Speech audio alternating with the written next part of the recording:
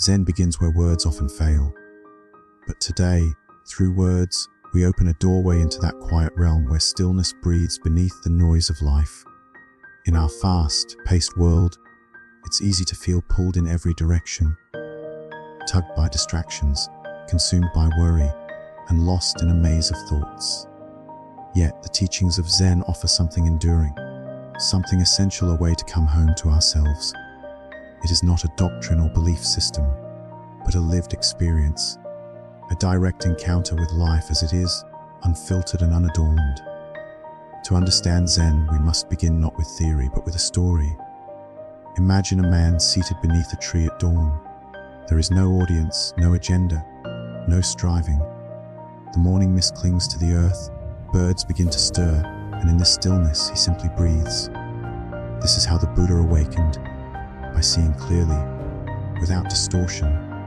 From this insight, more than 2,000 years ago, arose a tradition rooted in compassion and clarity, one that would evolve through cultures and centuries into what we now know as Zen. Zen is a branch of Mahayana Buddhism, born from the foundational teachings of Siddhartha Gautama, who became known as the Buddha, the Awakened One. His core message was simple: though profound suffering exists, it has a cause, it can end, and there is a path that leads to its cessation. That path became the Eightfold Path, a guide not to belief, but to practice. Zen takes this practicality even further, cutting through the layers of intellectual debate to arrive directly at experience. Centuries after the Buddha's death, as his teachings spread north and east, a transformative encounter occurred in China. There, under the influence of Taoism, Buddhist teachings took on a new flavor. This fusion birthed Chan Buddhism, Zen's original name in Chinese. The emphasis shifted even more toward intuitive insight and direct transmission. Instead of reading sutras or engaging in rituals, Zen practitioners sat in silence, contemplated paradoxical stories, and worked alongside their teachers in gardens and kitchens. The focus was not on escaping the world, but on engaging with it fully, with eyes wide open. As Zen traveled to Japan, it refined its approach further. Monasteries became centers of disciplined practice. Arts like calligraphy, tea ceremony, and martial arts were infused with meditative presence. Zen was no longer just a path to enlightenment. It became a way of life, a living art of simplicity and attention. Today, Zen continues to evolve. It has made its way into Western culture, where it often gets tangled with minimalist aesthetics or oversimplified slogans. But true Zen is not a trend or a technique. It is a radical invitation to stop chasing, stop avoiding, stop explaining, and instead to simply be, to feel the breath, to notice a falling leaf, to meet this moment as it is, without grasping or resistance. And in doing so, something shifts. The mind begins to quiet, the heart begins to heal. We remember what we already knew, deep down, that peace is not somewhere else. It's right here, when we're no longer distracted from it. Let us begin this journey together. Slowly, attentively. We'll walk the path laid down by ancient teachers, not as blind followers, but as curious companions, listening, exploring, and discovering not new beliefs, but the silent truth already within us. Zen invites us into an experience far older than words, a spacious, intimate awareness that does not depend on anything outside of this very breath. But to begin, we need some grounding in the basic principles that guide Zen practice. These principles aren't commandments or rules. They're signposts, helping us to orient ourselves toward a direct experience of life, as it truly is. At the heart of Zen is the concept of non-duality. This can sound abstract at first, but its meaning is simple, even if its implications are vast. Non-duality points to the idea that there's no fundamental separation between ourselves and the world around us. It challenges the way we usually think, dividing reality into opposites, self and other, good and bad, mind and body. Zen encourages us to look more deeply and see that these divisions are conceptual. They're useful sometimes, but they're not the whole truth. When we drop these filters, we begin to experience reality more clearly, whole, fluid, and indivisible. Closely tied to this is the principle of emptiness, or Nyat. In Zen, emptiness doesn't mean a void or lack. Instead, it refers to the fact that everything arises in dependence on everything else. Nothing exists in isolation. Your thoughts arise because of language, memory, culture, your body, your breath. A tree grows because of sunlight, rain, soil, and time. Emptiness is not nihilism. It's a dynamic, compassionate understanding of how all things interconnect. And when we realize this, a certain lightness enters our lives. We begin to let go of the need to grasp, define, and control. Another central teaching is impermanence, or anicca. This principle reminds us that all things are constantly changing: our emotions, our relationships, our bodies, even the thoughts that seem to define us. Nothing stays the same. While this can be unsettling, it's also deeply freeing. It means that no matter how difficult a moment is, it will pass.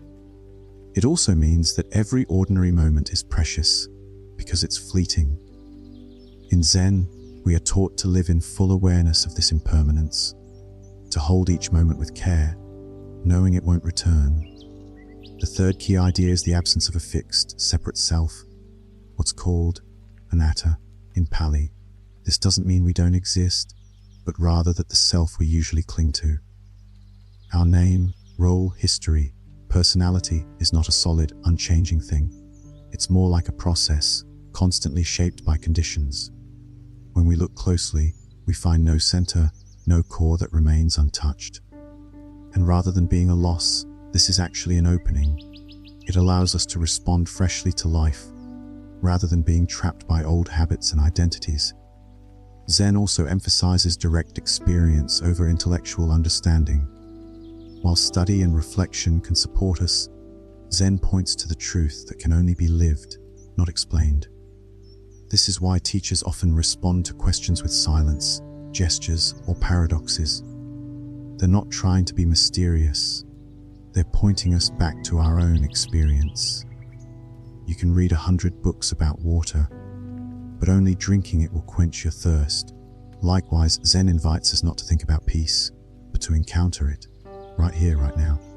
These core principles, non-duality, emptiness, impermanence, no self, and direct experience, aren't meant to be memorized.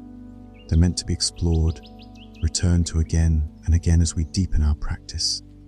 They are not conclusions, but invitations, ways of seeing that can transform even the most mundane moments into gateways of insight. When you sip your tea, do so fully. When you walk, let your feet feel the ground. When you breathe, notice the breath enter and leave without interference. In each of these acts, Zen is alive, not as an idea, but as the quiet clarity that reveals itself when we stop resisting and simply allow ourselves to be. The beauty of these teachings is that they are already close to us. We don't have to travel to a distant land or change who we are. We simply return to what's already here. With every breath, with every moment of honest attention, we step deeper into the heart of Zen. In today's world, Zen often arrives wrapped in clean aesthetics and minimalist design. White walls, simple lines, silent rooms. But behind the surface lies a tradition shaped over centuries, carried across mountains and oceans, transmitted from heart to heart. To understand how Zen became what it is today, we need to walk briefly through its journey, its historical unfolding, its cultural integration, and its adaptation to the modern age. The story begins in ancient India, around the 5th or 6th century BCE, with Siddhartha Gautama, the man who would become the Buddha. He was not a god, nor a prophet, but a human being who looked deeply into the nature of suffering and discovered a path beyond it. After years of intense spiritual searching, ascetic practices, and deep meditation, Siddhartha sat beneath the Bodhi tree and vowed not to rise until he had seen the truth. What he awakened to was not a supernatural realm, but the simple, profound reality of things as they are. He saw that clinging, whether to pleasure, to identity, or to ideas, was the root of suffering, and that freedom came from letting go. The Buddha's teachings were practical, psychological, and rooted in direct experience. They spread across India and into neighboring regions, evolving into various schools. One of these, Mahayana Buddhism, emphasized the bodhisattva ideal, the vow to awaken not just for oneself, but for the benefit of all beings. This school gave rise to many traditions, including Zen. Zen's distinctive character began to take shape in China around the 6th century CE, where it was known as Chan. According to legend, Zen's transmission began when the Buddha held up a flower before his disciples. Most were confused, but one, Mahakasyapa, simply smiled. The Buddha then declared that Mahakasyapa had understood the essence of the teaching beyond words. This silent gesture became the seed of the Zen tradition. Truth revealed not through explanation, but through direct recognition. As Buddhism encountered Chinese culture, it interwove with Taoist philosophy, which already valued naturalness, spontaneity, and the wisdom of the present moment. This meeting softened the structured scholasticism of Indian Buddhism, shifting emphasis from scriptures to practice, from doctrine to intuition. Chin masters taught in unconventional ways, with sudden shouts, paradoxical riddles, and silent presence. They urged students to drop concepts and encounter life directly, whether sweeping a floor or staring at a wall. Over time, Chan spread through monasteries, art, and poetry, shaping Chinese spiritual life. And by the 12th century, it made its way to Japan, where it took on the name we now recognize, Zen. In Japan, Zen refined its disciplines, especially Zazen, or seated meditation, and flourished in a monastic culture known for its simplicity, structure, and silent rigor. Zen deeply influenced Japanese culture, from ink painting to architecture, from martial arts to tea ceremonies. But always, its heart remained the same: wake up, be present, let go, see clearly. A Zen master might train students through everyday tasks, urging them to find presence not just on a cushion, but in the steam rising from a bowl of rice or the sound of bamboo tapping in the wind. In the 20th century, Zen began reaching Western audiences, carried by teachers like D.T. Suzuki, Shanryu Suzuki, Thich Nhat Hanh, and others. These teachers introduced Zen not just as a religion, but as a way of being, a form of spiritual practice that emphasized attention, simplicity, and compassion. However, as Zen moved west, it encountered new challenges. In a culture driven by speed, productivity, and information, the stillness of Zen could feel elusive, or be mistaken for another self-improvement technique. It was sometimes reduced to aesthetics, stripped of its depth, or conflated with other mindfulness practices. And yet, at its best, the Zen tradition adapted while preserving its essence. Many Western practitioners found in Zen a deep antidote to stress, fragmentation, and spiritual disconnection. They sat in silence, read koans, and followed the breath, awakening not to a new belief system, but to the quiet wonder already woven into everyday life. Today, Zen is practiced across the world in a variety of forms. Some follow traditional monastic routines, waking before dawn, bowing, chanting, and meditating for hours. Others sit for a few quiet minutes each morning before heading to work. What unites them is not uniformity, but sincerity, a genuine intention to meet life as it is, with openness and compassion. And so Zen continues to breathe. Across continents, languages, and cultures, it asks nothing more than your full attention. It offers nothing other than what already is. In this way, the ancient journey of Zen is also a modern one. It is your journey too. And now, as we continue, we move from history to practice, from the unfolding story of Zen to the personal, intimate experience of quieting the mind. We live in an age where the mind rarely rests. From the moment we wake up, it races forward, checking notifications, sorting tasks, remembering what we forgot, worrying about what might come next. Even in moments of stillness, our minds continue their chatter, spinning stories, judgments, plans. We are so accustomed to this noise that we forget what silence feels like.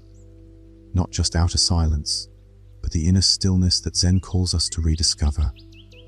To begin quieting the mind, we first need to understand its restlessness.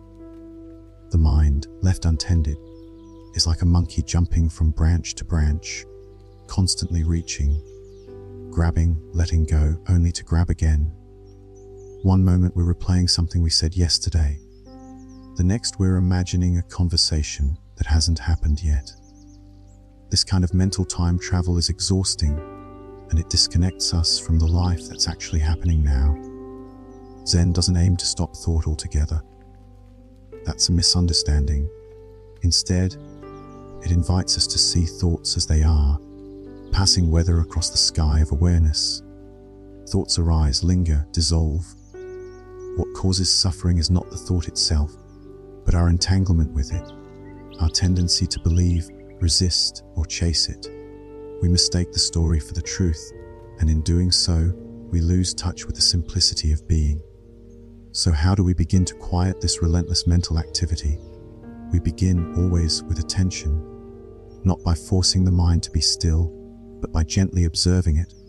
One of the central practices in Zen is Zazen, seated meditation. You sit upright but relaxed and you breathe. That's it. And in that simplicity, something begins to shift.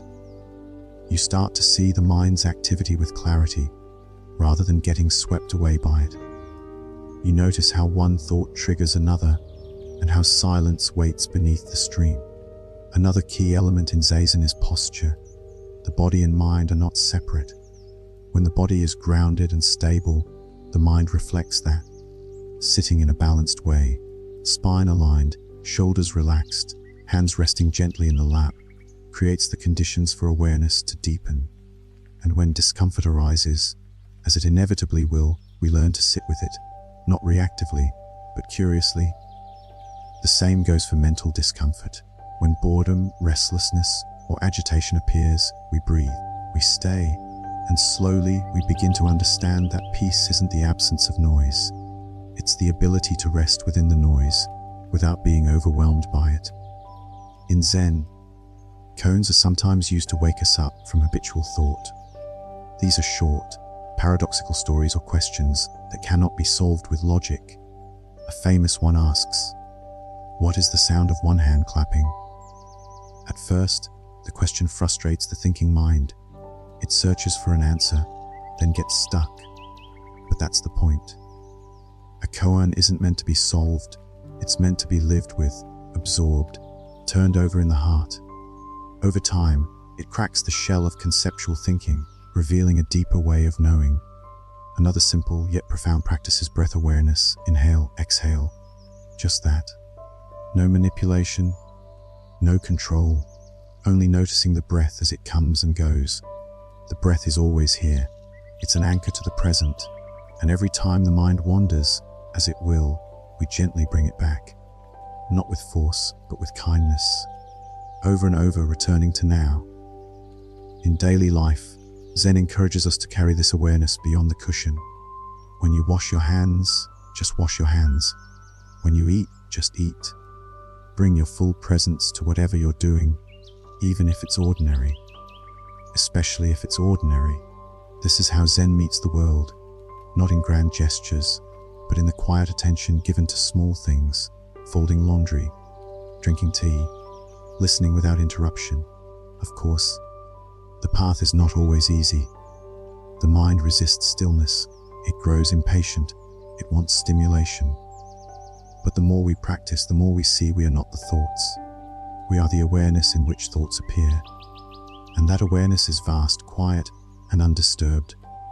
Discipline plays a key role here. Zen practice isn't about occasional inspiration. It's about steady commitment. A routine, whether it's 5 minutes each morning or a dedicated hour, becomes the container for transformation. Like a riverbed guides water, structure supports flow. And over time, even brief moments of silence can have a deep impact. We begin to carry that stillness into our day, and it changes how we speak, how we listen, how we move. Through repetition, through practice, through sincere effort, the noise begins to soften. We stop identifying so completely with every thought and story. We become less reactive, more present, more grounded. The mind doesn't become blank, it becomes spacious. A thought arises, and instead of grabbing it, we watch it float by. We remain still, breathing.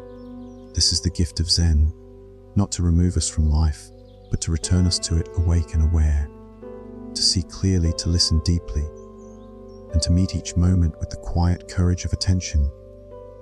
The mind may never be silent in the way we imagine, but it can be free. And that freedom begins when we learn to sit, to breathe, and to simply be. Discipline in Zen isn't about rigidity or punishment. It's about intention. It's about choosing over and over again to return to presence. In a world full of distractions, this choice becomes an act of quiet defiance.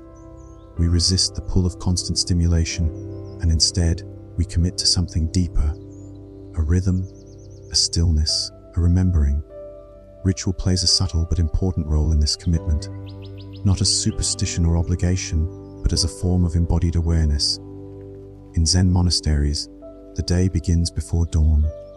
Practitioners wake, dress in silence, and move as one to the meditation hall. Every step, every bow, every breath is part of the practice. The ringing of a bell isn't just a sound, it's a signal to return, to remember. Even meals are taken in silence, with careful attention to each bite. The point isn't the ritual itself, it's the state of mind it cultivates, focused, receptive, grounded. In our daily lives, we can create our own rituals, simple acts that anchor us to the present. Lighting a candle before sitting down to meditate, washing the face slowly in the morning, taking 3 deep breaths before a conversation. These acts become containers for presence. They remind us that every moment, however small, is a doorway into awareness. Repetition also matters.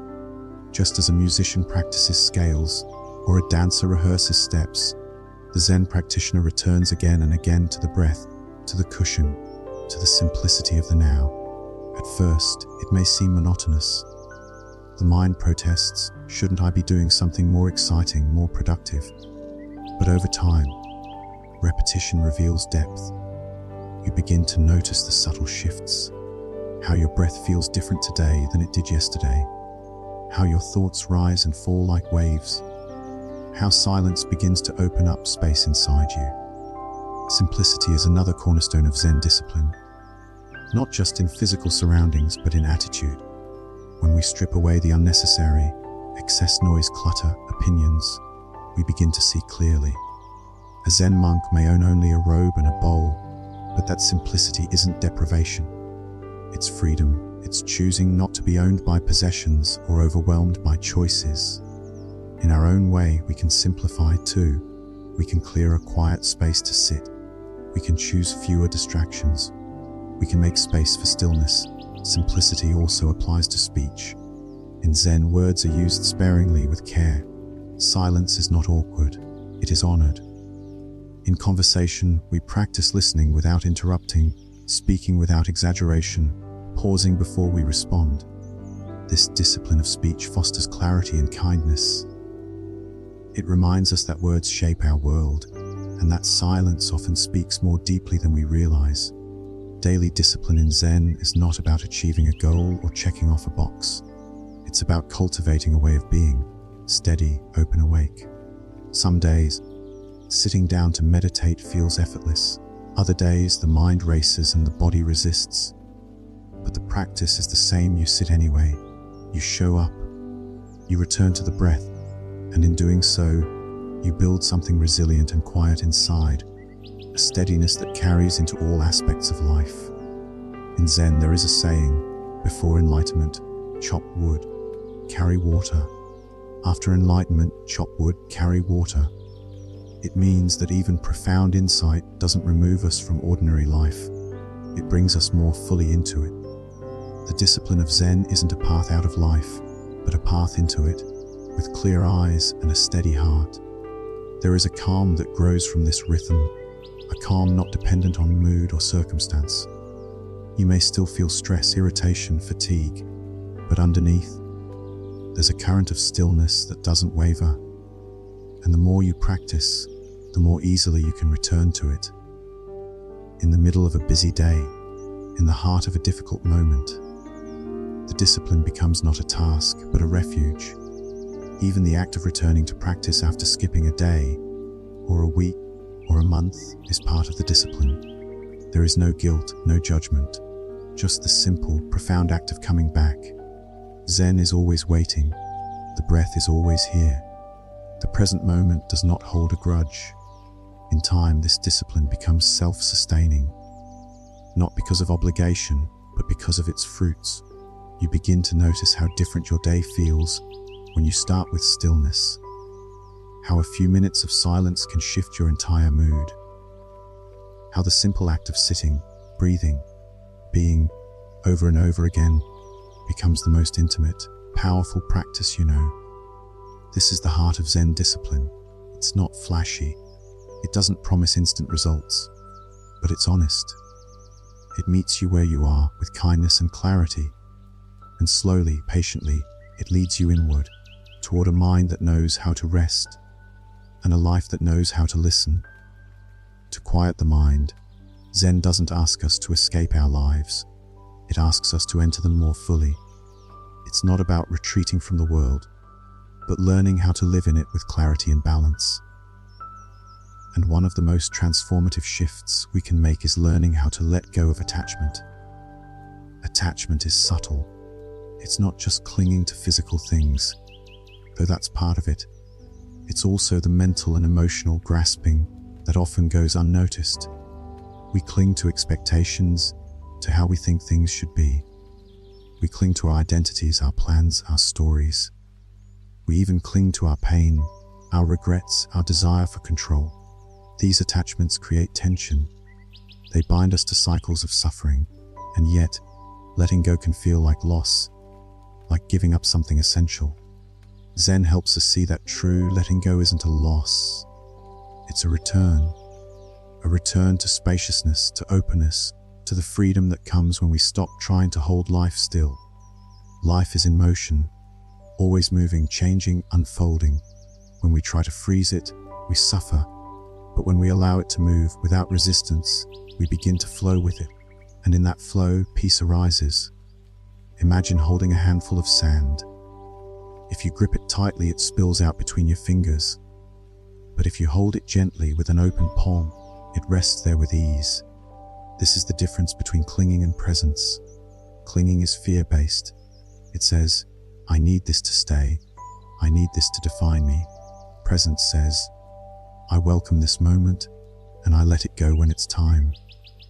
In practice, letting go starts with awareness. You begin to notice your attachments, not to judge them, but to see them clearly. Maybe it's the way you react when plans change, or the sinking feeling when something you hoped for doesn't happen. Maybe it's a habit of replaying old conversations, wishing you had said something different.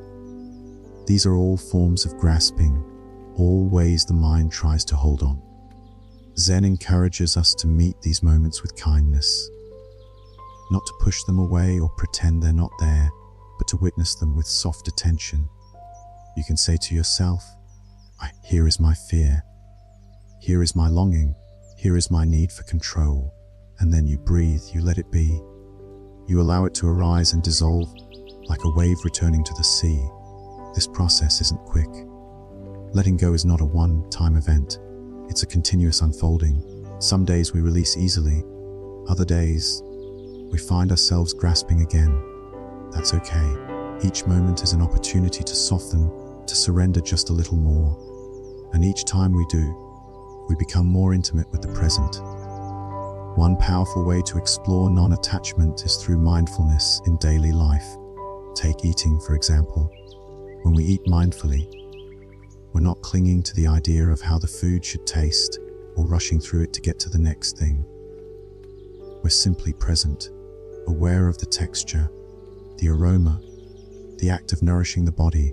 We enjoy the moment fully, and then we let it go. No clinging, no resistance, just experience. The same applies to relationships.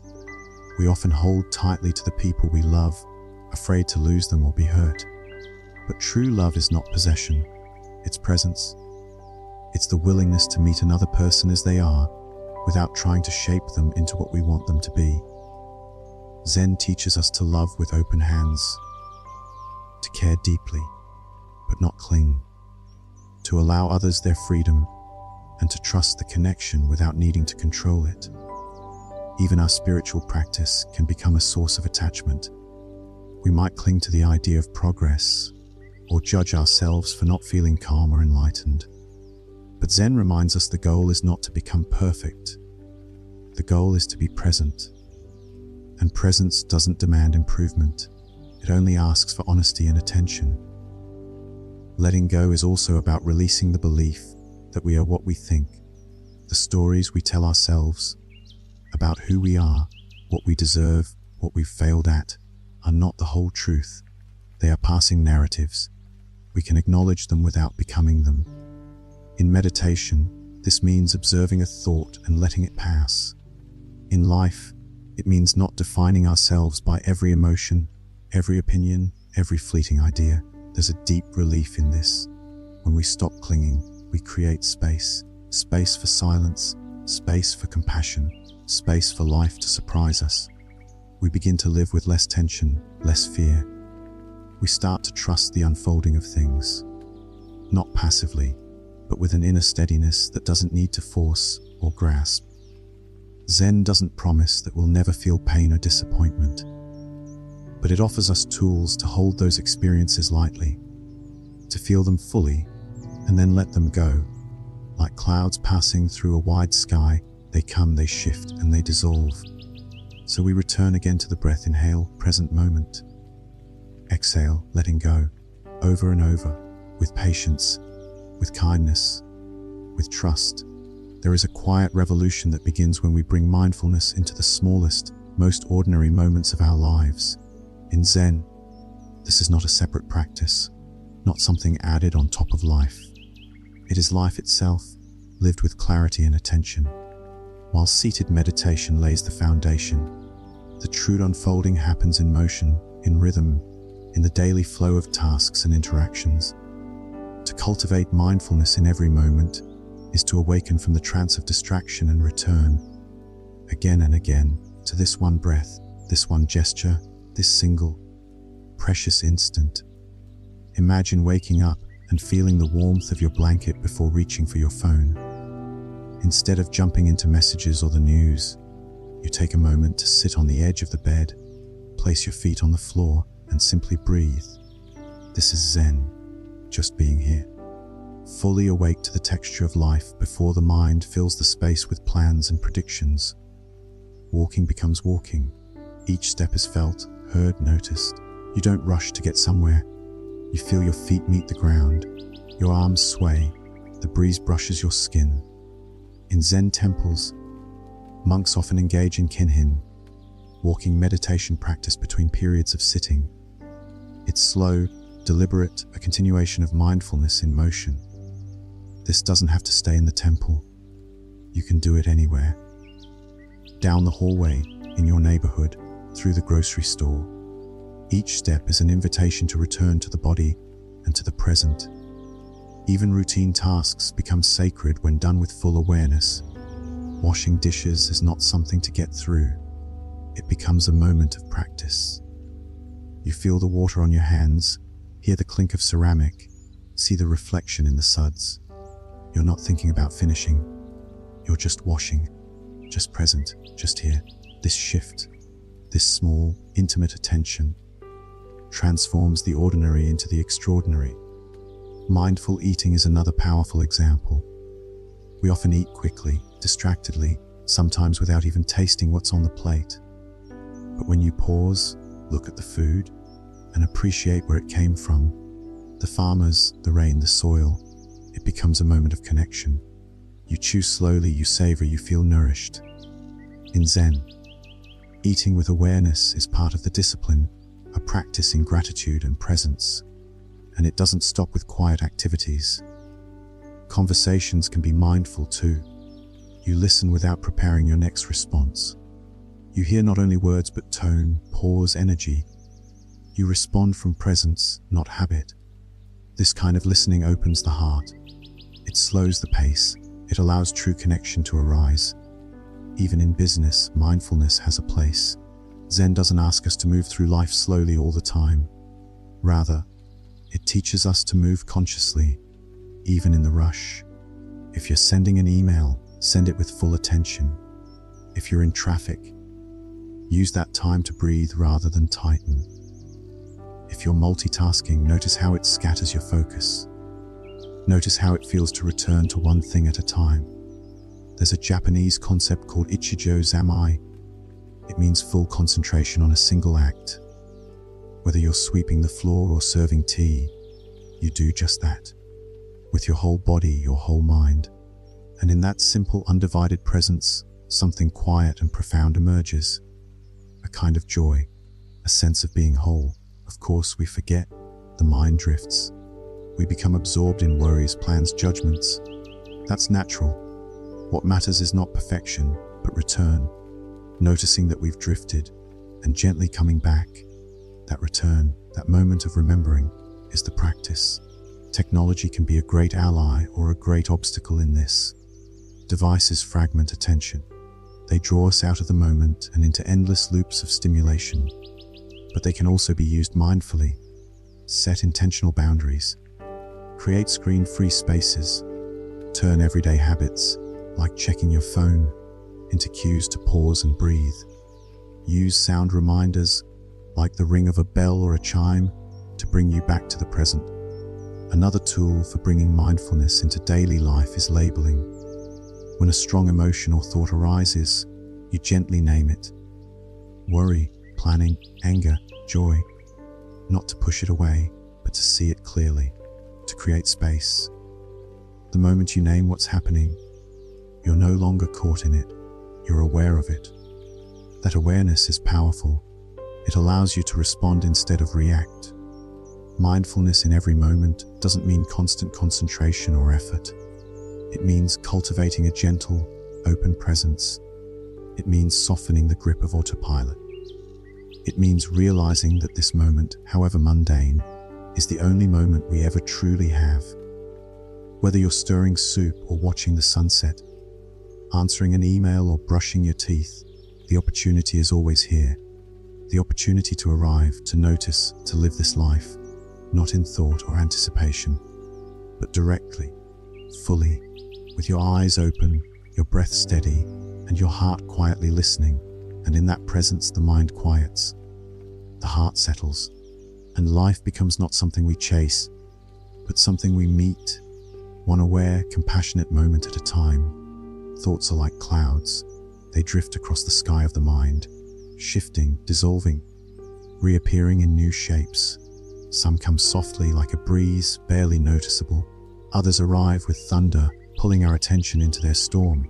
In Zen, the practice isn't about chasing the clouds away, nor is it about following them endlessly. It's about remembering the sky, vast, clear, always present. And that sky is what we come home to when we explore the nature of emptiness and thought.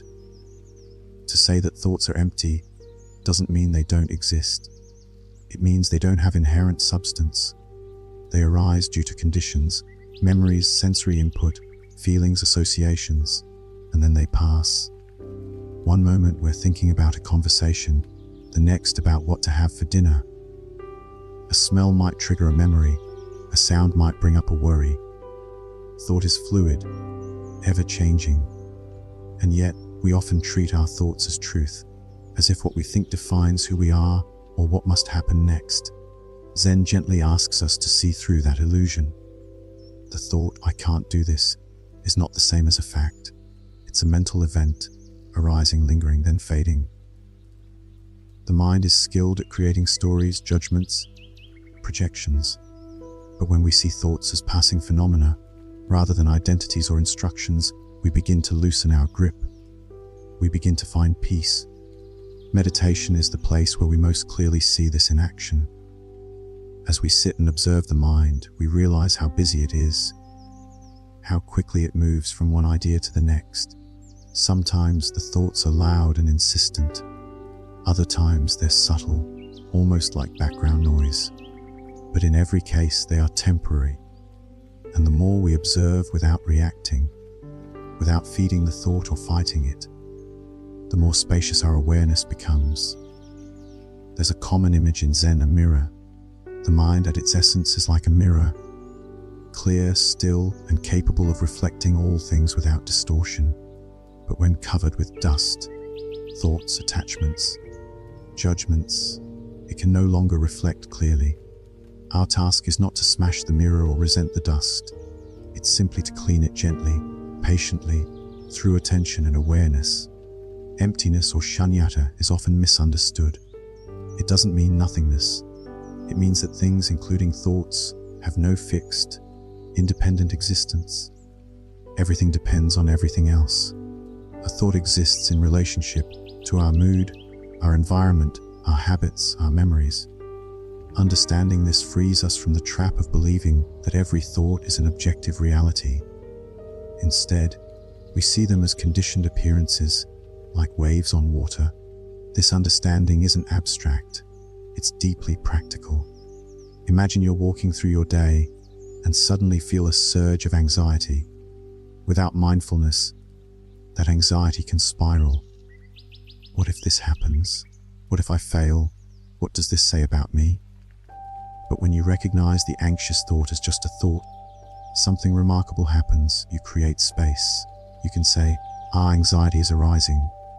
And just like that, you're no longer trapped.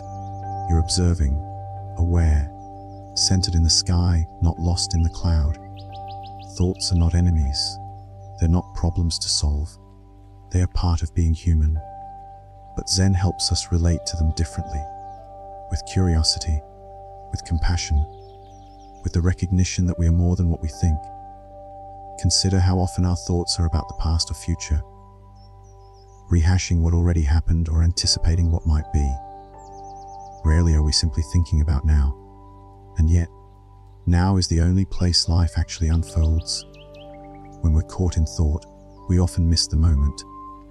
We miss the feel of the air, the look in a loved one's eyes, the subtle beauty of silence. But when we see thought as just one layer of experience, not the whole of it, we begin to rediscover the richness of the present. Zen practice doesn't try to stop thought. It transforms our relationship with it. A bird may fly through the sky, but it doesn't leave a trace. In the same way, a thought can pass through the mind without leaving a residue. We witness it, we release it, we return. Again and again. This doesn't mean we never use thought. Thinking has its place when used skillfully. We use it to solve problems, to reflect, to plan. But in Zen, we learn not to over-identify with thought. We know when to think, and we know when to rest in awareness. Like a musician who knows when to play and when to pause, we learn the rhythm of mindful living. When we sit, when we walk, when we breathe, we're not escaping thought. We're entering into a deeper intimacy with it, one that doesn't require judgment or attachment. We let the thought arise, we acknowledge it, and then we let it go. The more we do this, the more we begin to taste something underneath all the mental activity. A quiet, a spaciousness, a clarity that isn't shaped by opinion or emotion. This is the nature of awareness itself, untouched by the passing waves, vast as the sky. So as thoughts come and go, remember this: you are not the content of your mind. You are the space in which it all unfolds. And in that space there is peace, not because the world stops moving, but because you are no longer caught in its turbulence. You've learned to rest in the stillness that was always there. Suffering can be loud, sharp, overwhelming, immediate. But more often, it lingers quietly beneath the surface. It hums in the background of our lives, shaping how we think, how we speak, how we connect. And to truly heal, to find peace that lasts, we must begin by understanding the roots of emotional suffering. In Zen, this understanding doesn't come from analyzing or fixing. It comes from meeting our pain directly, with open eyes and an undefended heart. Emotional suffering often begins with resistance. We resist what we feel. We don't want to be sad or angry or afraid. We try to push it away, cover it up, distract ourselves. But resistance tightens the knot. It builds tension on top of tension. Zen teaches us something different, to turn toward the feeling instead of away from it.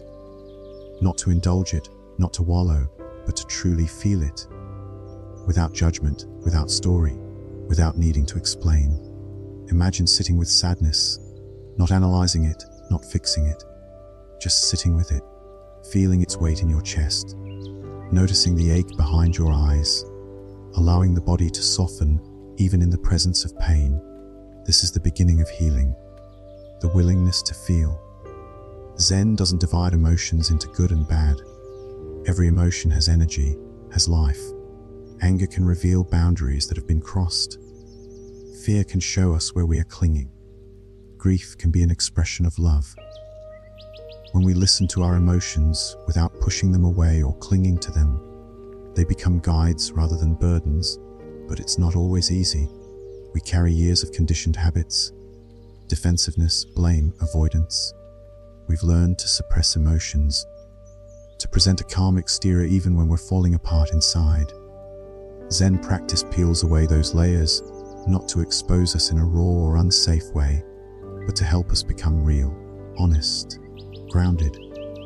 One of the most common sources of emotional suffering is our relationship with the past. We replay old wounds, regrets, and betrayals.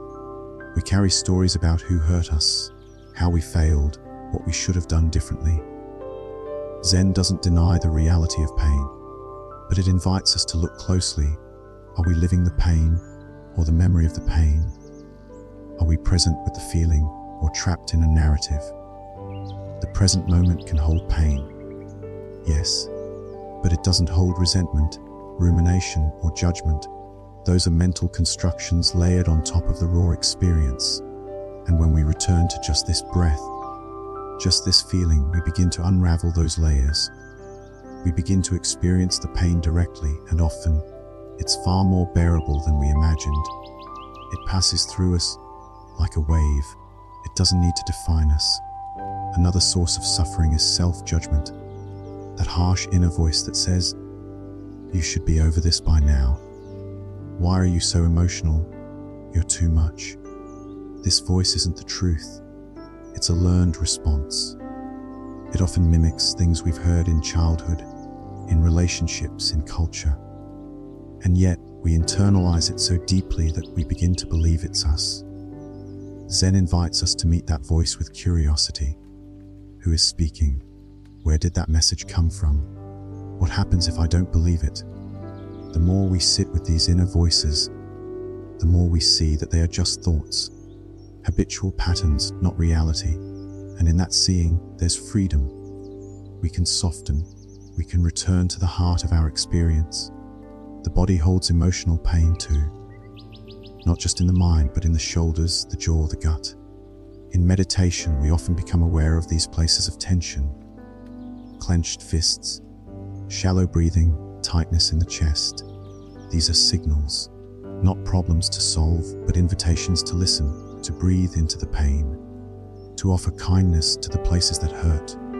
Zen encourages us to bring the same awareness to our relationships. Much of our suffering arises in connection with others. Misunderstandings, unmet expectations, old wounds. When we're reactive, we often speak or act from pain rather than from presence. But when we pause, when we breathe, when we feel what's really there, we can respond differently. We can speak from the heart instead of from the wound. Healing emotional suffering doesn't mean we never feel pain again. It means we learn how to hold pain with compassion, how to let it move through us without shutting down, how to stay open even when it hurts. And in doing so, we discover a resilience that's not about toughness or endurance, but about tenderness, the strength to feel deeply, to be fully human. There's no shortcut, no instant fix. But every time we sit with our feelings rather than running from them, we reclaim a piece of ourselves. We gather our scattered parts and welcome them home. Slowly, not by avoiding what's hard, but by embracing it with love. And that's what Zen offers. Not escape, but intimacy. Not perfection, but wholeness. Not the absence of pain, but the presence of peace within it. Sometimes the hardest person to offer kindness to is ourselves. We can extend compassion to friends, even strangers. But when it comes to our own hearts, we often withhold the gentleness we so freely give to others. Zen, with its deep roots in presence and acceptance, gently invites us to open this gate, to sit with ourselves not as a problem to be fixed, but as a being to be met, with warmth, patience, and understanding. This is the path of self-compassion in Zen practice, and it begins by simply allowing ourselves to be as we are.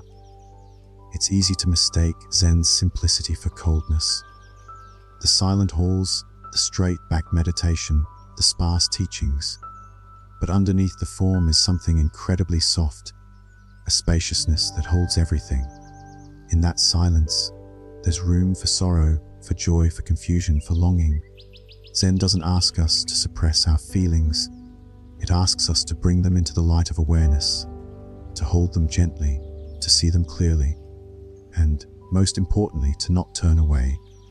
Self-compassion doesn't mean indulgence. It means honesty. It means recognizing when we're suffering and choosing to respond with kindness rather than criticism.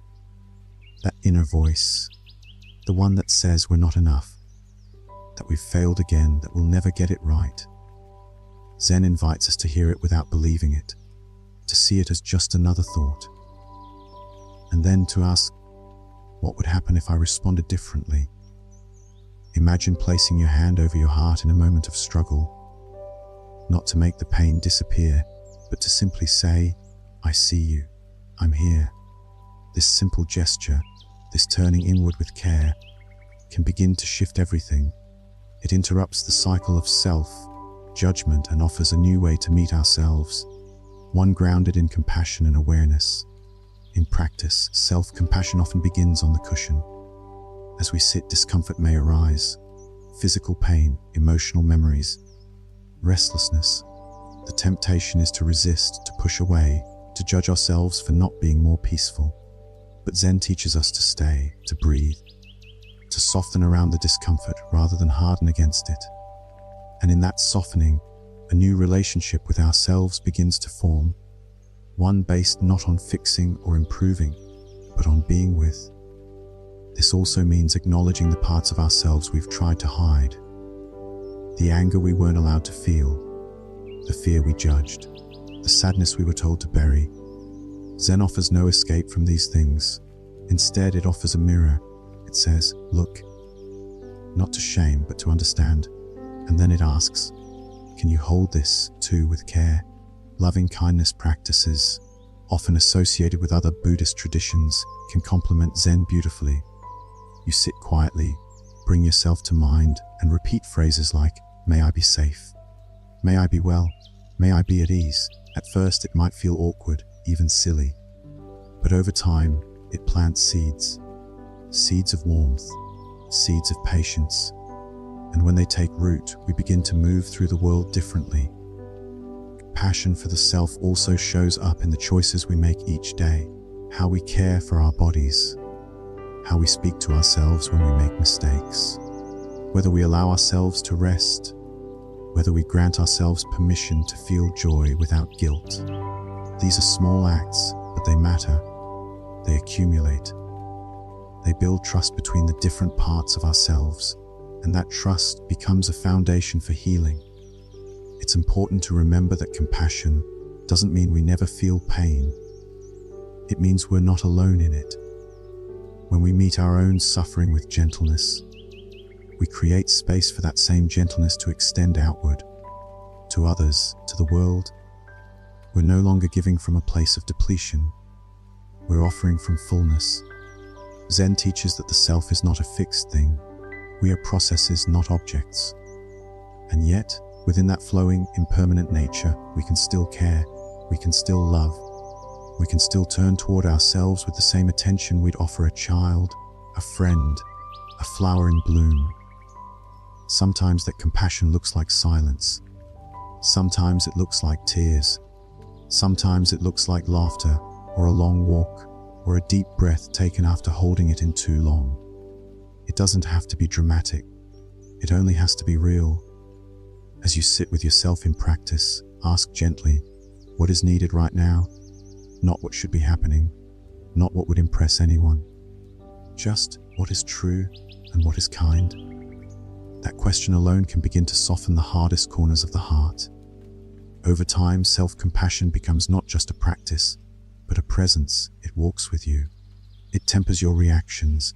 It allows you to forgive, to start over, to live with more tenderness, more authenticity, more freedom. And in this practice, you begin to realize the heart was never broken. It was just waiting for your attention, your care, your return. Forgiveness in Zen is not an intellectual decision. It's a spacious unfolding, a gentle loosening of the heart. It doesn't require that we forget what happened or that we excuse harm. It asks instead that we stop carrying the weight of the past in a way that hardens us.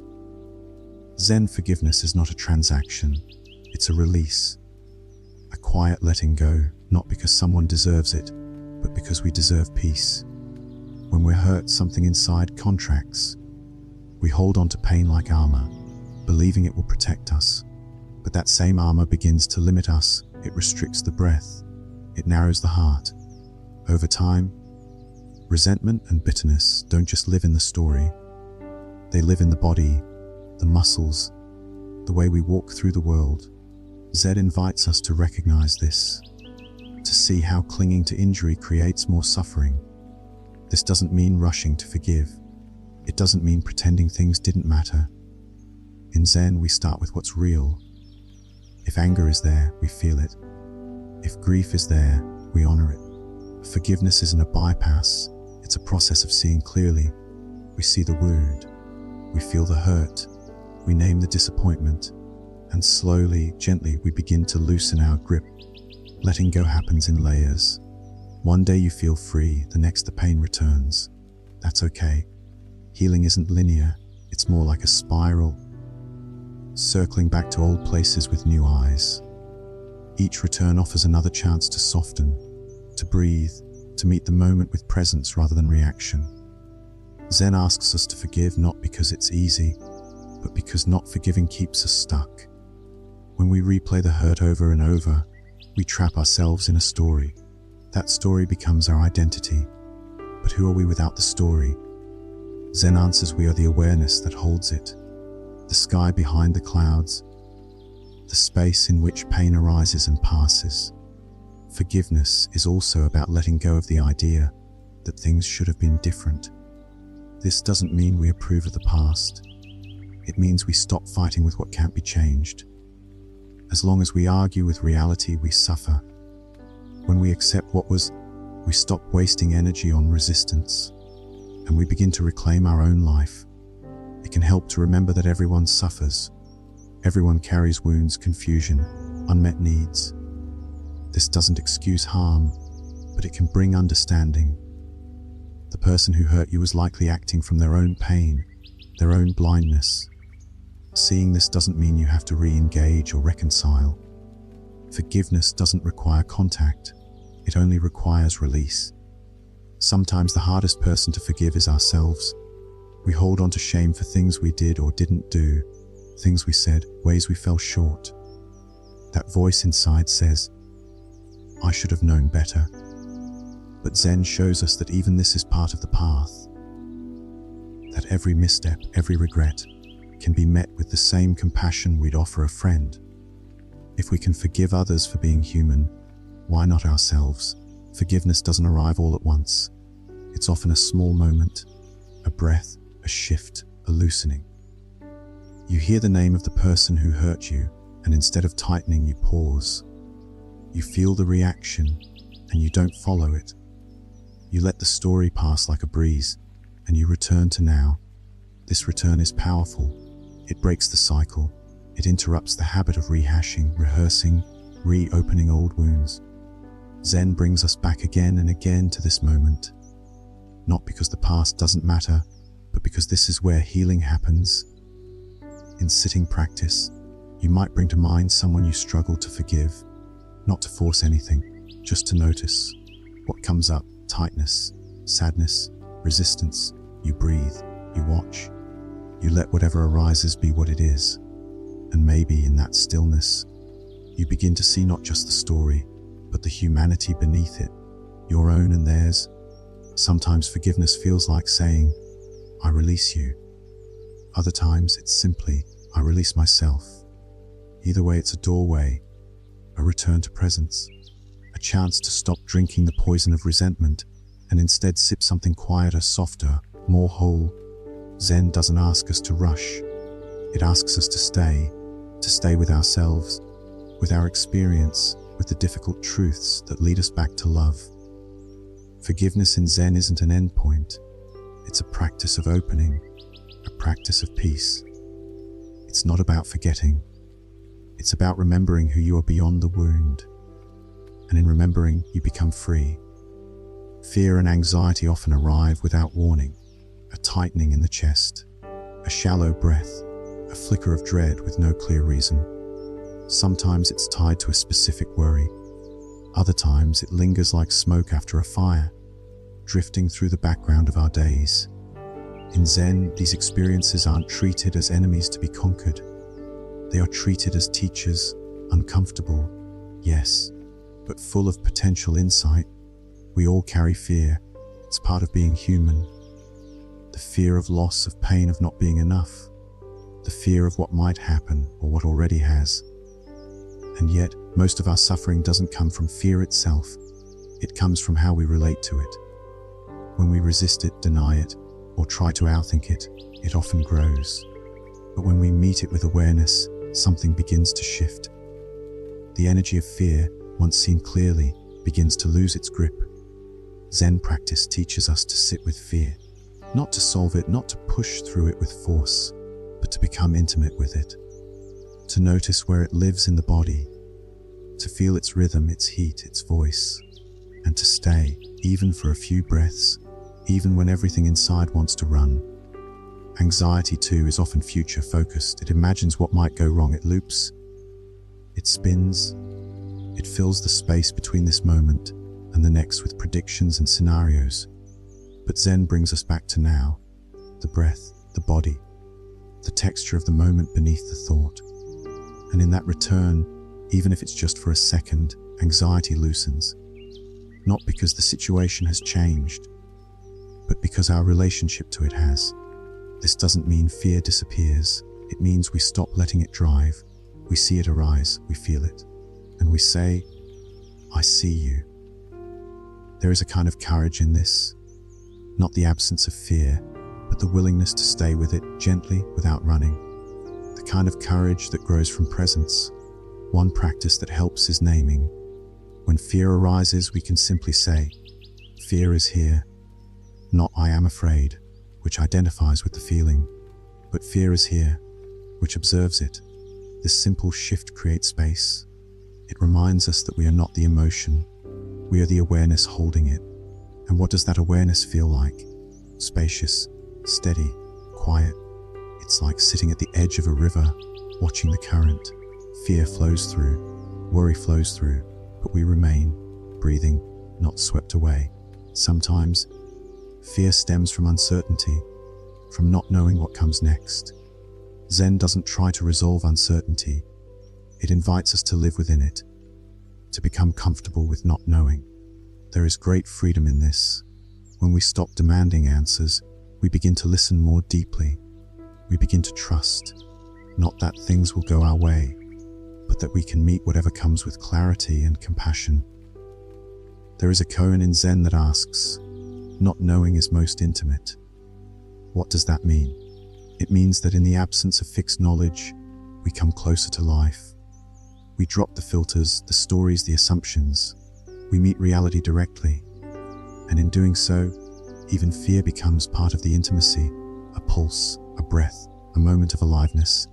The body often holds anxiety in subtle ways: clenched jaws, tight bellies, raised shoulders. In Zen, awareness of the body is part of the path, As we sit, we scan, we breathe into the tension. We invite softness not by forcing it, but by offering space. Sometimes just noticing the grip of anxiety can begin to ease it. The body responds not to commands, but to presence.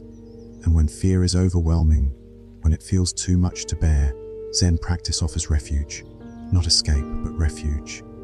A place to return, the breath slow and steady, the ground beneath you, the silence between thoughts. These are anchors. They remind us that we are not the fear, we are the one experiencing it, and we are still here. Over time, the more we meet fear without flinching, the more we develop resilience. Not the kind that hides behind a wall, but the kind that remains open. We become less reactive, more grounded. We learn that fear, like all things, arises and passes. It is impermanent. Like a wave, it builds, peaks, and falls away. And in that falling away, something new can emerge, a deeper calm, a quiet trust, a felt sense that we are capable of meeting life as it is. Not because we've mastered it, but because we've stopped running from it. So when fear next arises, try this pause, breathe, place a hand on your chest if it helps, feel the fear, name it, and then, without rushing to change it, simply stay. Even for one breath, even for a moment, this is the practice, this is the path, a gentle returning, a quiet bravery, and through it, peace begins to take root. Compassion, when it blooms in its fullness, doesn't stop at the edge of the self. It expands naturally outward, into the world, into the lives of others.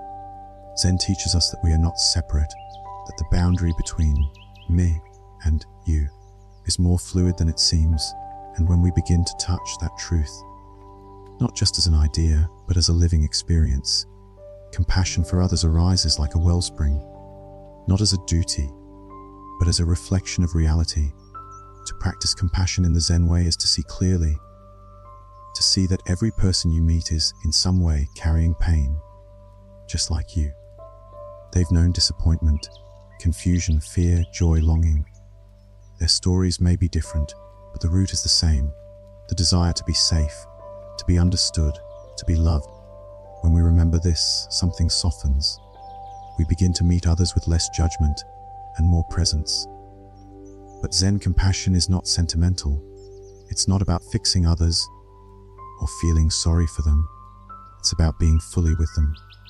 When someone is suffering, we don't rush in with advice or distraction. We listen, we breathe with them, we bear witness without turning away. This kind of presence is powerful. It says you are not alone.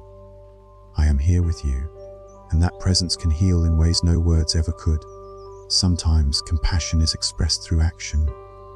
Making tea for someone who's grieving. Holding space in silence for a friend who feels lost. Responding to anger with calm, rather than more anger. These small gestures, offered without expectation, carry the weight of love. And sometimes compassion requires boundaries.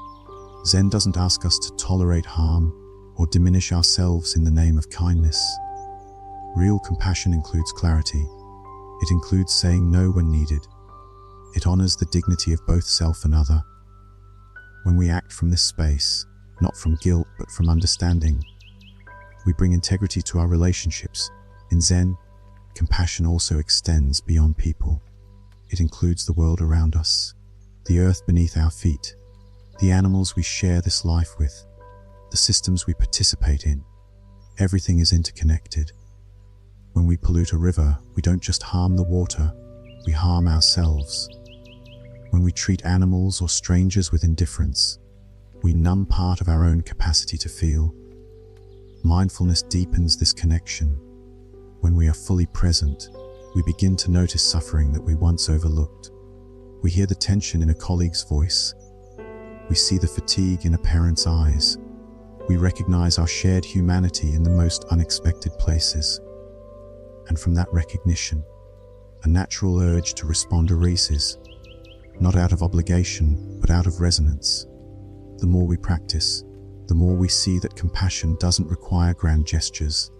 It lives in the details, holding a door, offering patience, making eye contact, pausing before speaking. These small moments filled with awareness create a culture of kindness. Zen teachers often describe compassion as the natural expression of awakening. When the illusion of separation fades, we don't become indifferent. We become tender, not fragile, but open, responsive, capable of holding sorrow without drowning in it, capable of holding joy without grasping. And even when our capacity is tested, when we feel frustrated, impatient, overwhelmed, Zen invites us to meet that too with compassion, to forgive our limitations, to begin again. Each breath is a chance to return. This is why Zen practice always begins with presence. Before we can respond skillfully to the world, we must learn to be present with ourselves. When we sit on the cushion, we are training the mind not just to be quiet, but to be spacious, so that when life calls us to act, to care, to speak, to help, we do so from a grounded place, not a reactive one. We begin to ask not just, what do I feel, but what does this moment need? Sometimes it needs action, sometimes silence, sometimes a simple gesture of acknowledgement. Zen compassion is about being attuned, not assuming, not fixing, but feeling into what will serve life best in this moment. And as we move through the world with this awareness, we become vessels for peace. We become the still point in the storm, the calm breath in the room. Not because we're trying to be perfect, but because we're deeply connected to the truth that there is no separate self, that your joy is mine, that your pain echoes in me, that we rise and fall together. So when you see someone suffering, pause, breathe, let your heart open just a little more, and trust that even the smallest act of kindness, done with full awareness, can ripple outward in ways you may never see. This is the path, not just for the self, but for the world. A path walked with quiet feet, open hands, and a heart that remains tender, no matter how rough the road becomes. Grief has a way of slowing time. It arrives like a heavy fog, blanketing everything in stillness. Sometimes it's sudden, sharp, impossible to ignore. Other times it lingers quietly for years, showing up in quiet moments, at the sound of a song, a familiar smell, or the silence left by someone who is no longer there. In Zen, grief is not seen as something to overcome or push past.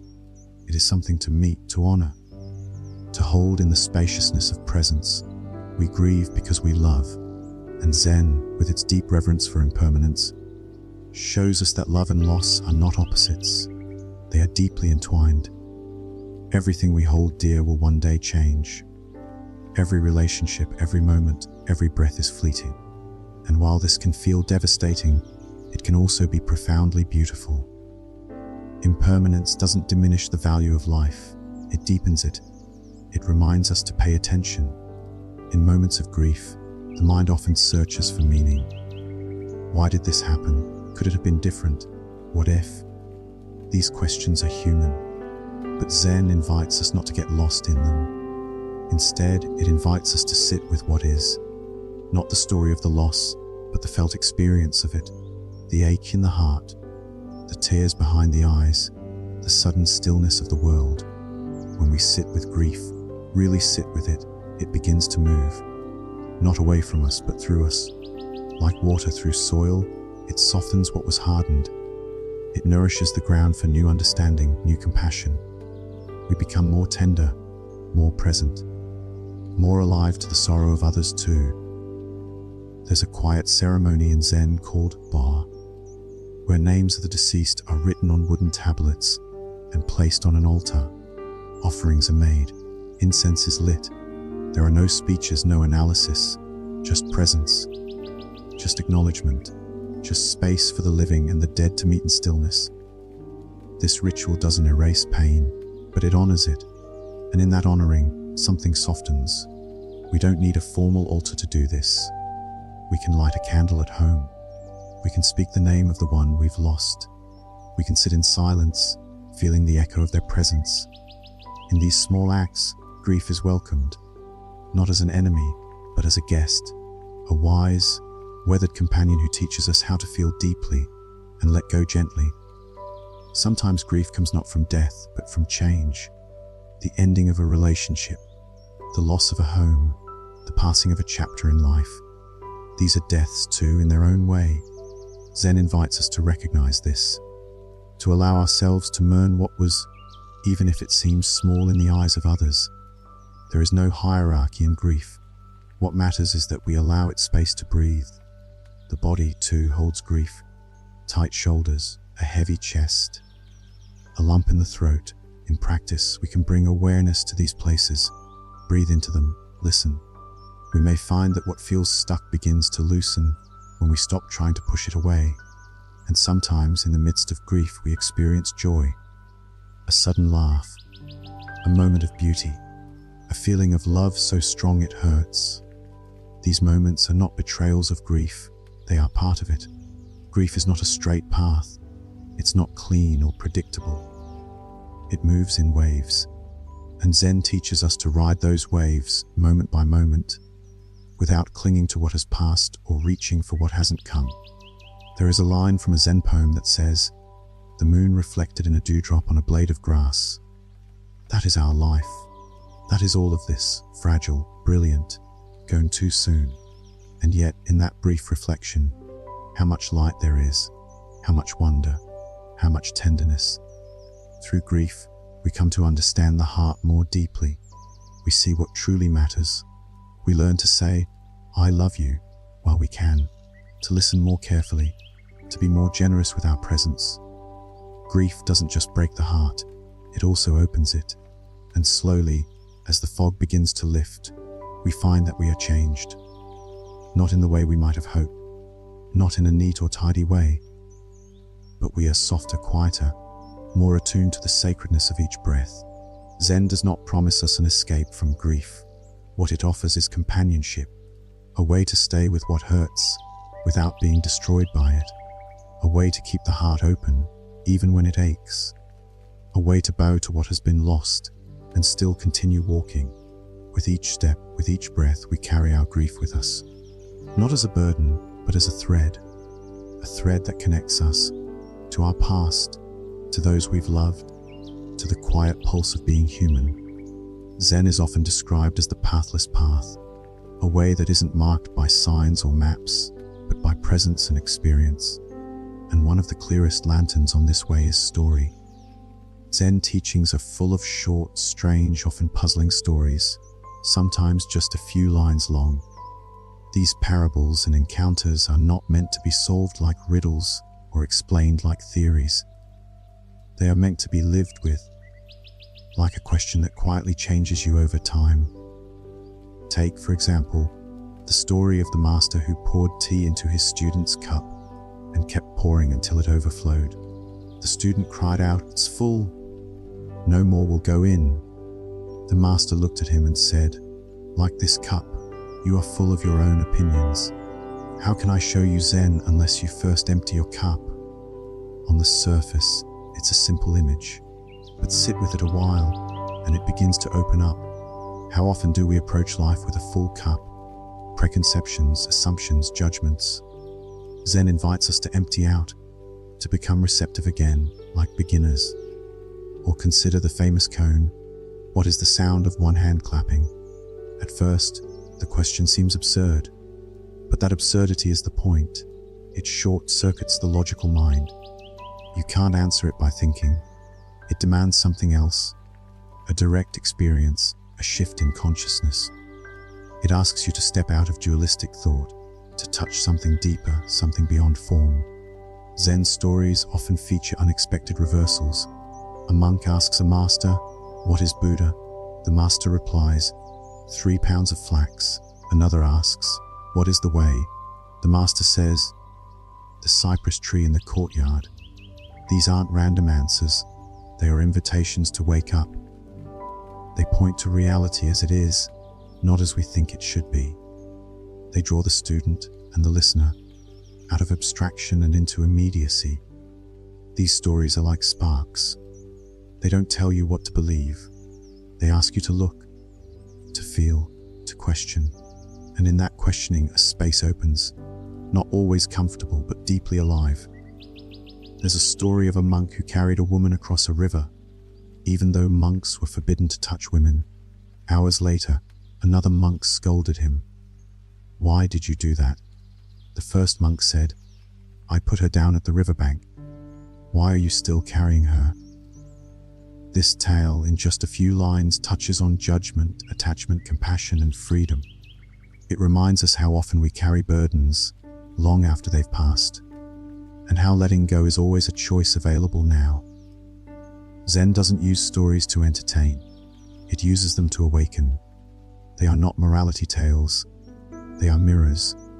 Each one reflects something different depending on who you are, where you are, what your heart is ready to see.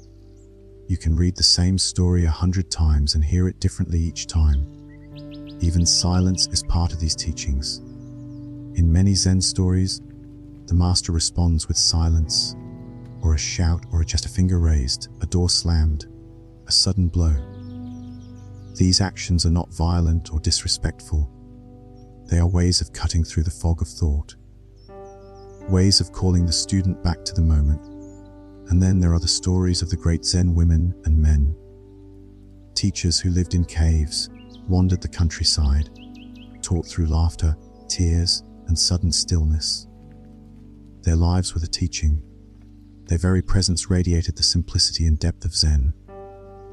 One of the most beloved figures is Raikan, a wandering monk and poet who lived alone in a hut. He played with children, wrote poetry by moonlight, and once returned home to find his only possession, a worn robe, had been stolen. He wrote, "The thief left it behind, the moon at the window." That is Zen. Loss transformed into presence, poverty transformed into poetry. No resistance, only awareness. These teachings don't offer conclusions, they offer doors. And each one opens not outward but inward, into stillness, into laughter, into a deeper understanding that cannot be explained, only felt. You don't have to memorize these stories. You only have to sit with them. Let them echo in the quiet spaces of your day.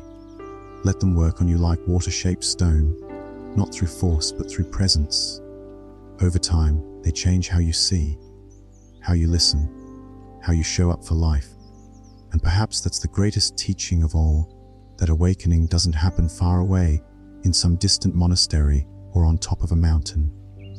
It happens here, in a teacup, in a question, in the wind passing through bamboo, in the stillness you find when you stop trying to figure it all out and simply breathe.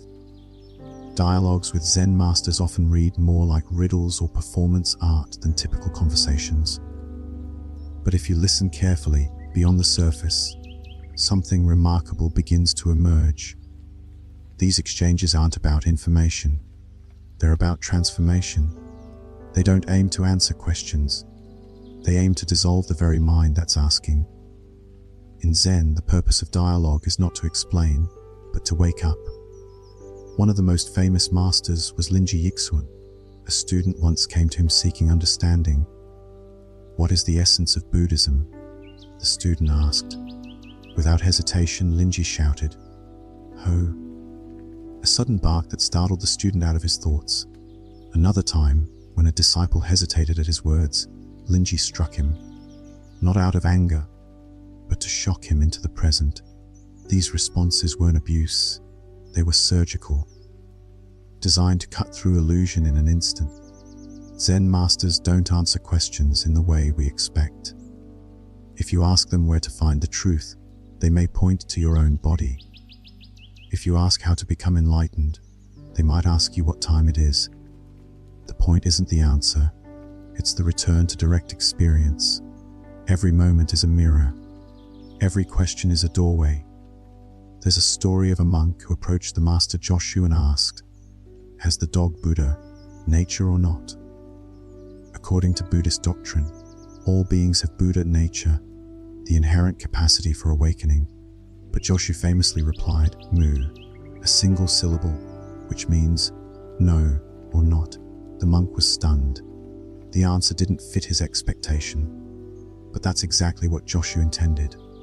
Mu wasn't a contradiction. It was an invitation to drop conceptual thinking and see beyond duality. Many of these encounters are recorded in collections like the Blue Cliff Record or the Gateless Gate. Each story is paired with a commentary and verse from later teachers. These texts aren't linear or explanatory. They're poetic, strange, rich with metaphor. They require patience and a willingness to feel your way through rather than reason your way in. Take the famous encounter between Yunmen and a student who asked, "What is Buddha?" Yunmen replied, "A dried shit stick," crude, shocking, and utterly freeing. The student expected a lofty answer. Instead, he got the everyday, the discarded, the profane. Why? Because enlightenment isn't somewhere far off. It's right here, in the body, in the ground, in the unspeakable ordinariness of life. Another monk asked the master Tozen, "How can I avoid heat and cold?" Tozen said, "Why don't you go where there is no heat or cold?" The monk replied, "Where is that place?" Tozen said, "When it's hot, be hot. When it's cold, be cold." The teaching is clear, even if indirect. Don't resist what is. Be fully present with it. Stop trying to escape. That's where freedom lives. What's striking about these dialogues is their intimacy. The master meets the student exactly where they are. Mind, heart, body. There's no pretense, no hierarchy. Just a moment of pure presence, sharp and uncompromising. And in that meeting, something essential is revealed. But these encounters are also deeply compassionate. The Zen master doesn't aim to impress or control. They aim to liberate, and sometimes that means being fierce. Like a doctor setting a bone, like a friend refusing to collude with your delusion. The sharpness is not cruelty, it's clarity. You might wonder, why so cryptic? Why not just explain? But Zen knows that explanations keep us in the realm of thought. And thought, while useful, is not the path to awakening. The path is lived, felt, embodied. So the master responds in ways that draw you out of the head and into the heart of the moment. A shout, a silence, a question that turns itself inside out. These dialogues are not relics of the past. Their energy lives on in anyone who practices Zen. When you sit on the cushion and the mind starts spinning, the question arises, who is thinking these thoughts? That's your cone. When you notice a reaction bubbling up and pause, instead of lashing out, that's your training. When you bow to your own confusion and stay present anyway, that's your breakthrough. Each encounter with a Zen master points back to the one true teacher, your own direct experience. And while these stories may seem strange at first, they begin to work on you. Like seeds planted in silence, they grow in the cracks of your certainty. They open something you didn't know was closed. So let these dialogues echo in you. Let them rattle loose what's been stuck. Let them wake you, not into new beliefs, but into a clearer way of seeing. The master's voice is not separate from your own. It's the voice that asks, what is this? The voice that knows, without words, that this moment is enough.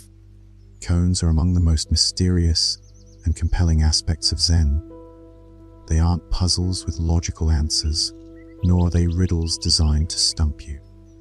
They're something else entirely, living questions that draw you into direct contact with the nature of mind, the nature of reality, and the truth beyond words. A koan isn't something you solve, it's something that transforms you. The word koan originally referred to a public case, a legal precedent that guided future judgments. In Zen, a koan is also a case, a teaching story, but one that opens space rather than closes it. It presents a situation, a question, or a phrase so unexpected, so paradoxical, that it short-circuits the thinking mind. It invites you to drop into another kind of knowing, not analytical, but immediate, embodied, intimate. Take the koan. What is your original face before your parents were born? At first, it sounds impossible. How could anyone answer that? But that's the point. The koan forces you to let go of conceptual frameworks. It points to a reality that precedes identity, language, even time. What is your nature? Not your name. not your story, but the awareness itself.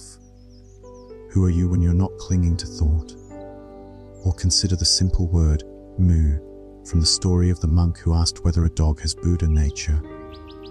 The teacher Joshu didn't affirm, he didn't deny.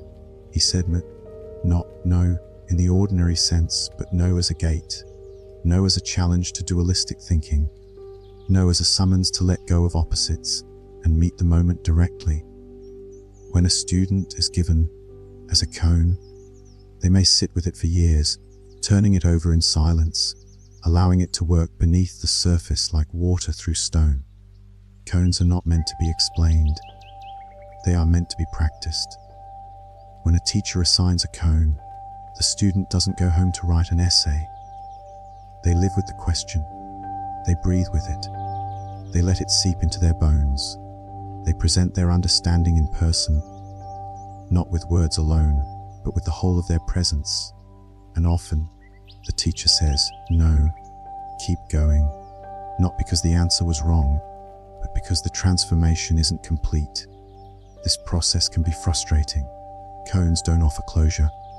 They open you wider and wider until the need for answers begins to dissolve. What remains is something far more valuable: clarity, intimacy, freedom from fixed positions. In time, the student begins to embody the cone. Their actions, speech, even silence begin to reflect insight, not as something known, but as something lived. The point is not to say the right words, but to respond from emptiness, from presence, from the heart that doesn't need to grasp. There are hundreds of traditional koans, compiled in texts like the Blue Cliff Record and the Book of Equanimity. Some are brief, just a line or two. Others unfold across several interactions, but each one in its own way invites a collapse of certainty, a return to what is immediate, true, unshakable. One koan asks, does a man of enlightenment fall into cause and effect?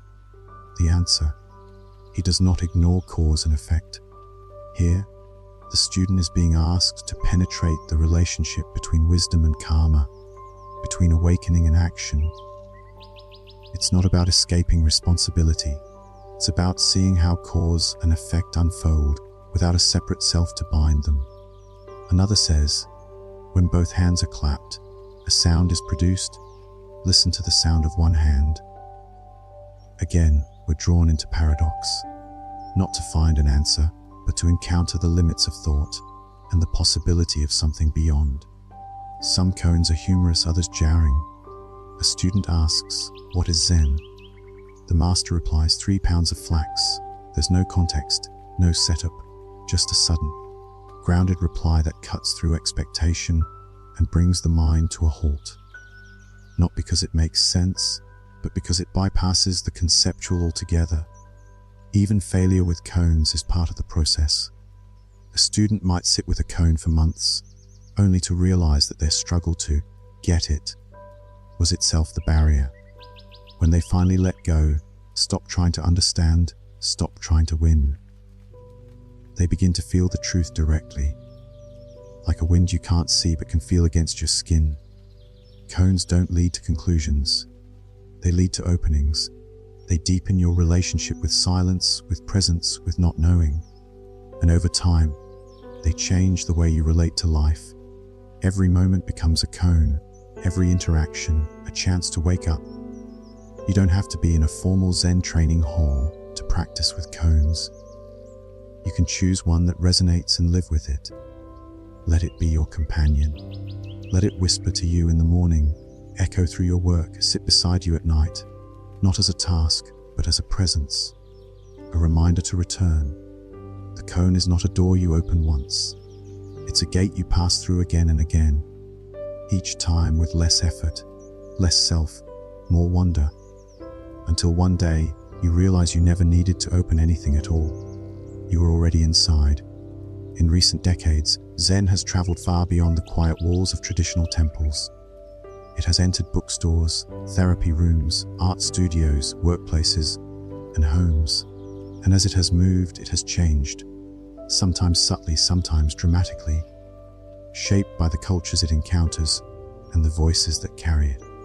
Yet even in its modern expressions, Zen retains its core presence, direct experience, and the invitation to wake up right where we are. Today, Zen shows up in ways that might not look traditional at all.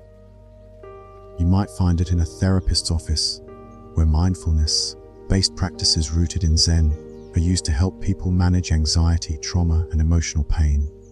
You might find it in design, clean spaces, natural materials, quiet light, where form supports function and simplicity reveals depth. Or you might find it in a conversation, where someone speaks with clarity and listens with full attention, embodying the presence that Zen cultivates. Many contemporary teachers have helped translate Zen into modern language. Shunryu Suzuki, for instance, brought Zen to San Francisco in the 1960s and taught not just through formal lectures, but through his being, kind, present, quietly humorous. His book Zen Mind, Beginner's Mind, became a touchstone for Western practitioners, reminding us that the essence of Zen is always returning, always seeing freshly, always beginning again. Other teachers like Thich Nhat Hanh brought Zen into the heart of social action. He showed how mindfulness could live in every step, every breath, and how compassion wasn't separate from wisdom. It was wisdom in action. Walking meditation, mindful eating, deep listening. For him, these weren't techniques. They were ways of being. Ways of returning to what is real, what is tender, what is shared. As Zen has spread, it has also adapted. While traditional Zen often emphasized long periods of silent meditation in monastic settings, many modern practitioners sit for shorter periods in homes or small community groups. Some chant, some don't. Some wear robes, others wear jeans. But the heart of the practice remains unchanged, paying attention, returning to the breath, meeting each moment as it is. Technology has created both challenges and opportunities for modern Zen. On one hand, the noise of digital life can scatter attention, feeding the very habits Zen seeks to quiet. On the other hand, technology also connects people across distances. You can now sit zazen with a teacher thousands of miles away. You can listen to Dharma talks while walking in the woods. You can read a 1,000-year-old koan on your phone in a quiet corner of your day. Yet even with all these new forms, the essence doesn't change. Zen is not in the platform. It's in the presence.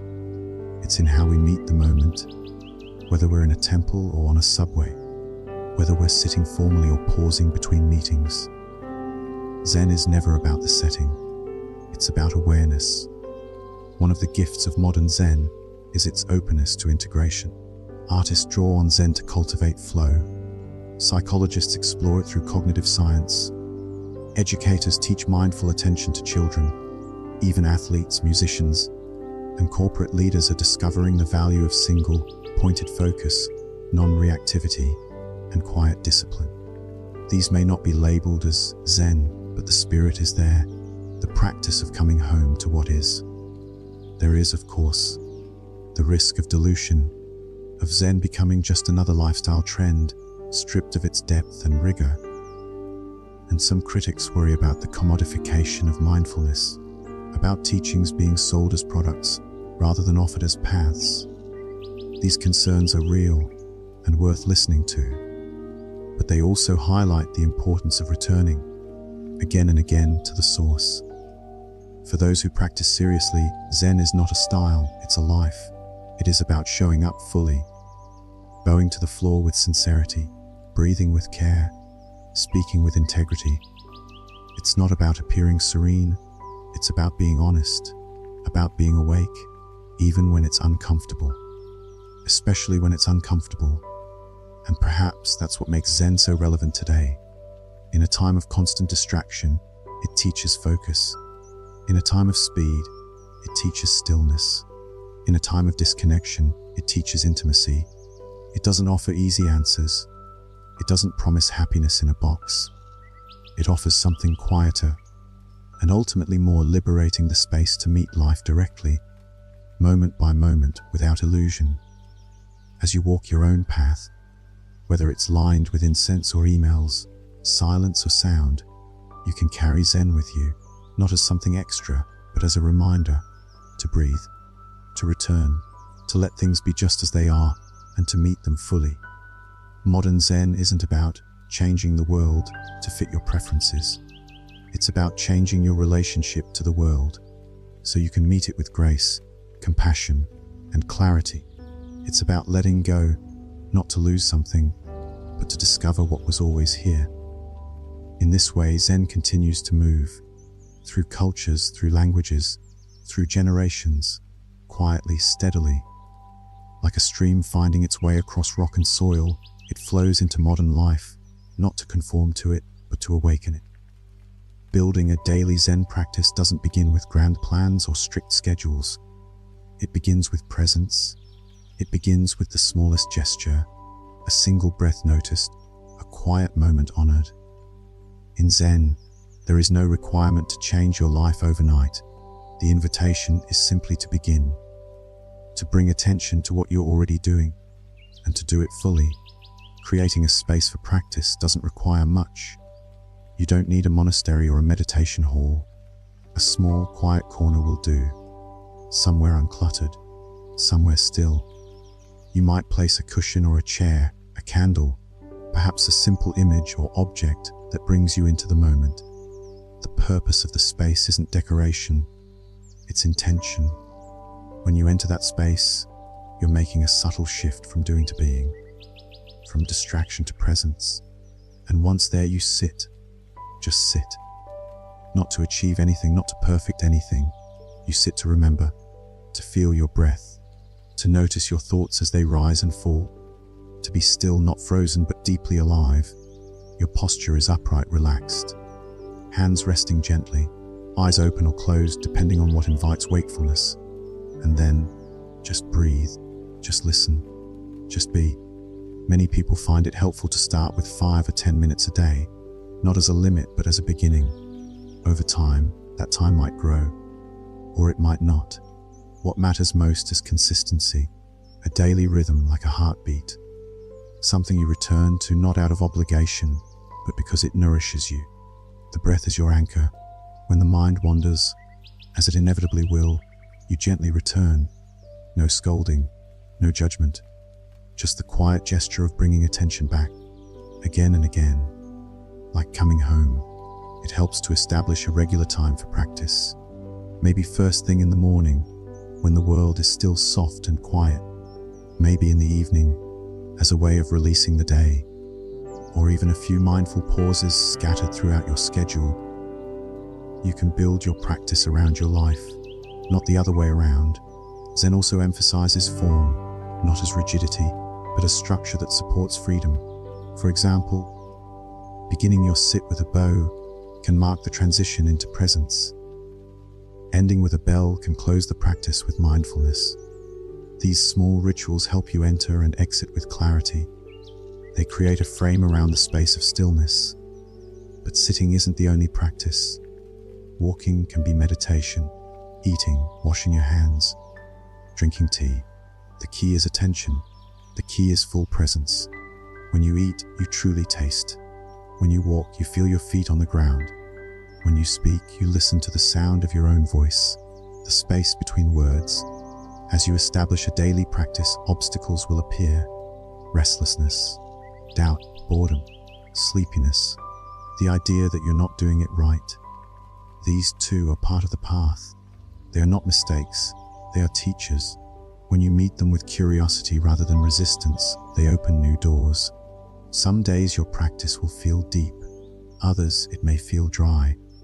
But each sit, each breath is a thread. Together, they weave a fabric of awareness that begins to carry you. You begin to notice your reactions softening, your speech slowing, your senses becoming more attuned. Not always, not perfectly, but gradually, consistently, quietly. A helpful approach is to link your practice to existing habits. For instance, before your morning coffee, sit for 3 minutes. After brushing your teeth, take 3 mindful breaths. These small touches of awareness begin to ripple outward. Your day begins to feel more grounded, less rushed, more intentional. If possible, find a community or even one practice partner. Sit together in silence once a week. Share reflections. Ask questions. The support of others helps you stay steady. Even a virtual Sangha or group can offer the sense that you're walking this path alongside others. Journaling can also deepen your awareness. After practice, write a few lines. What did I notice? What arose? How did it feel to return to the breath? You're not analyzing, you're bearing witness. And in doing so, you begin to see patterns. You begin to know yourself more intimately. It's important to approach all of this with lightness. Zen practice is serious, but not grim. There's room for humor, for play, for moments when everything feels ordinary, and others when you're suddenly struck by how miraculous it all is. The sound of rain, the warmth of your hands, the hush between two heartbeats.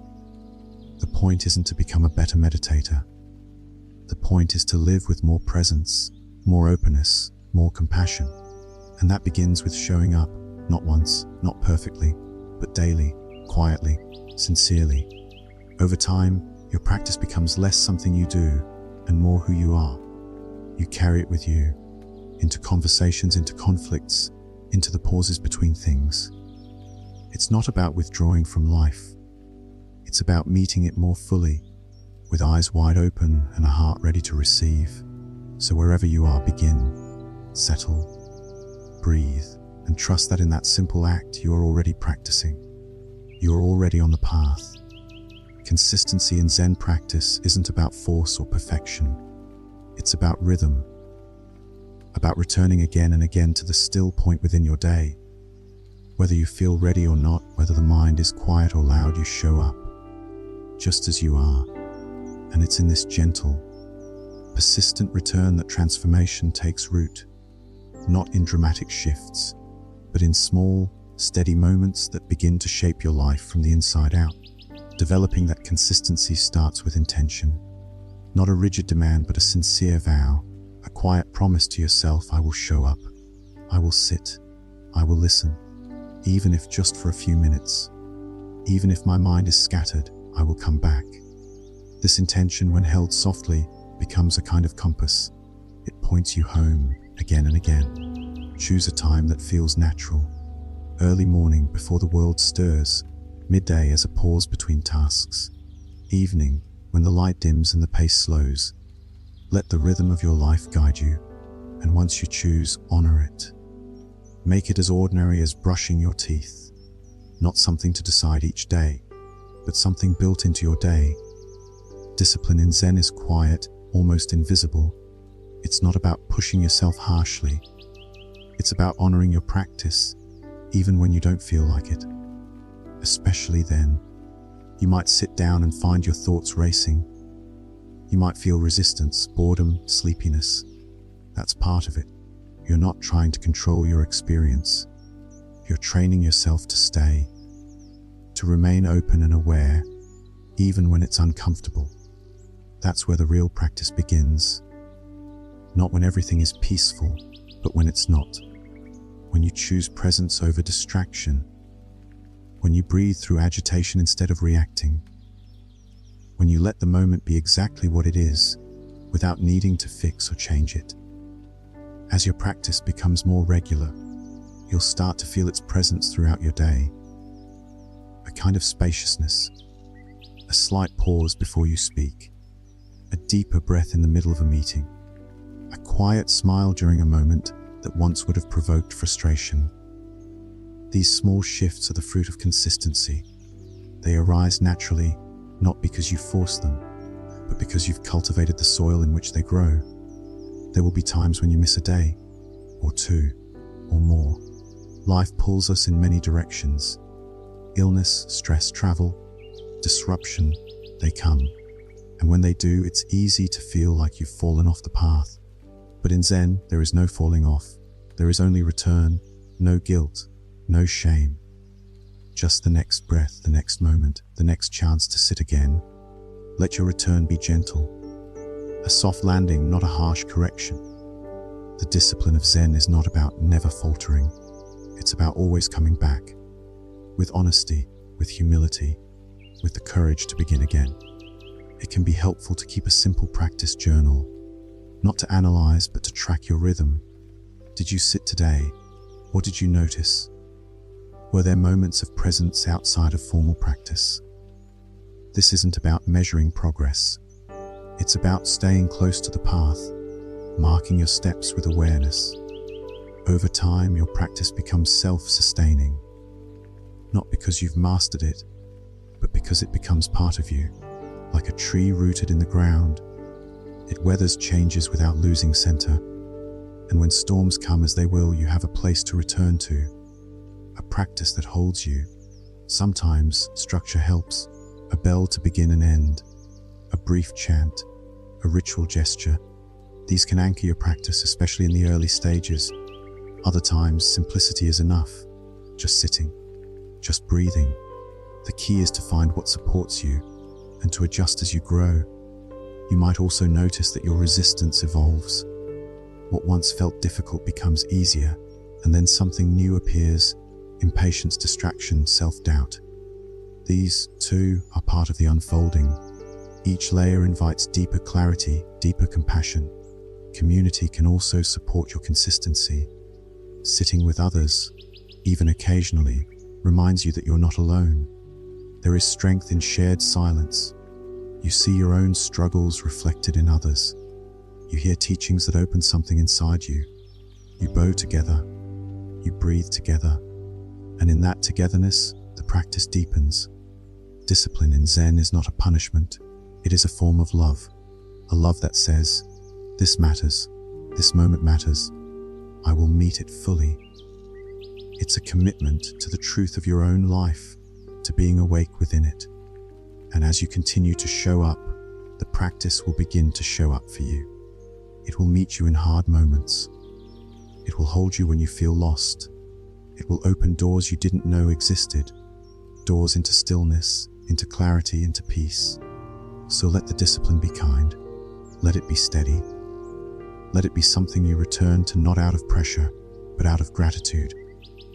Because somewhere along the way, you'll realize this sitting, this breath, this quiet coming back, it's not just practice, it's freedom. Integrating Zen into daily life doesn't mean adding more to your to-do list. It means changing how you relate to the things already on it. It's a shift in quality, not quantity. A subtle realignment of attention, intention, and presence. You begin to bring your practice out of the cushion and into the moments that make up your day, weaving stillness into movement, silence into action, and awareness into every ordinary task. You don't need a retreat center or monastery to live Zen. You just need to notice, to open your eyes, your ears, your breath. When you wake up, instead of reaching for your phone, take a moment to feel the weight of your body on the bed. Hear the sounds around you.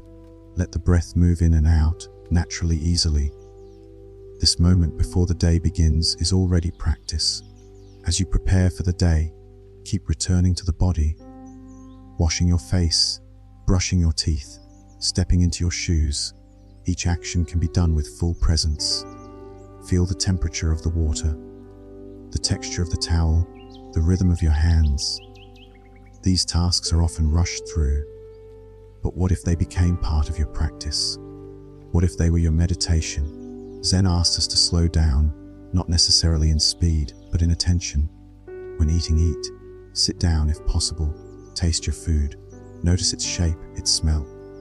The effort that brought it to your plate. Even a simple cup of tea becomes sacred when approached with presence. You're not trying to be perfect. You're just trying to be here. As you move into your work or responsibilities, pause often. Before sending an email, take one breath. Before answering the phone, feel your feet on the floor. These micro moments of awareness are the bridge between formal practice and daily life. They're like small bells that call you back, not to something new, but to what you were already doing, now seen more clearly. Driving too becomes a meditation. You feel the wheel in your hands. You sense the rhythm of the road. When stopped at a red light, you breathe. You don't see the pause as an inconvenience. it's a chance to return. One moment of silence in the middle of motion. If you find yourself caught in emotion, frustration, anxiety, sadness, pause. Zen doesn't tell you to push it away. It tells you to feel it directly. Notice where it lands in the body, what shape it takes in the breath. You don't have to analyze or explain, just be with it. Let it pass through without resistance. Household chores are also fertile ground for practice. Sweeping, folding laundry, washing dishes. Each one becomes a chance to meet the moment with care. Feel the warmth of the water. Watch how the cloth moves over the surface. You're not just cleaning a dish, you're cleaning the mind. You're practicing attention, presence, gratitude. Zen also invites us to speak more mindfully. Words matter. They can create connection or conflict. Before you speak, ask, is it true? Is it kind? Is it necessary? Can I say this with presence rather than habit? Even silence can be a gift, a way of honoring space and listening more deeply. One of the simplest yet most powerful daily practices is walking meditation. You don't need a garden or special path. Just walk slowly. Feel each step. Let your foot meet the ground fully before the next one lifts. As thoughts arise, you let them come and go. Your body becomes the anchor, the breath your guide. Even a short walk to the mailbox becomes sacred ground when you're fully in it. Technology, while often a source of distraction, can also be met with mindfulness. Before opening a device, pause. Ask why you're reaching for it. Is it habit? Escape? A genuine need? Use settings to create space. Turn off unnecessary notifications. Schedule focused time. Make space for stillness between screens. Let your use of technology reflect your values, not override them. At the end of the day, close with awareness. As you prepare for rest, take a few quiet breaths. Reflect gently, where was I present today? Where was I distracted? Not to judge, but to notice. Over time, this noticing becomes wisdom. It guides you, gently, back into alignment. Living Zen in daily life is not about escaping complexity. It's about meeting it with grace. It's not about being calm all the time. It's about being real, being responsive, being awake.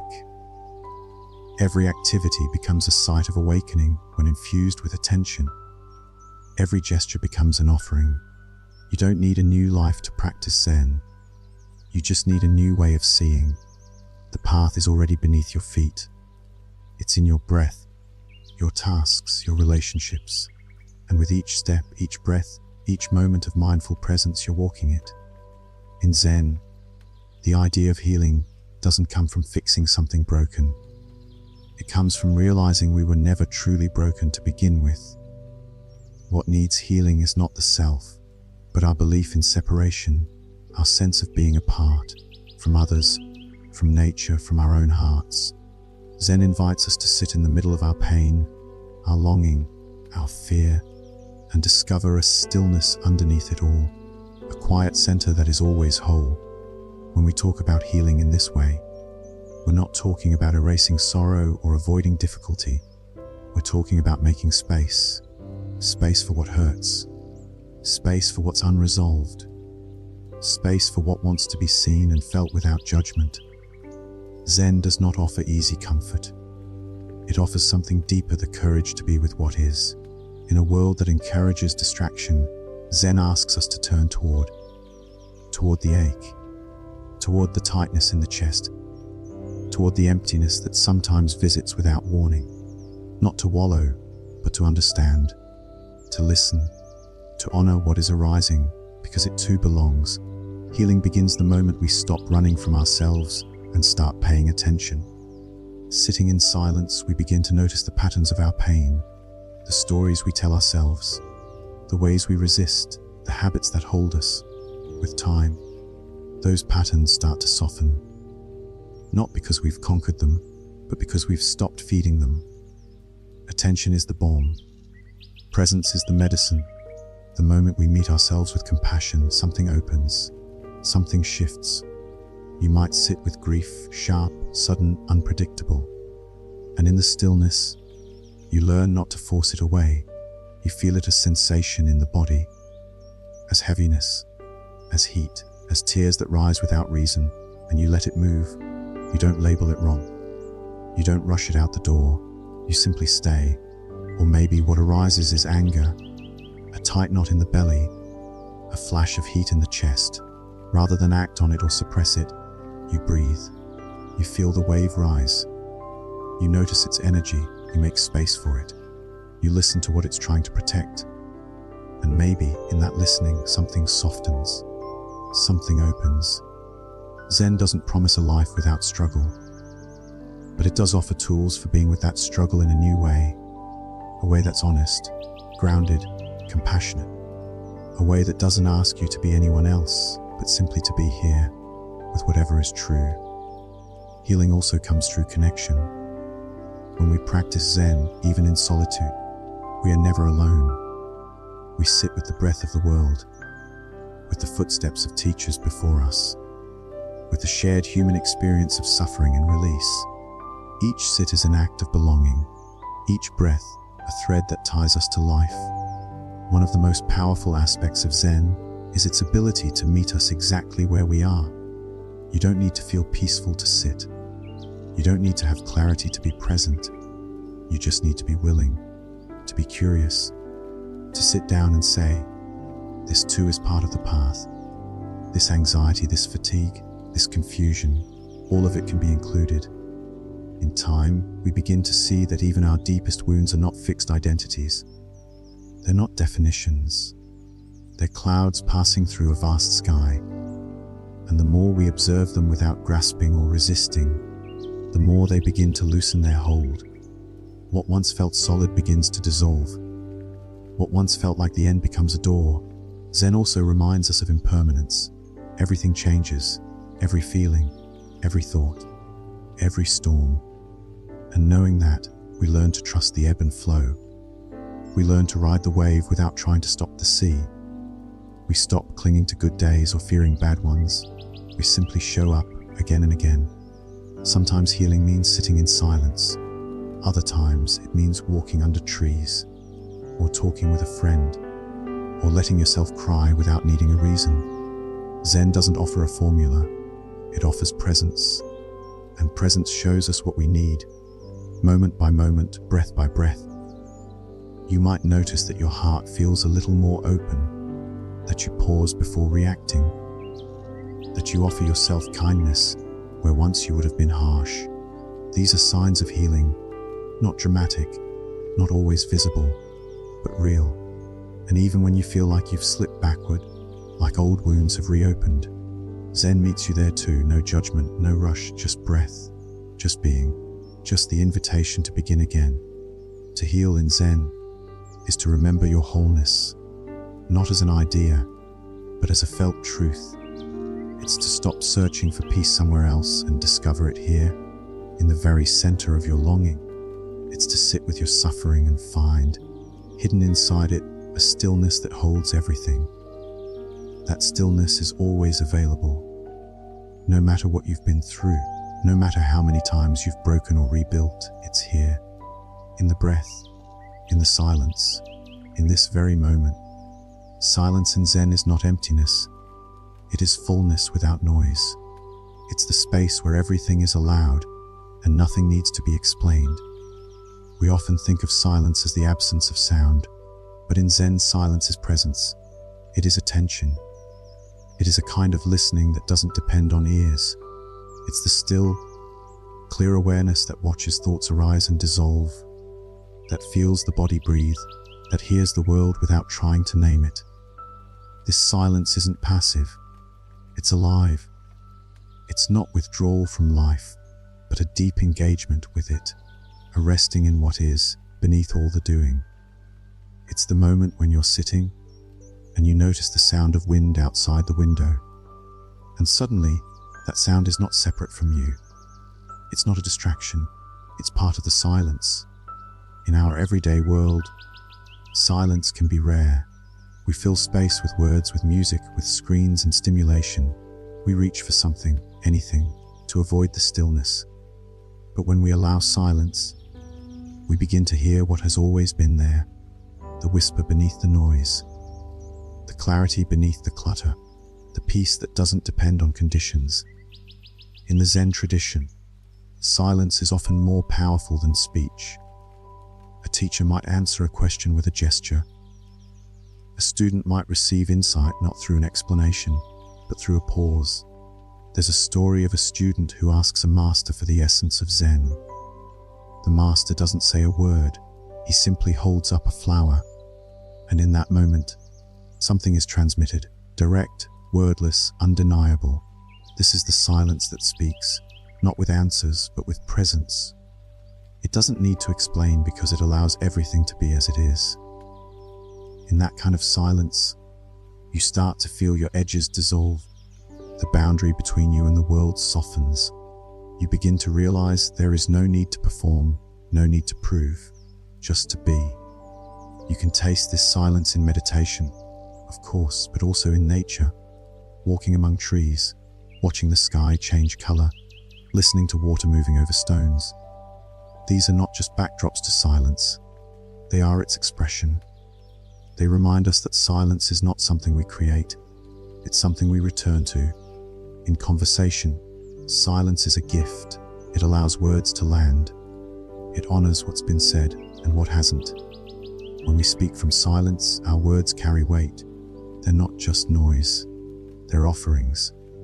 And when we listen from silence, we truly hear, not just the content, but the feeling, the energy, the meaning behind the words. Many people fear silence. It can feel awkward, empty, exposing, but in Zen, silence is home.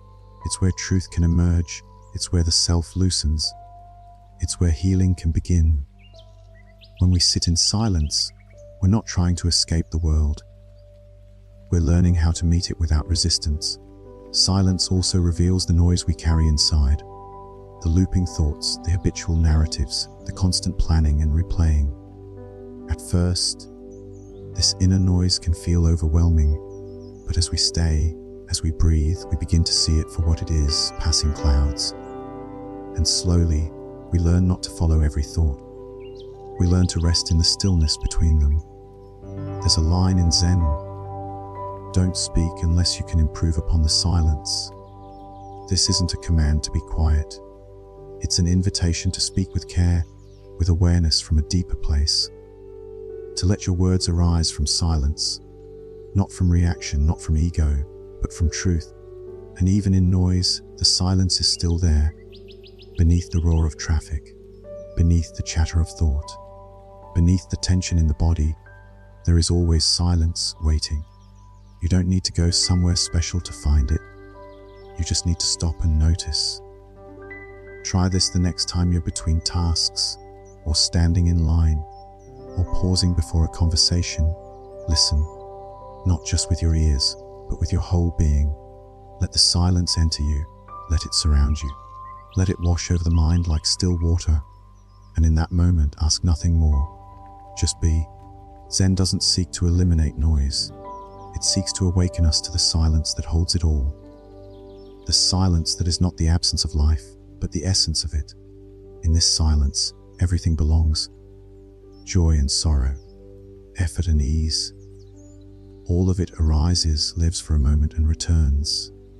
And so we learn to sit, to walk, to listen not for answers but for presence.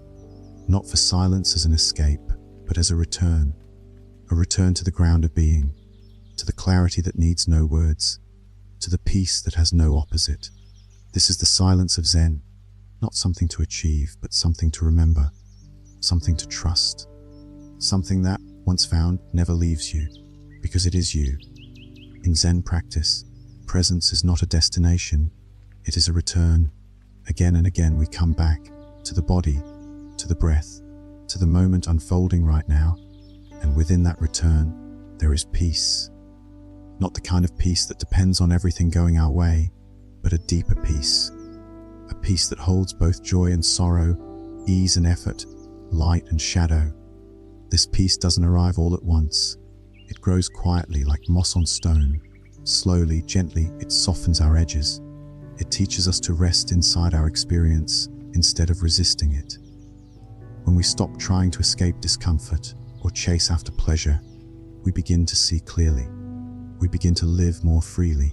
In the beginning, presence can feel elusive. Our minds are busy, pulled in 100 directions. We sit to meditate, and thoughts rush in. Memories, plans, opinions. The habit of distraction is strong. But presence is not about stopping thought. It's about not getting lost in it. It's about noticing and returning, over and over. This practice is profoundly forgiving. You drift, you return, you forget, you remember. And in that rhythm, a kind of inner spaciousness develops. You're not trying to get rid of anything. You're learning to include everything. To meet whatever is here with open eyes and an open heart. Peace, in this context, isn't a feeling. It's a capacity, a way of being with what is. It's sitting in stillness and feeling a storm inside, yet knowing that the storm will pass. It's feeling pain without collapsing into it. It's feeling joy without clinging. It's walking through your life with the ability to be fully present, even when it's hard. We spend so much of our lives chasing peace, thinking it lies just ahead. Once we finish the task, solve the problem, fix the flaw. But in Zen, peace is not found by running. It's found by stopping, by turning inward, by seeing that in this very breath nothing is missing. Even in the middle of chaos, you can find peace. A single breath, a pause before you speak, a step taken mindfully. These moments are small, but they carry depth. They remind you that peace is not something you earn. It's something you touch. Again and again, through presence. There's a kind of power in this, a quiet strength. Because when you are fully present, you are no longer at the mercy of every thought, every emotion, every external demand. You find a ground beneath your feet, a still point in the turning world. And from that ground, you can respond rather than react. You can act with clarity rather than compulsion. This doesn't mean you'll never feel overwhelmed, or angry, or afraid. But it means those feelings won't define you. They won't control you. You'll learn to watch them arise, crest, and fall, like waves. And you'll learn that who you are is not the wave, but the ocean beneath. When you cultivate presence, even ordinary things become luminous. Washing a dish, holding a hand, sitting in sunlight. There's a richness in these moments that often goes unnoticed. Zen practice teaches us to see them, to be with them fully, to let them nourish us. And when challenges arise, as they inevitably do, you meet them differently. You don't resist reality, you engage with it, with honesty, with care. You breathe through difficulty, knowing that peace is not the absence of pain, but the presence of compassion within it.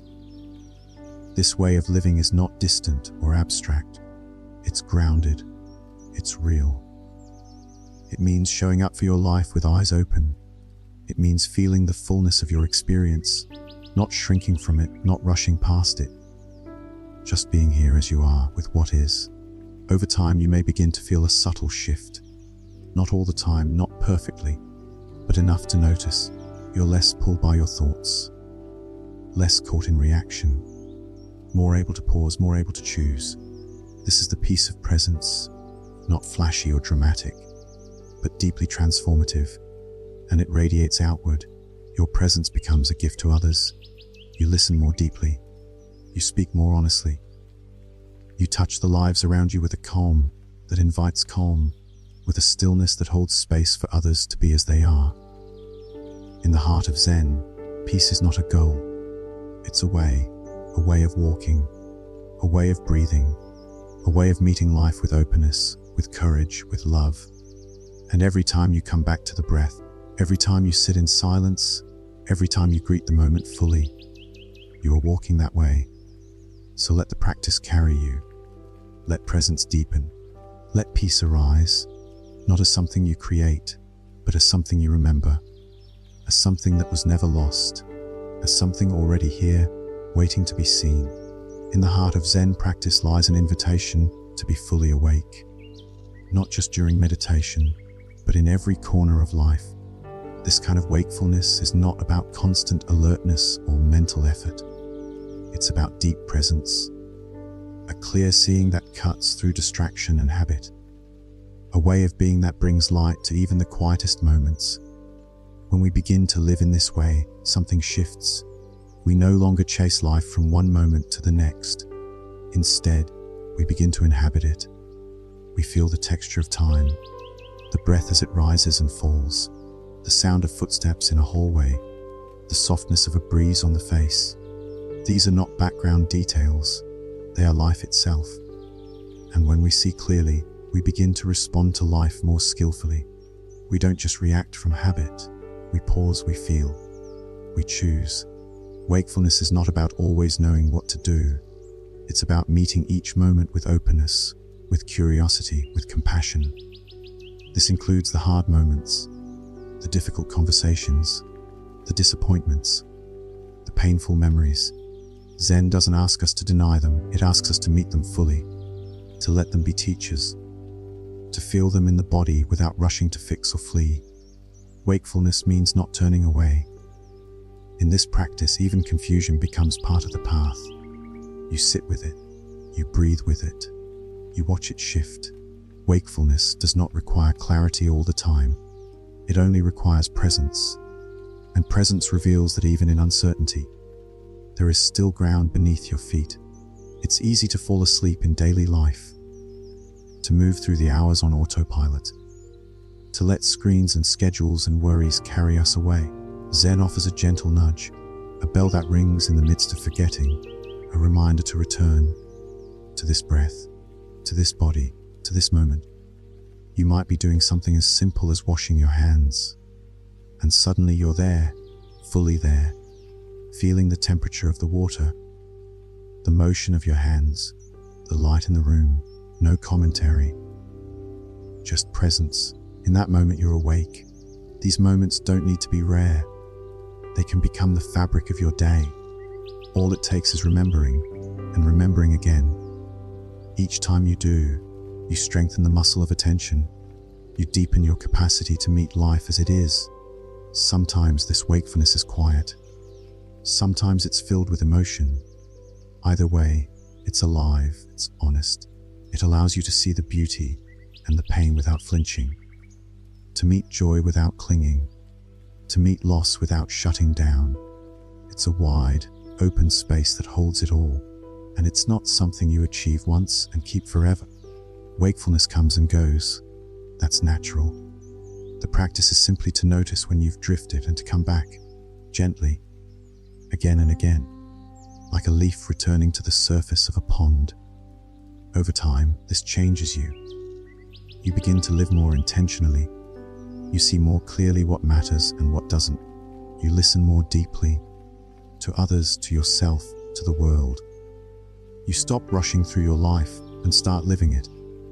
You also begin to notice the wakefulness in others, a quiet attentiveness in someone's eyes, the way a friend listens without interrupting, the way a stranger holds the door with presence. These too are expressions of practice, small lights that remind us we're not alone. Zen encourages us to bow to these moments, not literally, though sometimes that too, but inwardly, a bow of recognition, a bow of gratitude, because each moment of wakefulness is a doorway, a glimpse of the vastness that lives inside the ordinary. There's a saying in Zen, the great way is not difficult for those who have no preferences. It points to this openness, this readiness to meet whatever comes, not with indifference, but with equanimity. Wakefulness doesn't mean you don't feel. It means you're not ruled by every ripple on the surface. And in this way, the practice becomes your life, not something separate, not something reserved for special places or perfect moods, but something lived in traffic, in conversation, in solitude, in community, a thread that runs through everything. You wake up in the morning, and your first breath is practice. You open a window, and the air is a teacher. You feel your heart stir with emotion, and you stay with it, not judging, not analyzing, just present. This is the art of being awake. Not dramatic, not lofty, just real, just here, just now. And in that wakefulness there is a kind of freedom, Not the freedom to escape life, but the freedom to meet it fully, to live it deeply, to love it, even when it's hard, especially then. Zen practice invites us not just to be still, but to see clearly, and in seeing clearly, we begin to understand the power of simplicity. Simplicity in Zen isn't about having less for the sake of it. It's about seeing what truly matters and letting go of what does not. It's a return to the essential, a quieting of the noise both around us and within us. In our world, complexity is often mistaken for depth. We surround ourselves with information, choices, opinions, and layers of distraction. But Zen teaches that the deepest truths are often the simplest. That clarity arises when we let go, not when we accumulate. In the stillness of a single breath, there is more depth than in hours of scattered thought. Simplicity is found in the way we sit, in the posture of meditation, upright, grounded, breathing, nothing fancy, no effort to appear wise or enlightened, just the body, the breath, and the moment. This simplicity isn't minimalism as aesthetic, it's presence as practice. It's allowing space, allowing quiet, trusting that we don't have to fill every moment to make it meaningful. When we simplify our environment, we start to feel a shift inside. A clear room invites a clear mind. A simple routine opens space for stillness. It's not about austerity or denying beauty. It's about choosing with care, making space for what nourishes, letting go of what clutters. This might look like setting down your phone during a meal, like walking without headphones, like spending a few moments each day just breathing, without needing to accomplish anything. These small acts of simplification return us to our lives, not in fragments, but whole. Even speech becomes simpler through practice. We learn to say only what is needed, to speak truthfully but gently, to listen more than we speak. In Zen, silence is not emptiness, it's spaciousness. And into that spaciousness, the right words can arise, words that serve, not just sound. And in relationships, simplicity brings honesty. We stop playing roles, we stop performing. We show up as we are, present, listening, attentive. We drop the need to impress, to defend, to explain everything. We let the silence speak too, and often, it says more than words ever could. This way of being extends to how we spend our time. Rather than doing more, we ask what is essential, what brings me closer to life, what aligns with my values, my heart, my peace. And slowly, we begin to let go of the rest. Not with resistance, but with relief. Simplicity is not something we impose. It's something we uncover. It's already there, beneath the layers. We don't need to create it. We just need to trust it. And as we do, we find ourselves more spacious, more able to breathe, to rest, to be. In a world that rewards business, choosing simplicity is radical. It's an act of courage, of clarity, of love. It's saying, I will not be defined by what I consume or produce. I will be present. I will be free. I will meet this moment with my full attention. And it's not about perfection. Simplicity is fluid. Some days it looks like quiet. Other days it looks like engagement. The key is awareness. Are we acting from presence or from habit? Are we choosing or just reacting? Simplicity brings us back to choice. It also deepens gratitude. When we stop chasing more, we begin to appreciate what we already have. A single flower, a cup of tea, the sound of rain. These become enough. More than enough. They become sacred, not because they are rare, but because we are finally present to them. Zen simplicity teaches us that peace is not found in the next achievement or possession. It's found in letting go, in being here, in doing one thing with full presence instead of many things with half attention. And from this grounded way of living, joy naturally arises. The practice is simple, but not easy. It asks us to be honest, to slow down, to notice, and it meets us exactly where we are. We don't need to retreat to a mountain or renounce our lives.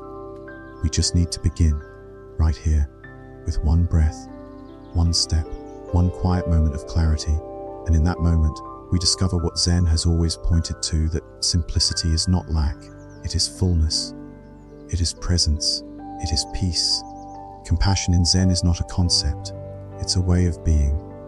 It's not something we strive to feel only when things are calm or people are kind. It's a presence we bring to each moment, especially the difficult ones.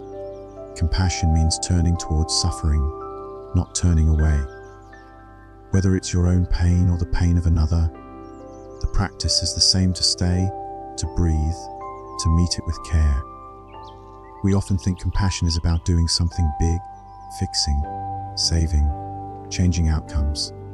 But Zen shows us that sometimes the most powerful act of compassion is simply being with what is, sitting beside a friend in silence, offering a hand without needing to advise, breathing with your own sorrow without judgment.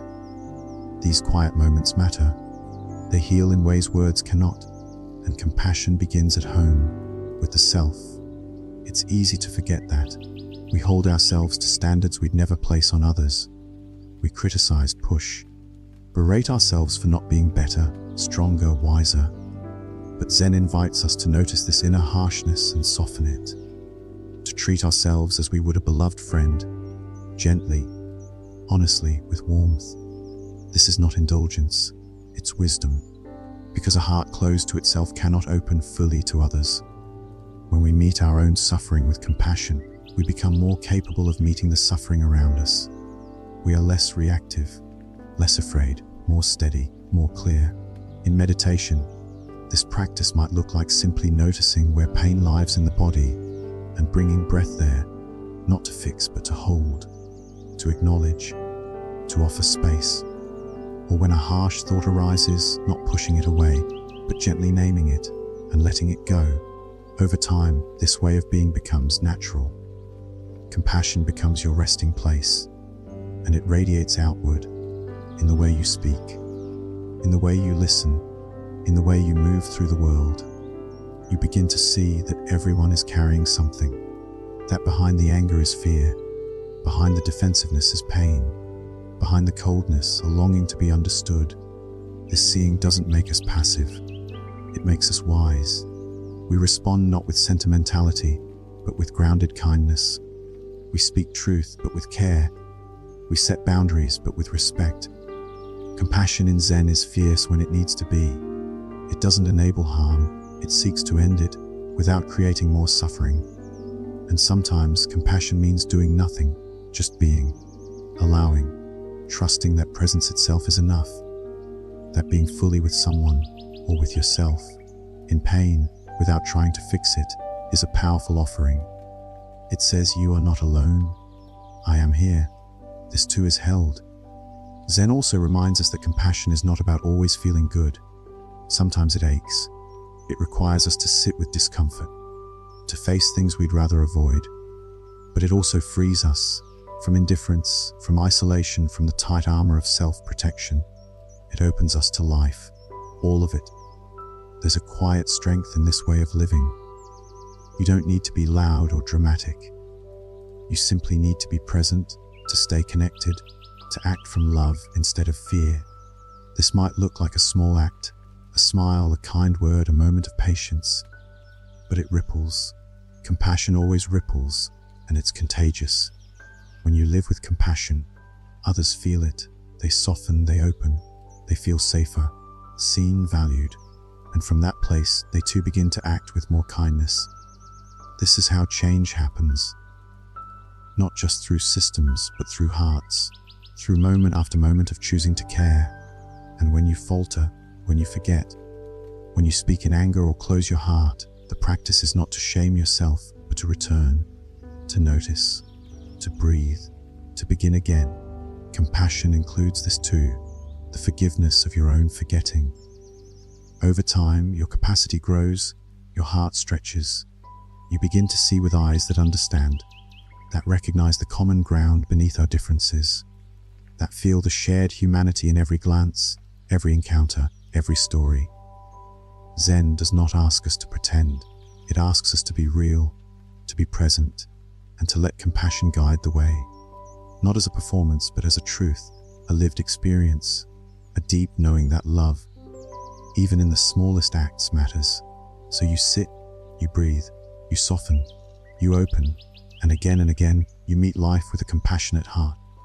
The Zen path invites us to embrace impermanence, not just as a philosophical idea, but as a lived experience. Everything changes, everything arises and falls away. This includes our thoughts, our feelings, our possessions, our relationships, and even our sense of self. Nothing is fixed, and rather than resisting this truth, Zen teaches us to soften into it, to bow to the fleeting nature of all things. At first, this can feel unsettling. We often seek stability. We want something we can hold on to, something that won't slip through our fingers. But the more we grasp, the more we suffer. We try to freeze what's fluid, and in doing so, we create tension within ourselves and with the world. But when we begin to accept impermanence, we find freedom. We realize we don't have to control everything. We don't have to hold so tightly. We begin to open to the flow of life as it truly is, always moving, always shifting. And in that movement, we start to see beauty. There is a kind of quiet magic in impermanence. The way a sunset fades into dusk. The way a child's laughter echoes and then disappears. The way tears rise and fall and give way to calm. These moments are precious because they do not last. Their very impermanence is what makes them shine. Zen invites us to live fully in these moments, not to clutch at them, but to savor them, to taste them while they are here. When we are present with the impermanent, we are more alive. We become attuned to the delicate pulse of life, unfolding in each breath. Grief, too, becomes part of the path, because to love in a world of impermanence is to know loss. But even grief is not something we need to resist. Zen doesn't ask us to avoid sorrow. It asks us to feel it deeply, to honor it, to let it wash through us. Because grief is also love. It's the mark of connection. It reminds us of what mattered. And as we accept the impermanence of others, we also accept our own aging, our own mortality. This isn't meant to make us afraid. It's meant to wake us up, to bring urgency to our kindness, to remind us to live, not just survive, to make peace with what we cannot hold forever. There's an old Zen image of a falling leaf. It doesn't resist the wind. It doesn't cling to the branch. It lets go gently, completely. And in that letting go, there is grace. We can learn from the leaf.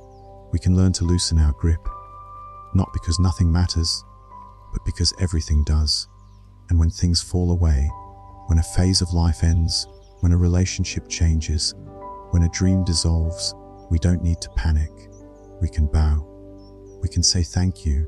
We can grieve and then return to the breath, to the body, to the next moment. Impermanence also means that suffering doesn't last. Anger, fear, loneliness, these too arise and pass. We don't have to fix them immediately. We don't have to fight. We can let them move through, like weather. This brings relief, a deep exhale, a sense that even in difficulty, we are held by the larger rhythm of change. In this way, impermanence becomes our teacher. It shows us what matters. It sharpens our presence. It humbles us and softens us and deepens our compassion, because we see that everyone is passing through. Everyone is facing loss. Everyone is holding something fragile. And so we hold each other more gently. We speak more kindly. We forgive more easily. We cherish more fully, because we know this moment will never come again. Zen reminds us that there's beauty not just in what endures, but in what fades. The cherry blossom, the snowflake, the candle's flame. Their short lives don't diminish them, they define them. They remind us to look closely, to love deeply, to live now. And in that awareness, there is peace. Not the peace of having everything sorted, but the peace of flowing with life, not against it. Of being with what is as it is. Of trusting that even as things fall apart, something quiet and unshakable remains. This is the paradox at the heart of Zen. In impermanence we find stability. In change we find truth. In letting go, we find what cannot be taken. And this too is a form of freedom. a lightness that carries us even as the world moves beneath our feet. Zen practice often brings us into deep contact with silence. But this silence is not just the absence of sound. It's the presence of something vast and alive, a kind of listening that goes beyond words, a space that holds everything without needing to explain anything. In that silence, we begin to hear more clearly, not just the world around us, but the quiet voice within. At first, silence can feel unfamiliar, even uncomfortable. We're so used to filling space with noise, with conversation, with thought. Silence might feel empty or awkward or unsettling, but if we stay with it, something shifts. The silence opens. It begins to feel full, not empty. Alive, not still. It becomes a mirror, reflecting things we didn't know were there. In that mirror, we see our habits of mind, the way thoughts rise and fall, the way we label, judge, narrate. And slowly, with practice, we begin to loosen those habits. We start to rest more in awareness itself, not caught in the content of thought, but grounded in the space around it. Silence becomes not a void, but a refuge. It's in silence that we touch a deeper kind of knowing. Not the knowing of facts or conclusions, but the knowing that arises from presence. The kind that doesn't need to explain or argue or prove. The kind that simply sees, that recognizes, that says yes to what is without resistance. This is the silence the ancient Zen masters pointed to. Not just quiet, but clarity. Stillness, yes, but vibrant, awake, responsive. And from this stillness, insight arises. Not always in dramatic flashes. Sometimes in the softest whisper. Sometimes in the simple realization that right here, right now is enough. Silence also teaches us to listen differently. Not just with the ears, but with the whole body. With the heart, we begin to notice what lies beneath words. Tone, energy, feeling. We become more attuned, more sensitive, more receptive. This kind of listening creates space for connection, for empathy, for truth. In conversation, silence allows depth. It lets meaning emerge between the lines. We stop filling gaps just to avoid discomfort. We start to trust the pauses, to respect the space they create. And we discover that some of the most powerful moments happen not in speech, but in the stillness that surrounds it. And in solitude, silence becomes our companion, not a sign of loneliness, but a doorway to intimacy. With ourselves, with life, we begin to feel the rhythms of our own being, the quiet longing beneath our distractions, the soft ache of the heart, the subtle joy of simply being. This kind of silence is deeply healing. It soothes the nervous system. It settles the mind.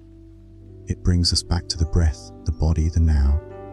And it reveals what is most essential, not through noise, but through presence, through simplicity, through surrender. We don't need to escape the world to find this silence. We can touch it in the midst of life, in the pause before speaking, in the quiet moment between tasks, in the stillness at the center of a crowded room. Silence is always here, beneath the noise, waiting for us to notice. And the more we welcome it, the more it becomes part of us. We carry it with us even in motion. Even in conversation, it informs our choices. It shapes our presence. It becomes a foundation from which we live, not distracted, but anchored, not reactive, but aware. Zen does not ask us to stop speaking or to withdraw from life. It asks us to befriend silence, to let it teach us, to let it balance us, because from silence, wisdom speaks more clearly, compassion flows more freely, peace arises more naturally, and so we return again and again to that quiet space. We sit, we listen, we breathe, we allow, and in that allowing, we remember who we are, beyond roles, beyond stories, beyond sound. We return to the heart of stillness, and there, we find our true voice. In the rhythm of daily life, Zen encourages us to bring presence to the ordinary, to see our everyday routines not as obstacles to practice, but as the very field where awakening unfolds. The morning light through a window, the warmth of a teacup, the act of folding clothes, each one a chance to be fully here, to notice, to open, When we begin to live in this way, the boundary between the sacred and the mundane starts to dissolve. We no longer wait for special moments to feel connected or whole. We begin to realize that presence itself transforms experience, that the simplest act, done with full attention, becomes a form of meditation. Washing a dish, we feel the water. We see the light reflecting off the surface. We notice the movements of our hands. We're not rushing to get it done. We're simply there in the doing, not thinking ahead, not caught in yesterday, just now, just this. And in that now, something shifts. A sense of ease arises, of sufficiency. There's no need to be elsewhere, no pressure to be different. This is the heart of Zen in action, bringing the mind home to the body, the breath, the task at hand. Even walking becomes a practice. Each step a gentle arrival, the feet meeting the earth, the rhythm of movement, the awareness of balance. We walk not to get somewhere, but to be where we are, fully. We feel the breeze, hear the sounds, sense the aliveness in each step. Zen teaches us that every action can be a gateway. Brushing your teeth, answering a phone call, tying your shoes. If done with care, these moments open into stillness, into clarity, into intimacy with life. It's not what we do, it's how we do it. The quality of attention we bring. In this way, daily life becomes a teacher, a mirror, a path. We begin to notice our habits of distraction, how quickly the mind moves away from now, and rather than judging, we simply return, again and again.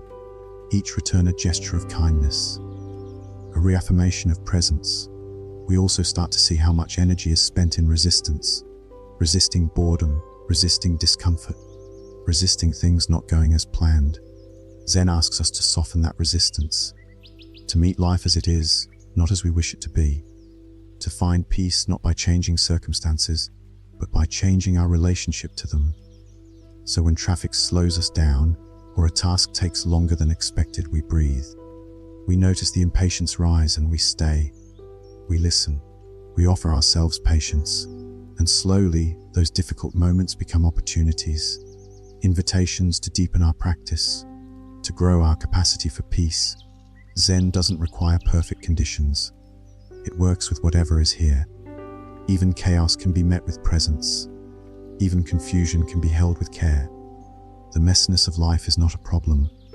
It's part of the path, part of what awakens our compassion, our humility, our wisdom. This also applies to relationships. In conversation, we can listen with our full attention, not planning our response, not interrupting, just being there, receptive. And in speaking, we can slow down, choose words that reflect truth and kindness and care. The way we communicate becomes a reflection of our inner clarity. Even work can become a field of practice. Whether it's cooking, parenting, emailing, building, teaching, if we bring our full presence, our wholeheartedness, it becomes meaningful.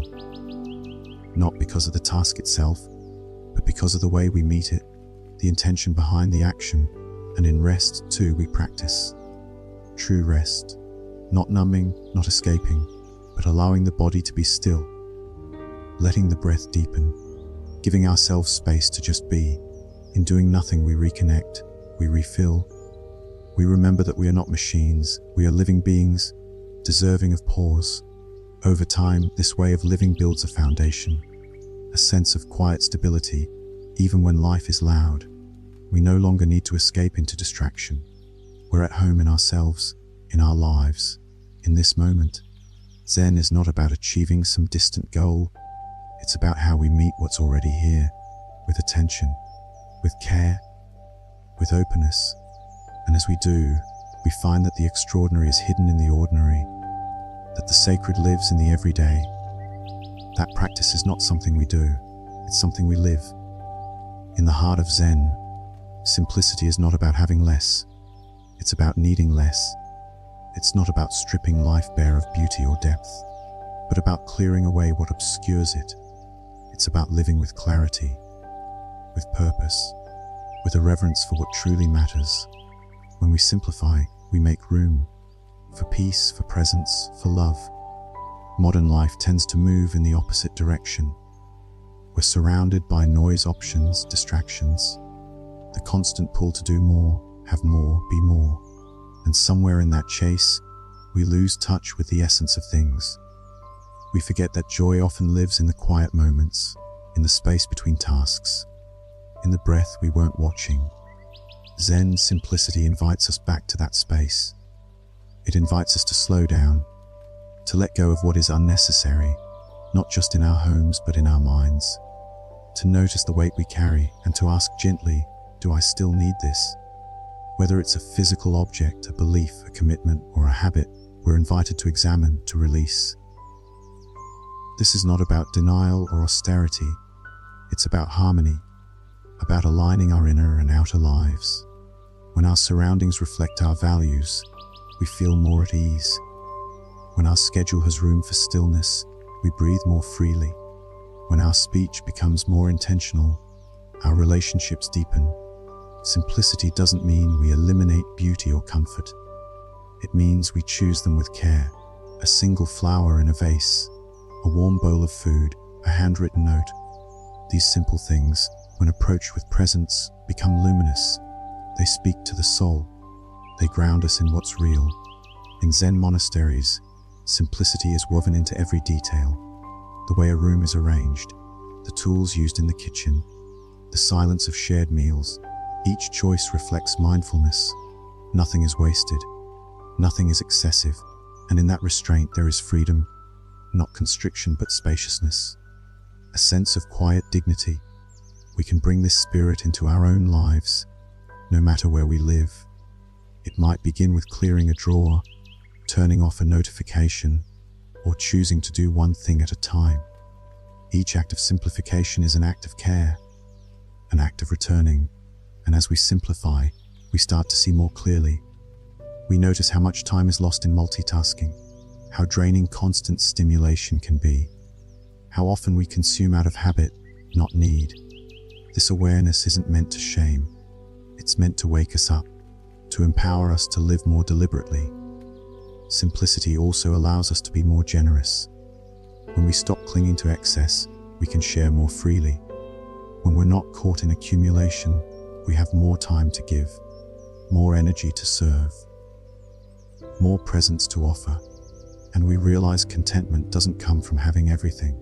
It comes from loving what we have. There's a quiet elegance to a simplified life, a kind of unburdened grace.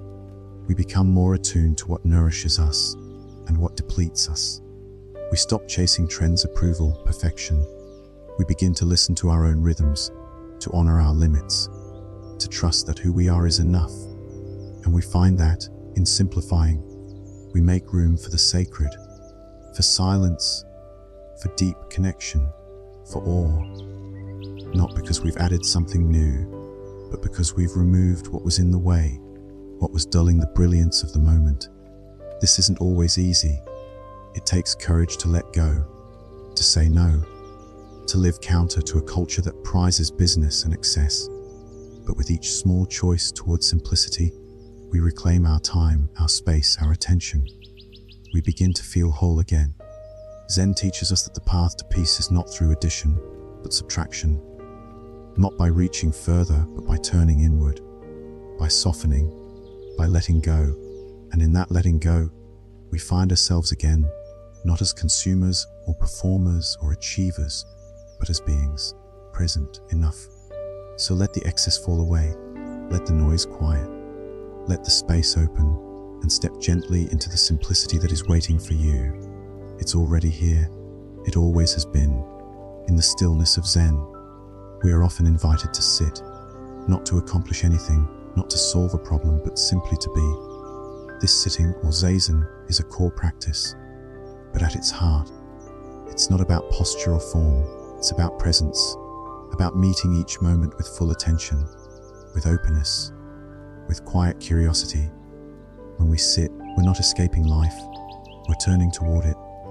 We allow thoughts to come and go, like clouds drifting across the sky.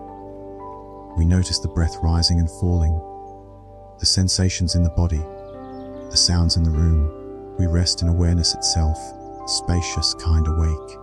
At first it can feel strange. The The mind may rebel, it's used to doing, solving, planning. But Zen asks us to pause, to stop chasing and resisting, to sit with what is, even if it's uncomfortable, even if it's boring, even if it brings up things we'd rather avoid.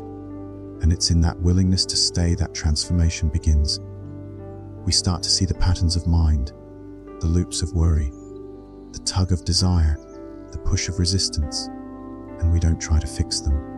We simply see them, clearly, gently, without judgment. This seeing is powerful. It brings freedom, because what we can see, we're no longer blindly ruled by. We're no longer caught. We become observers of the mind, not prisoners of it. And in that observation, something deeper awakens, a sense of inner stillness that isn't disturbed by what arises. Over time, we learn to carry this stillness with us. It becomes a foundation, a resting place, a home we return to again and again. Even in the middle of activity, we can touch that quiet space within. It's always here, beneath the noise, beneath the movement. Sitting practice also teaches us patience, the discipline of simply showing up, day after day, without fireworks, without guarantees, just sitting, just breathing, just being. And we discover that in this simplicity, there's depth, there's richness, there's something that can't be grasped with thought, but that speaks directly to the heart. We begin to soften, to become more present with ourselves, to hold our own experience with compassion. When pain arises, we meet it. When joy arises, we meet that too. Nothing rejected, nothing clung to, just this, just now. And this way of being begins to shape everything, the way we walk, the way we listen, the way we respond to difficulty. It's not about becoming passive, it's about becoming wise, responding rather than reacting, seeing clearly, then acting from love. Zen reminds us that enlightenment is not somewhere else. It's not a distant peak to reach. It's in this breath, this moment, this exact experience. When we're fully present, we're already awake. The search ends. We realize we were never separate from what we were seeking. That's the paradox. The more we let go of striving, the more we awaken. The more we stop trying to fix ourselves, the more we heal. The more we sit with nothing to achieve, the more we discover everything. Peace, clarity, connection, all already here. And so we sit, not to escape life, but to fully enter it, to meet it with open eyes and an open heart, to allow whatever is here to be here, to bow to it, to breathe with it, to rest in it.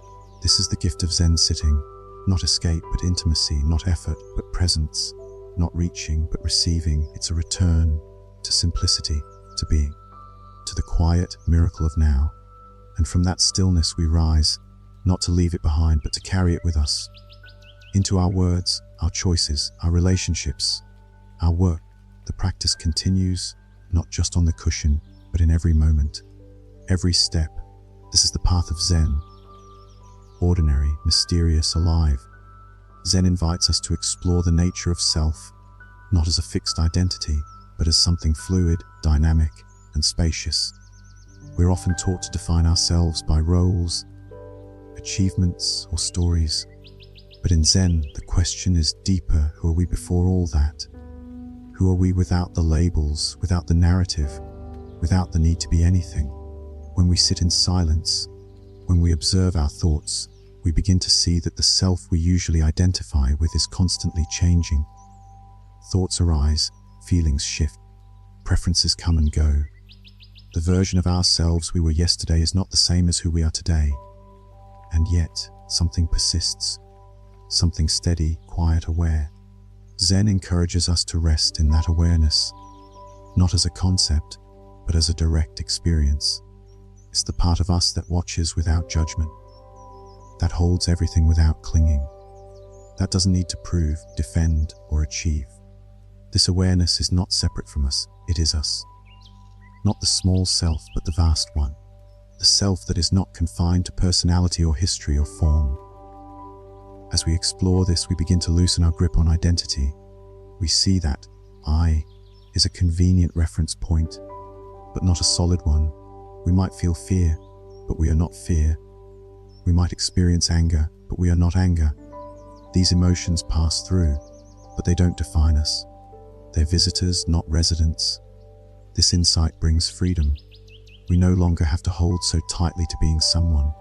We can let go of masks, of expectations, of the constant effort to maintain an image. We can relax into being, just as we are, whole even in our imperfection, complete even in our evolving. This doesn't mean we disappear or become detached from life.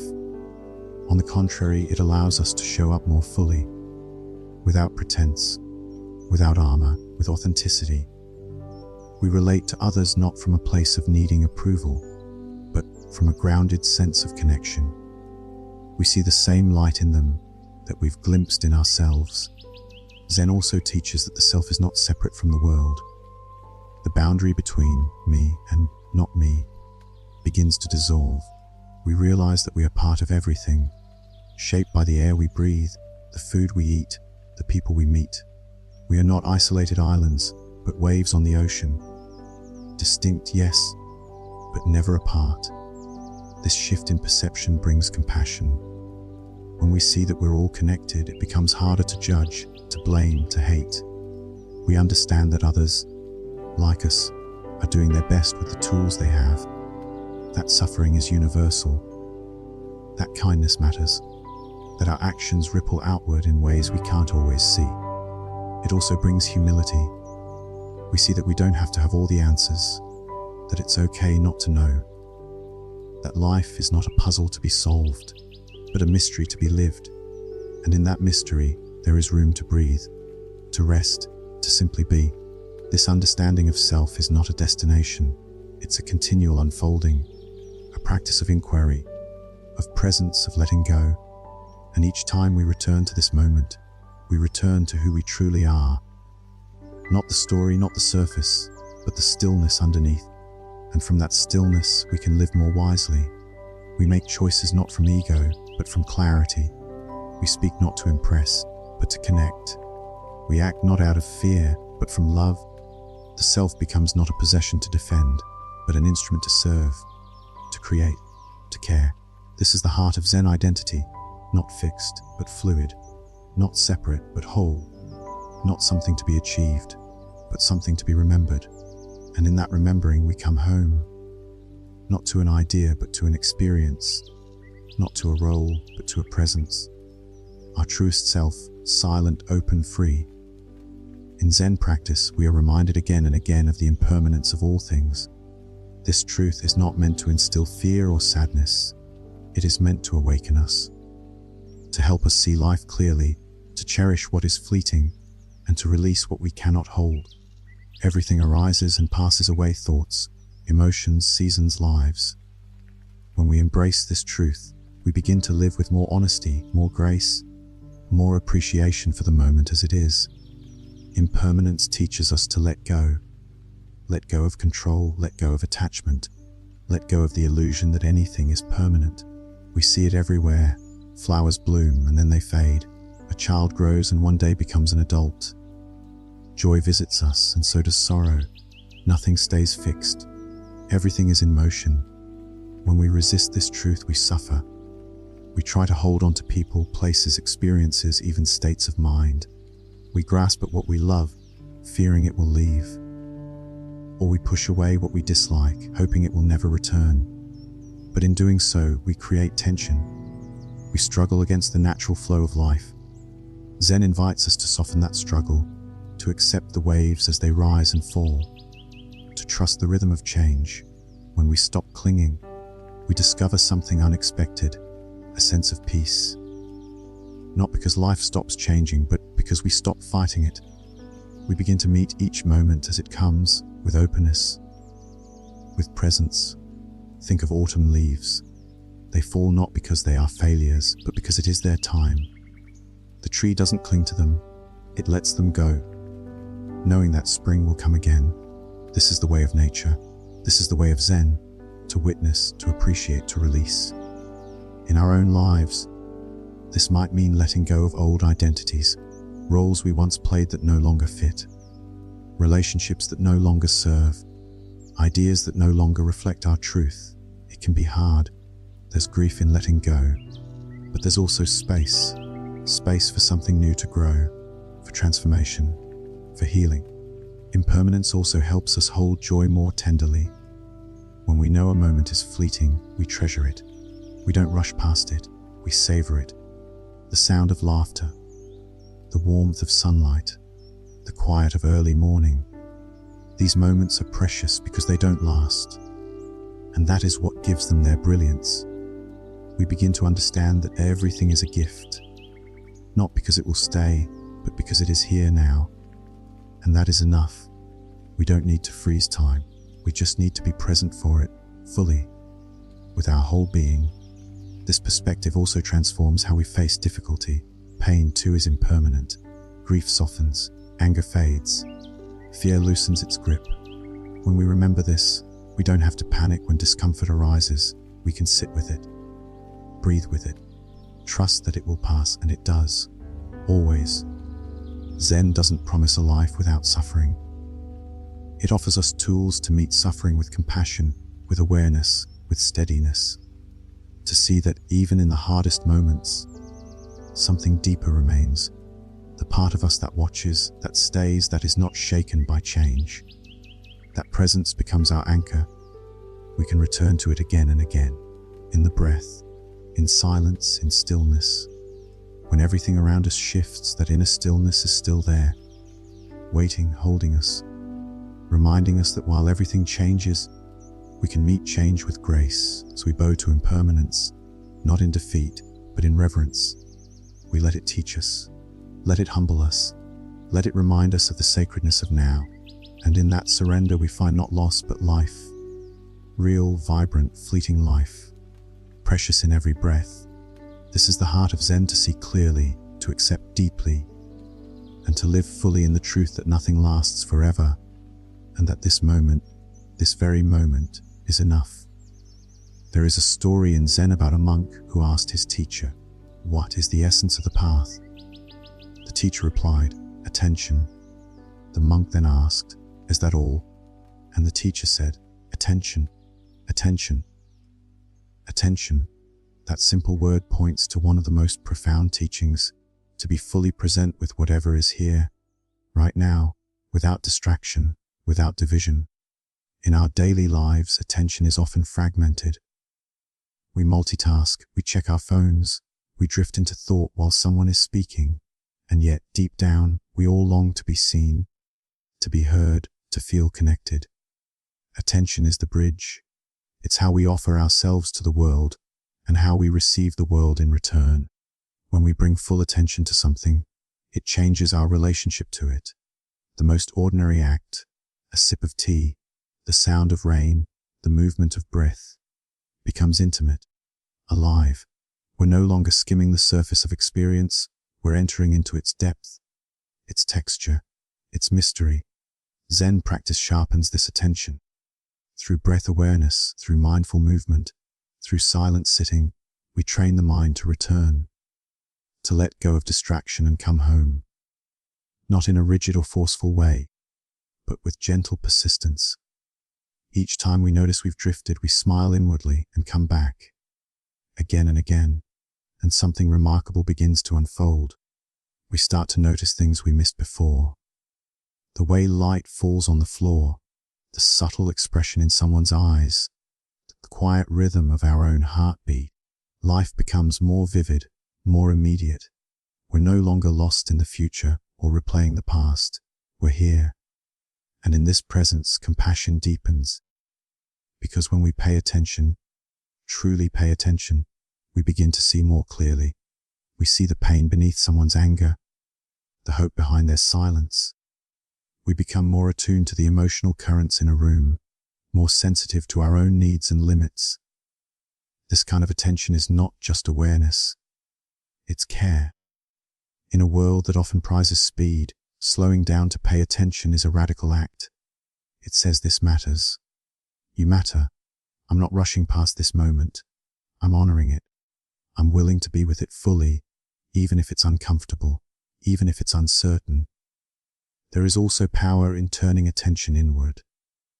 not in a self-centered way, but in a way that cultivates inner clarity. When we watch our own mind, the thoughts, the judgments, the stories, we begin to see patterns.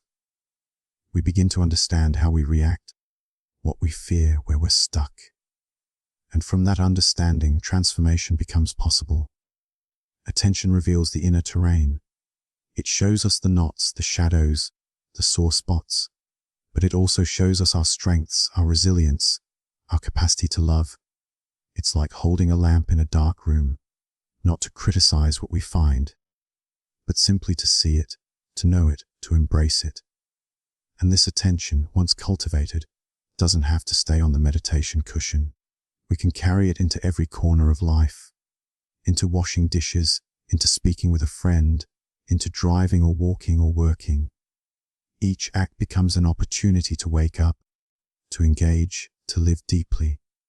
This is how Zen meets the world, not with abstraction, but with attention, with the willingness to show up for this moment, just as it is, without needing it to be different, without needing ourselves to be different, simply present, simply aware. And in this practice of attention, we find a kind of peace, not because everything is perfect, but because we're no longer split. We're not caught between here and elsewhere. We're here, whole, grounded, awake. The monk's teacher was right. Attention is the essence of the path.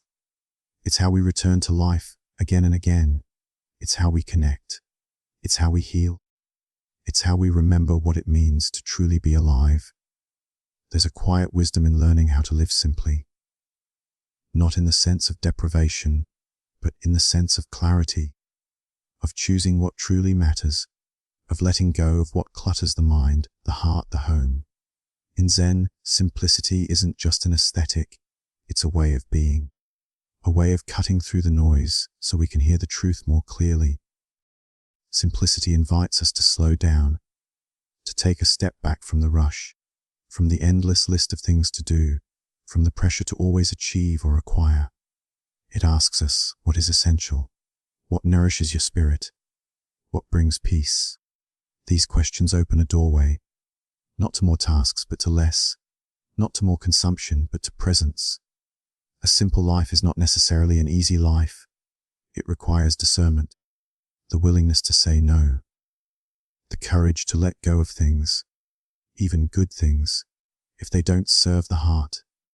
We begin to realize that we don't need as much as we thought, not just material things, but also distractions, comparisons, complications. We can live with less and feel more whole. There's a Zen saying, when hungry, eat. When tired, sleep. At first it might seem obvious, but there's deep wisdom in that simplicity. How often do we eat while scrolling our phones, or stay up when our body begs for rest? Living simply means returning to what is real, responding to the moment with honesty, with care. Simplicity also brings space. Space to breathe, space to feel. Space to notice the quiet beauty around us. The play of shadows on the wall, the texture of the wind, the rhythm of our own breath. These are the gifts we overlook when life is too full, too fast, too loud. In practice, this might mean simplifying our environment, clearing a table, unsubscribing from what overwhelms, choosing one task and doing it with full attention. Or it might mean simplifying our speech, saying only what is kind, necessary, true, or simplifying our choices, prioritizing peace over perfection, connection over control. But simplicity is not about rules or minimalism for its own sake. It's about aligning our outer life with our inner values, creating harmony between what we do and what we believe, living in a way that reflects our deepest truths, not society's expectations, not inherited habits, but what we know in our bones to be right for us. This kind of living opens the heart. It softens us. It allows for presence. We're no longer running toward or away from something. We're here. And in that here-ness, life unfolds with greater ease. We meet each moment as it is, not through a filter of business or striving, but with openness. Simplicity also fosters gratitude. When we slow down, we begin to appreciate what we already have. The warmth of tea, the comfort of silence, the touch of a friend's hand. We stop chasing more, and we start savoring now. The ordinary becomes extraordinary. Life becomes enough. There's nothing to prove, no image to maintain. Just the practice of being real, being kind, being present. And in that practice, we find a kind of richness that no possession can offer, a kind of freedom that no achievement can match. Zen teaches us to live with what is necessary, and to recognize that often what is truly necessary is far less than what we think. A quiet room, a calm breath, a loving intention. These are the foundations of a peaceful life. Not complicated but profound. So we return to the simple things. We ground ourselves in the basics. We create space for what truly matters, and we let go of what doesn't. Not as a sacrifice, but as an offering to our own hearts and to the world around us. And in doing so, we find clarity, we find peace, we find the beauty of enough. There is something deeply restorative about silence. It's not just the absence of noise, it's a presence in its own right. A quiet space that holds us, that listens, that allows everything to settle. In Zen, silence is not empty. It is full of awareness, full of life. It's where we begin to hear the subtle things, the inner voice, the heartbeat of the world. Most of us live surrounded by sound, constant input, messages, alerts, conversations, machines. Even when it's quiet outside, the mind keeps speaking, remembering, planning, judging. There's a kind of inner chatter that never seems to stop. And yet, when we intentionally step into silence, real silence, we discover something rare and sacred, a stillness that's not dull, but awake, not passive, but deeply alive. Zen practitioners often sit in silence, not to escape the world, but to tune in more clearly, to let the layers of thought soften, to let the body rest, and the breath return to its natural rhythm. In that silence, insights arise, emotions surface. The truth comes forward, not in words, but in felt knowing. Silence doesn't mean suppression. It doesn't mean pushing away what's difficult. In fact, silence can amplify what we've ignored, old grief, deep fears, hidden longings, but it does so gently, patiently. It gives us the space to feel without rushing to fix, to witness without judgment, to simply be with what is. And in this being with, healing begins. Not because we've solved anything, but because we've stopped running, we've stopped numbing, we've allowed ourselves to be human in all our complexity. And somehow, that is enough. Silence is also a kind of wisdom. It knows when to speak and when not to. It listens more than it talks. It creates room for others. How often, in a conversation, do we pause to truly listen, not just waiting for our turn, but receiving the other person fully? Silence makes that possible. It opens a space where connection can deepen. In relationships, silence can be powerful. A shared pause, a moment of looking into someone's eyes without saying anything, the warmth of presence without words. Sometimes the most loving thing we can offer is simply to be there, quietly, fully, without needing to change a thing. Nature teaches us this too. Walk into a forest or sit beside a lake, and you feel it. That deep, grounded silence that holds everything. The wind moves, birds sing, but underneath it all, there is stillness, a kind of spacious peace. And being in that silence, we remember something ancient, something true. We don't have to go to the mountains to find it. We can create pockets of silence in our day, a few moments before getting out of bed, a mindful pause before responding, a breath between tasks. These moments may be small, but they are profound. They bring us back to center, to simplicity, to presence. Silence also teaches us humility. In the quiet, we see that we don't have all the answers. And that's okay. We don't have to know everything. We don't have to be in control. We can rest in the mystery, in not knowing. And in that space, wisdom often arrives, not as a loud revelation, but as a gentle nudge, a quiet sense of what is true. Zen honors silence as sacred, as medicine, as teacher. It doesn't ask us to withdraw from life, but to meet life with more presence, more awareness, to create space within the noise, to carry silence within us, like a still pool, even when the world around us is swirling. So we make room for silence. We turn toward it, not away. We allow it to speak in its own quiet language. And in doing so, we find a deeper rhythm, a steadier ground, a place of peace that was always there, waiting underneath the noise, underneath the words, underneath the rush. We return to that place again and again, not to escape life, but to truly enter it, with open eyes, with an open heart, with silence as our companion, certainly. Here's the continuation of the narration, written with the required emotional depth, natural tone, and exact pacing sometimes. The most powerful shift in life comes not from doing more, but from learning how to let go. Letting go is not about giving up. It's not about resignation or avoidance. It's an invitation to soften the grip, to release what no longer serves, to free ourselves from attachments that keep the heart heavy and the mind restless.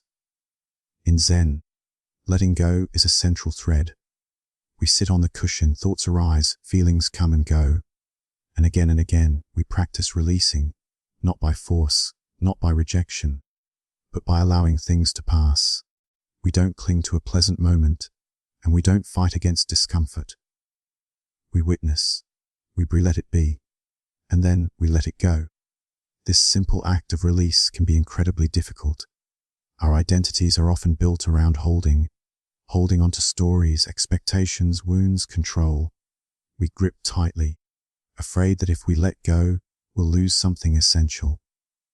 But the paradox is, in releasing, we often gain something far more valuable: peace, clarity, spaciousness. Think of a clenched fist. Holding tightly takes effort, it restricts, it tires the muscles. But when we open the hand, we create space for touch, for giving, for receiving. The same is true of the heart. Letting go softens us. It makes room for love to flow in again. Sometimes we must let go of the past, a painful memory, a decision we regret, a version of ourselves we've outgrown. Holding on to it keeps us anchored to a place we no longer live. The past shapes us, yes, but we are not meant to live there. Letting go allows us to return to the present, to step into the fullness of now. Other times we need to release expectations of how things should be, of how others should behave, of who we think we're supposed to become. These expectations can harden into rigid patterns, closing us off from the beauty of what is.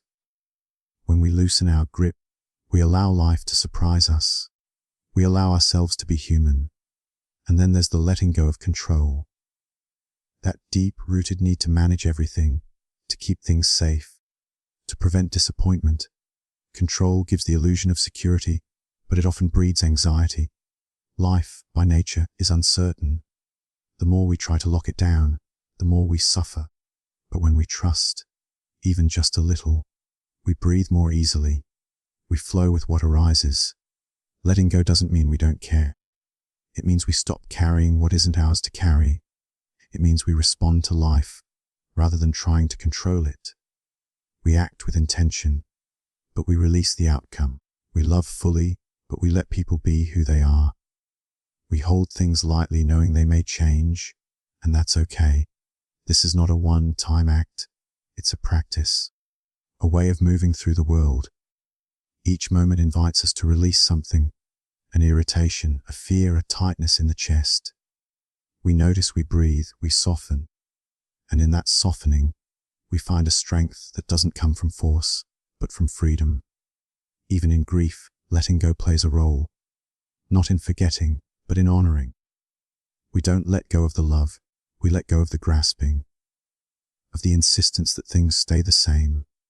And in doing so, we allow the love to remain, to evolve, to become something that nourishes rather than burdens. In meditation, we practice this again and again. The breath comes in, the breath goes out. Thoughts come in, thoughts go out.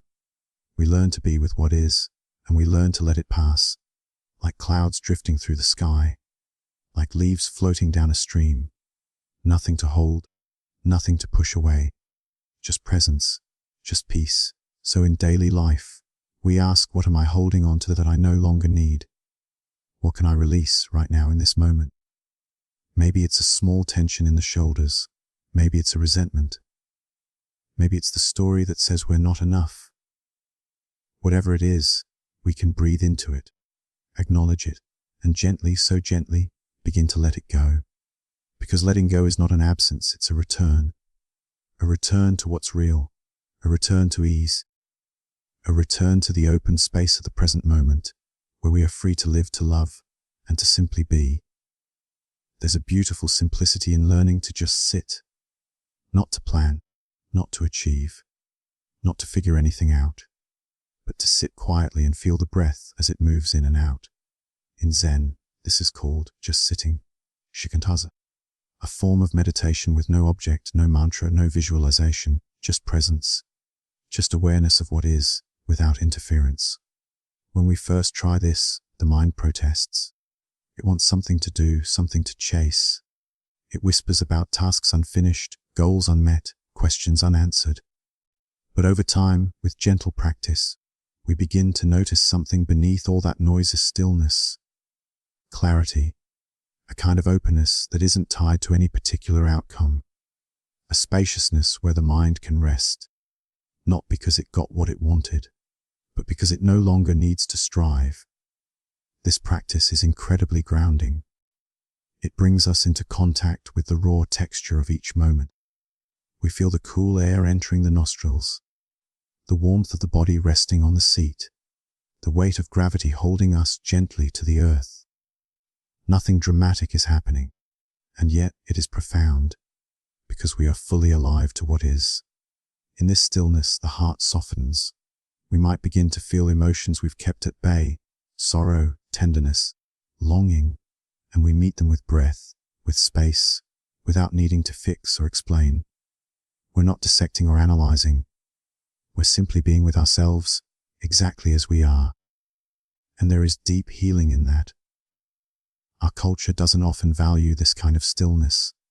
We're conditioned to move fast, to stay productive, to stay entertained. But speed is not the same as aliveness. Constant motion can become a kind of numbness. We forget what it feels like to truly inhabit our body, to listen deeply, to be at peace without needing anything to change. Zen teaches us that the present moment is complete, not lacking, not broken, just as it is, and we can rest in that completeness, not as a concept, but as a lived experience. The sound of the wind outside, the rise and fall of the breath, the stillness within stillness, this moment is enough. Over time, this practice of just sitting seeps into the rest of life. We learn to pause before reacting, to listen before speaking, to walk with more presence, to eat with more awareness. Our actions become more intentional, less reactive. We begin to meet life with more compassion, not because we've added anything, but because we've stripped away the noise.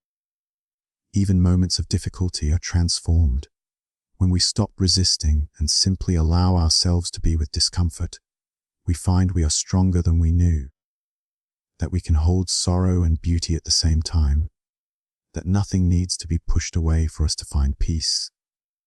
The stillness makes room for everything, and the practice is always here for us, in a quiet room, on a crowded train, in the middle of chaos. We can return to the breath, to the body, to the simplicity of this moment. We don't need special conditions. We don't need to wait for the world to quiet down. We become the stillness. We carry it within us. That doesn't mean life becomes passive or dull. In fact, it becomes more vivid. We see more clearly, hear more deeply, respond more skillfully. When the mind is quiet, even ordinary things shine. A sip of tea, the rustle of leaves, the smile of a stranger. These moments are no longer rushed through or overlooked. They become sacred. Stillness teaches us trust in ourselves, trust in the unfolding of life. We don't have to force it all into place. We don't have to know everything. We can rest in the unknown, in the mystery, in the rhythm of the breath, rising and falling like waves on the shore. And so we sit, not to get somewhere, not to become something, but to simply be with what is, with what has always been. And in that being, we discover the vast, quiet presence that has always held us. There's a tenderness that arises when we begin to understand suffering, not just our own, but the shared human experience of it. In Buddhist thought, suffering is not a failure or a punishment. It is a natural part of life, something every being encounters. And it is through our willingness to touch this suffering, to be with it without turning away, that healing becomes possible. When we try to run from our pain, it often grows. The more we avoid it, the louder it becomes. But when we stop, when we turn toward it gently, with compassion rather than judgment, something remarkable happens. The suffering begins to soften, not because it's gone, but because we are no longer struggling against it. We are allowing it to be seen, heard, and held. This doesn't mean wallowing. It means acknowledging the truth of our experience. If we are grieving, we let ourselves grieve. If we are angry, we meet that anger with curiosity. If we feel lost, we allow ourselves to not know. We stop pretending, we stop pushing away. And in doing so, we begin to find peace, not in the absence of difficulty, but within it. Compassion is born in this space. When we know what it is to suffer, we become more tender with others. We see the person who snaps at us, and instead of reacting with more harshness, we wonder what burden they might be carrying. We hear a cry for help beneath someone's silence.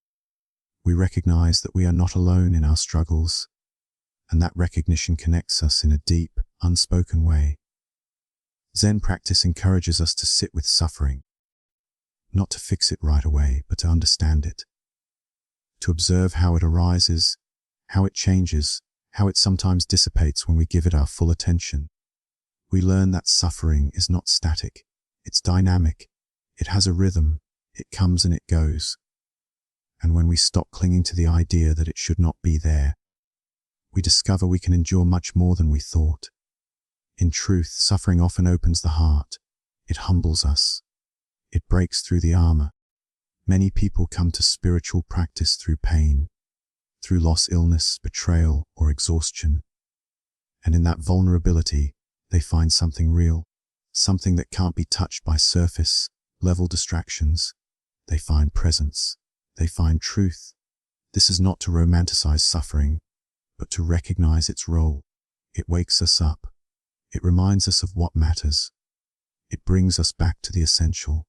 And while we would never choose it, we can choose how we meet it, with resistance or with compassion. It's also important to remember that healing does not mean forgetting. It does not mean erasing the wound. It means weaving it into our life with care. Like golden threads in a tapestry, the places where we have broken become part of our beauty. They don't disappear, they shine. We can ask ourselves, what is this pain trying to teach me? What does it need from me right now? Often the answer is not complex. It might be rest, or kindness, or simply to be allowed to exist, to be held in silence without shame. In community too, healing is amplified.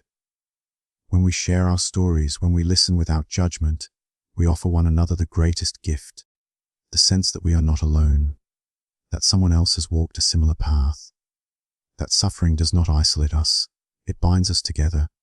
Sometimes, healing means taking a single breath in the middle of despair. Sometimes it means reaching out, or letting someone hold space for us. Sometimes it means walking slowly, one step at a time, even when the way forward isn't clear. Every act of tenderness we offer ourselves is a step toward wholeness. And remember, healing is not linear. There will be days of joy and days of pain. That's part of being human. What matters is how we return, how we show up for ourselves with presence, again and again, how we keep our hearts open, even when it's hard. To suffer is to be alive, but to meet suffering with compassion, that is the path to peace. That is the quiet revolution of the heart. There's a wisdom that arises when we realize we don't have to be at war with ourselves. So often, our inner world is a battlefield between the parts of us we approve of and the parts we try to ignore or deny. But Zen invites us to put down the sword, to see the wholeness of who we are without fragmentation or resistance. In this space, healing deepens, and the path forward is not through control, but through acceptance. This does not mean passive resignation, but rather an intimate awareness of the present. A radical honesty with what's here, pleasant or painful, welcome or unwelcome. It means turning toward our experience, all of it, and saying, this too belongs. One of the most profound teachings in Zen is the idea of no self or anatta. At first, it may sound abstract or even unsettling, but it is not a denial of existence, it's a liberation from fixed identity. We are not one unchanging self. We are a flow of experiences, a dance of conditions, thoughts, sensations, emotions, ever shifting, never static. When we begin to see this directly, we let go of clinging to labels. I am this, I am that. I am broken, I am strong. I am a failure, I am a success. These stories tighten around us like armor, but they are not the truth of who we are. In meditation, we watch the mind at work. We see thoughts arise and fade. We see joy, anger, confusion, all come and go. And we begin to understand we are not these passing waves. We are the ocean beneath them. With this insight, something remarkable happens. We take things less personally. We suffer less. When anger arises, we don't have to become the angry person. When sadness appears, we don't drown in it. We can hold all our experiences gently, knowing they are just weather moving through the sky of awareness. This isn't an escape. It's a deeper engagement. We're not shutting down emotion. We're learning to be with it wisely, with enough space around it to see clearly. And with that clarity, compassion naturally arises. For ourselves, for others, for the countless ways we all get tangled in the illusion of permanence and identity.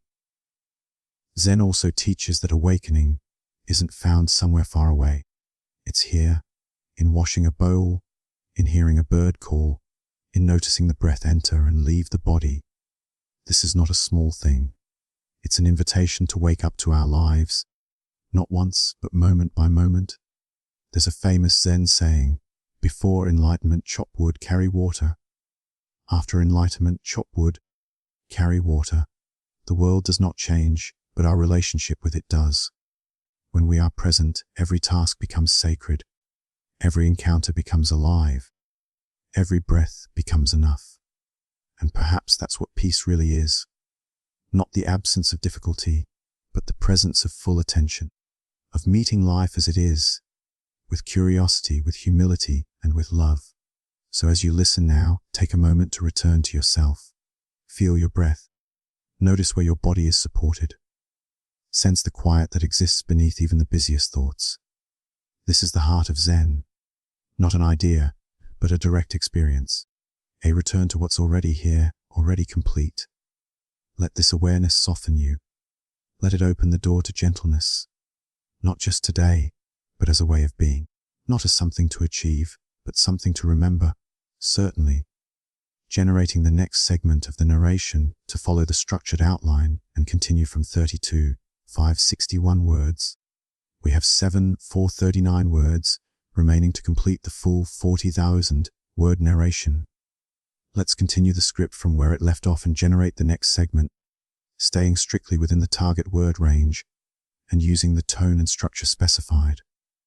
The generated sample narration contains approximately 1,560 words. I'll now expand and refine it further to meet the precise target of 2,000 words with natural transitions and expressive, warm tone. The expanded and refined narration segment now contains approximately 1,936 words. I will finalize and lightly elaborate the script certainly, continuing the narration now from word 32,676 and aiming to reach 33,676 with an exact 1,000 word segment. There are 7,324 words remaining. I will now generate the next segment of 1,000 words of natural, flowing narration to continue the script precisely from the current point. Here is the next 1,000 word segment of the narration, continuing the script with a natural and engaging tone. The mind, when left unattended, often wanders, leaping from thought to thought, chasing echoes of the past or rehearsing imagined futures. In this habitual restlessness, we rarely encounter the quiet stillness of the present.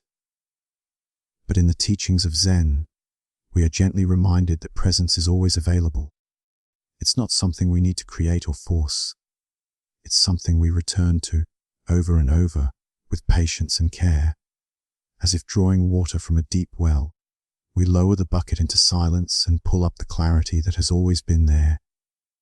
Imagine a calm morning by a lake. The surface is mirror-like, perfectly still.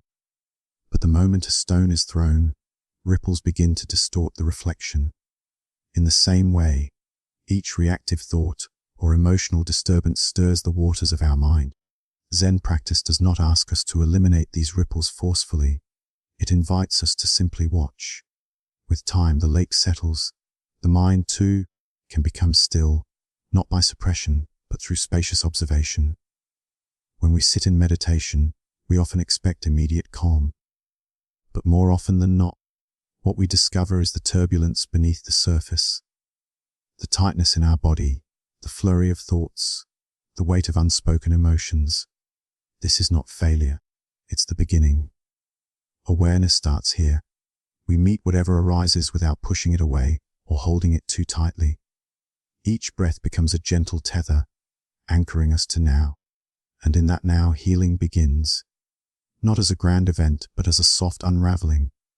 In a world that praises doing, achieving, and constantly moving, the act of simply being can feel radical. But being is not passivity. It is attentiveness. When we bring full presence to the moment, everything becomes vivid. The sound of wind in the trees, the feel of breath entering and leaving the body, the fleeting warmth of sunlight across the skin.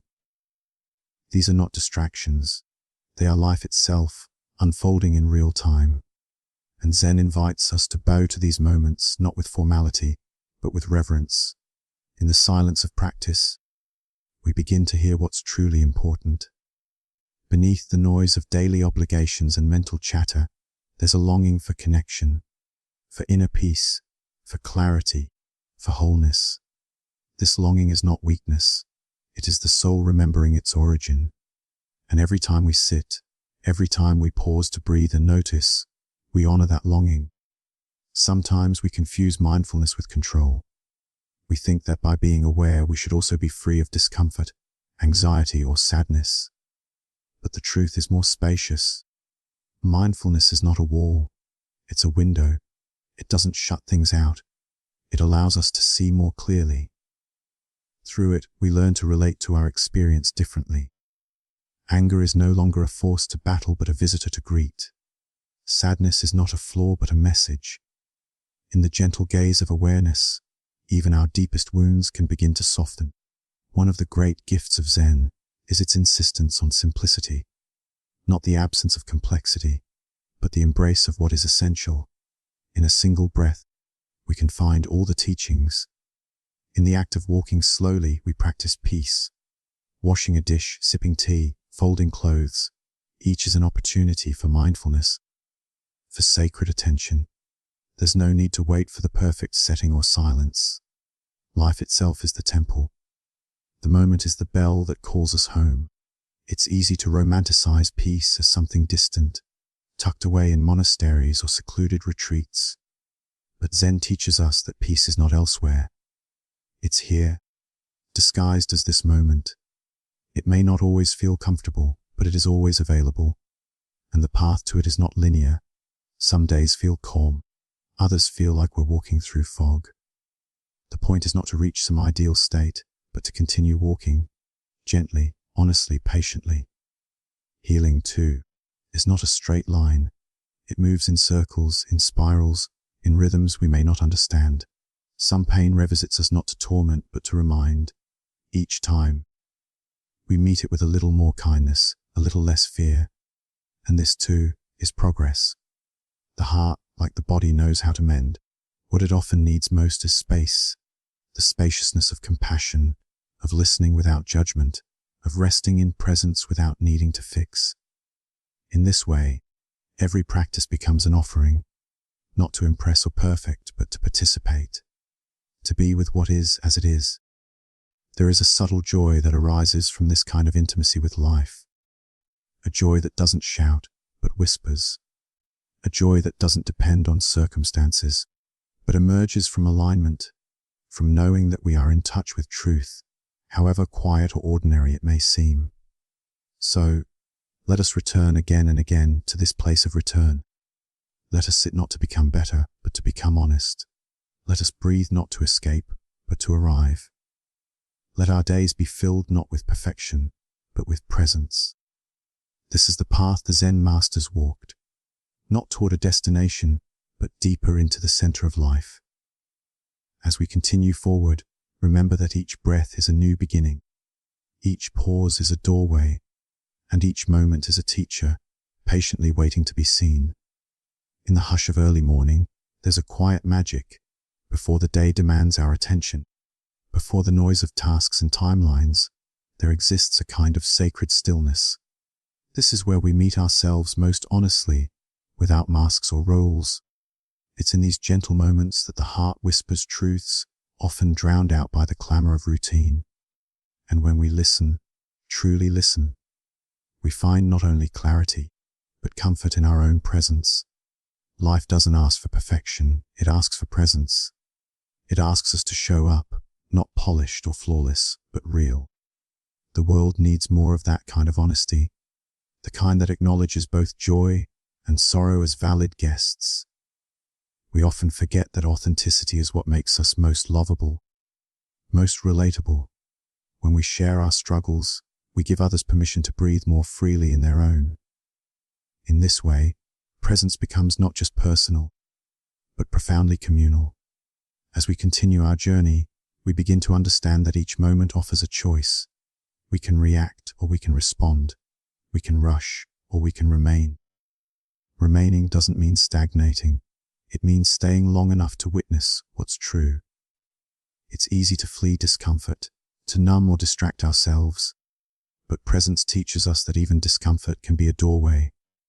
Often, it's the gateway to growth, to deeper compassion, to insight that changes us in subtle but lasting ways. And so we breathe one breath, then another. The breath is not just a biological rhythm, it's a conversation. Inhale, receive, exhale, release. With each breath, we practice letting go, not only of physical tension, but of assumptions, of judgments, of the relentless need to control outcomes. We don't have to understand everything.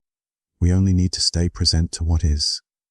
Trust, in this context, becomes less about prediction and more about participation. The heart, when softened by awareness, begins to open in surprising ways. It may ache, but that ache often carries wisdom. Behind the ache may be unexpressed love, ungrieved losses, or the simple yearning to belong. When we offer these feelings our attention, instead of our resistance, they begin to shift. Maybe not immediately, and maybe not dramatically, but gently, over time, like ice melting in the spring sun. We are thawed by kindness. Often we mistake self-awareness for self-criticism. But true awareness doesn't condemn, it clarifies. It sees what's there with tenderness, not harshness. When we recognize our patterns, our fears, our blind spots, it's not an invitation to shame. It's an invitation to curiosity. Ah, I see you, we might say to the tension in our shoulders, or the quickened pulse in anxious moments. I see you, and I'll stay with you. That willingness to stay, to not look away, is itself transformative. As we move deeper into this practice of presence, we start to notice subtleties, how the body feels in space, how light changes through the day, how our thoughts rise and pass like birds in flight. We stop needing every moment to be dramatic or thrilling.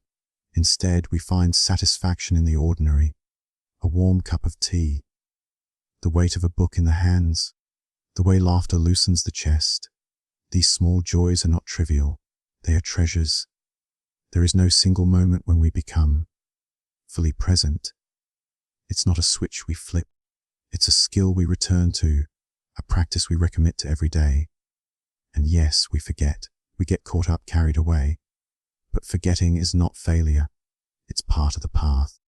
What matters most is the return. Each time we return to this breath, this moment, this awareness, we strengthen our capacity to live fully. We also start to see that everything is connected. Our inner peace ripples outward.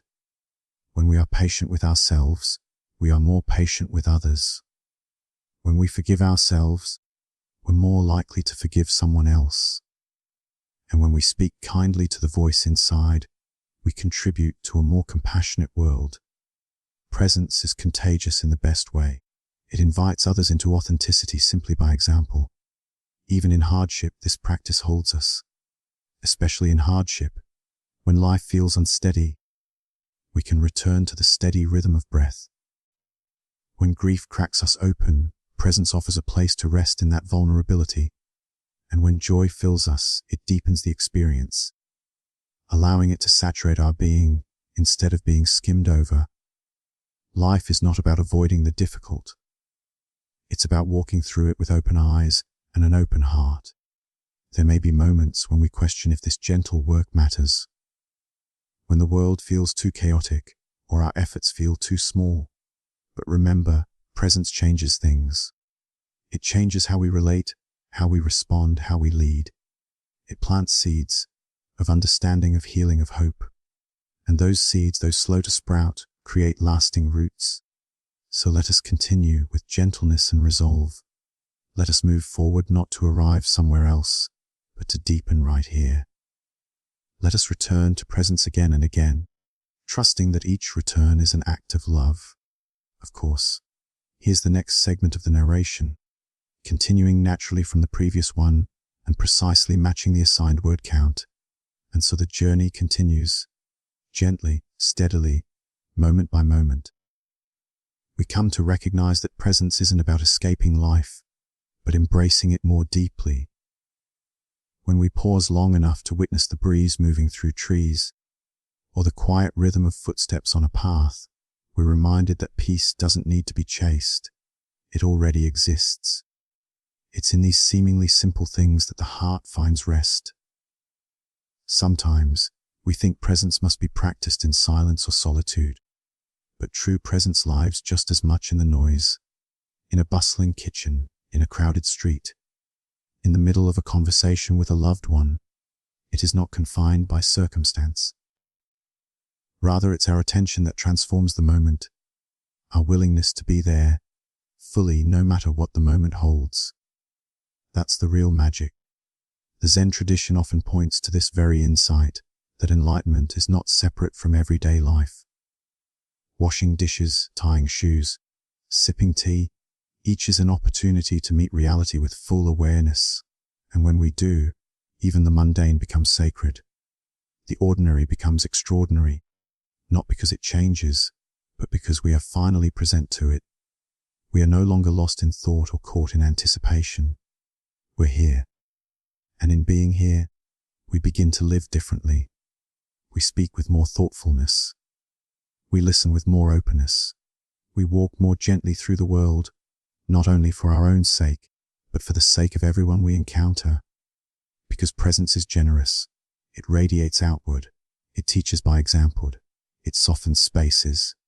And it invites others to slow down, breathe, and remember that they too are enough as they are.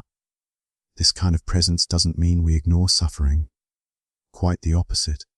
It means we become more attuned to it. Our own and others.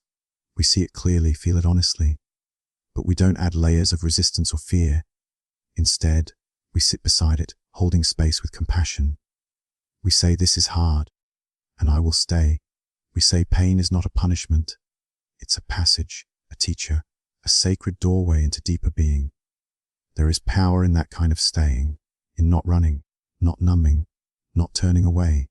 And there's tenderness too, because presence allows us to feel not only the sharp edges of life, but also its quiet mercies. The way kindness appears in unexpected places, or how even in pain, love often shines more clearly. Like how a friend's voice softens when they know you're hurting, or how the sky, even on a stormy day, carries a kind of fierce beauty. With practice, we become more fluent in this language of being. We learn to read our body's cues, to hear the subtle shift in breath, to notice when our minds start racing away. And when we catch that moment, just as the mind starts to wander, we have a choice, not to scold ourselves, but to return. With gentleness, with understanding, we say, "Here I am again." And that return is everything. That return is where presence begins. As the days pass, this presence starts to weave itself into all parts of life, into our work, our relationships, our choices. We become less reactive, more intentional, less hurried, more anchored. And though life may still bring chaos and uncertainty, we respond with a steadiness born from within. Not because we're immune to struggle, but because we've rooted ourselves in something deeper than circumstance. This is not a one-time achievement. It's a lifelong dance. Some days we move gracefully, others we stumble, but we stay in the dance. We keep returning to presence because we've seen what's possible when we do.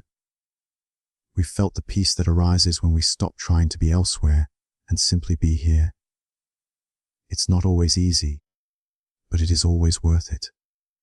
And then, as if carried by a gentle tide, we find ourselves deepening into something quieter still. It's not dramatic, not loud, but it's real. It's the way we begin to trust life more, even when we don't understand it. We start noticing how much energy we used to spend trying to control things, how much we resisted not knowing or tried to force answers.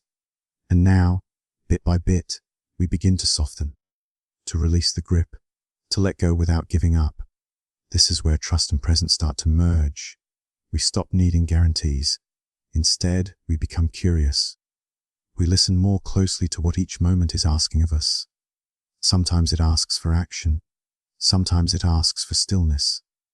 But we begin to respond not from habit or fear, but from a deeper knowing. One that arises from within, not from external validation. And that shift, quiet as it may be, is transformative. With presence, the layers of performance begin to fall away. We no longer feel the need to pretend, to wear masks, or to always have it together. We allow ourselves to be human, gloriously imperfect, beautifully in process. We show up as we are, raw, real, unfinished. And in doing so, we give others permission to do the same. That authenticity, that openness creates space for real connection. Not just surface, level interactions, but soul-to-soul presence. And in those moments of genuine connection, something inside us breathes. There's a feeling of being seen not just for what we do, but for who we are. There's a quiet exhale, a recognition. I don't have to prove anything right now. I can just be. And that kind of safety, the kind that comes from presence, is something we all crave, whether we realize it or not. Of course, this doesn't mean life stops being challenging. There will still be grief, conflict, heartbreak. But presence changes how we meet those experiences. It doesn't erase the pain, but it keeps us from getting lost in it. We begin to see the difference between pain and suffering. Pain is the raw experience. Suffering is what we layer on top. And presence helps us stay with the experience without amplifying it with resistance or fear. We breathe through the hard moments. We ground ourselves with small rituals, lighting a candle, stepping outside, feeling the soles of our feet on the floor. These acts may seem simple, even mundane, but they are powerful. They're reminders that even in difficulty, we can choose presence. And in that choice, we often find resilience. Not the kind that grits its teeth and pushes through, but the kind that bends, adapts, and endures with grace. And slowly, we begin to trust ourselves more. Not because we have all the answers, but because we know we can return to presence again and again. That return becomes our anchor, our home. No matter how far we drift, we can always come back.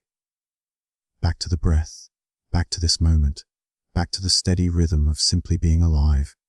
In the end, presence isn't something we achieve.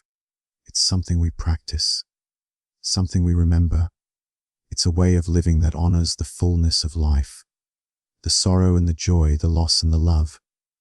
It asks us to show up, to stay open, and to say yes to the life that is here right now, not someday, not when we're perfect, but here in all its raw and radiant beauty. And in that yes, in that open-hearted willingness to be with life as it is, we find what we were never really missing, but often forgot. Ourselves, our breath, our being. We find that we belong, not because we've earned it, but because we always did. When we begin to live this way, anchored in presence and guided by trust, we start to perceive the world through a quieter, more compassionate lens. We notice the subtle textures of experience that often get lost in the noise. A breeze brushing our skin, the sound of a bird at dawn, the way light changes on the wall as afternoon becomes evening. These are not grand events, but they are the very threads of life, and presence lets us feel them as sacred. The ordinary becomes luminous, the mundane meaningful. Even in our routines, we begin to sense an underlying grace. Washing dishes is no longer a chore. It's an invitation to connect with warmth, with water, with the rhythm of care.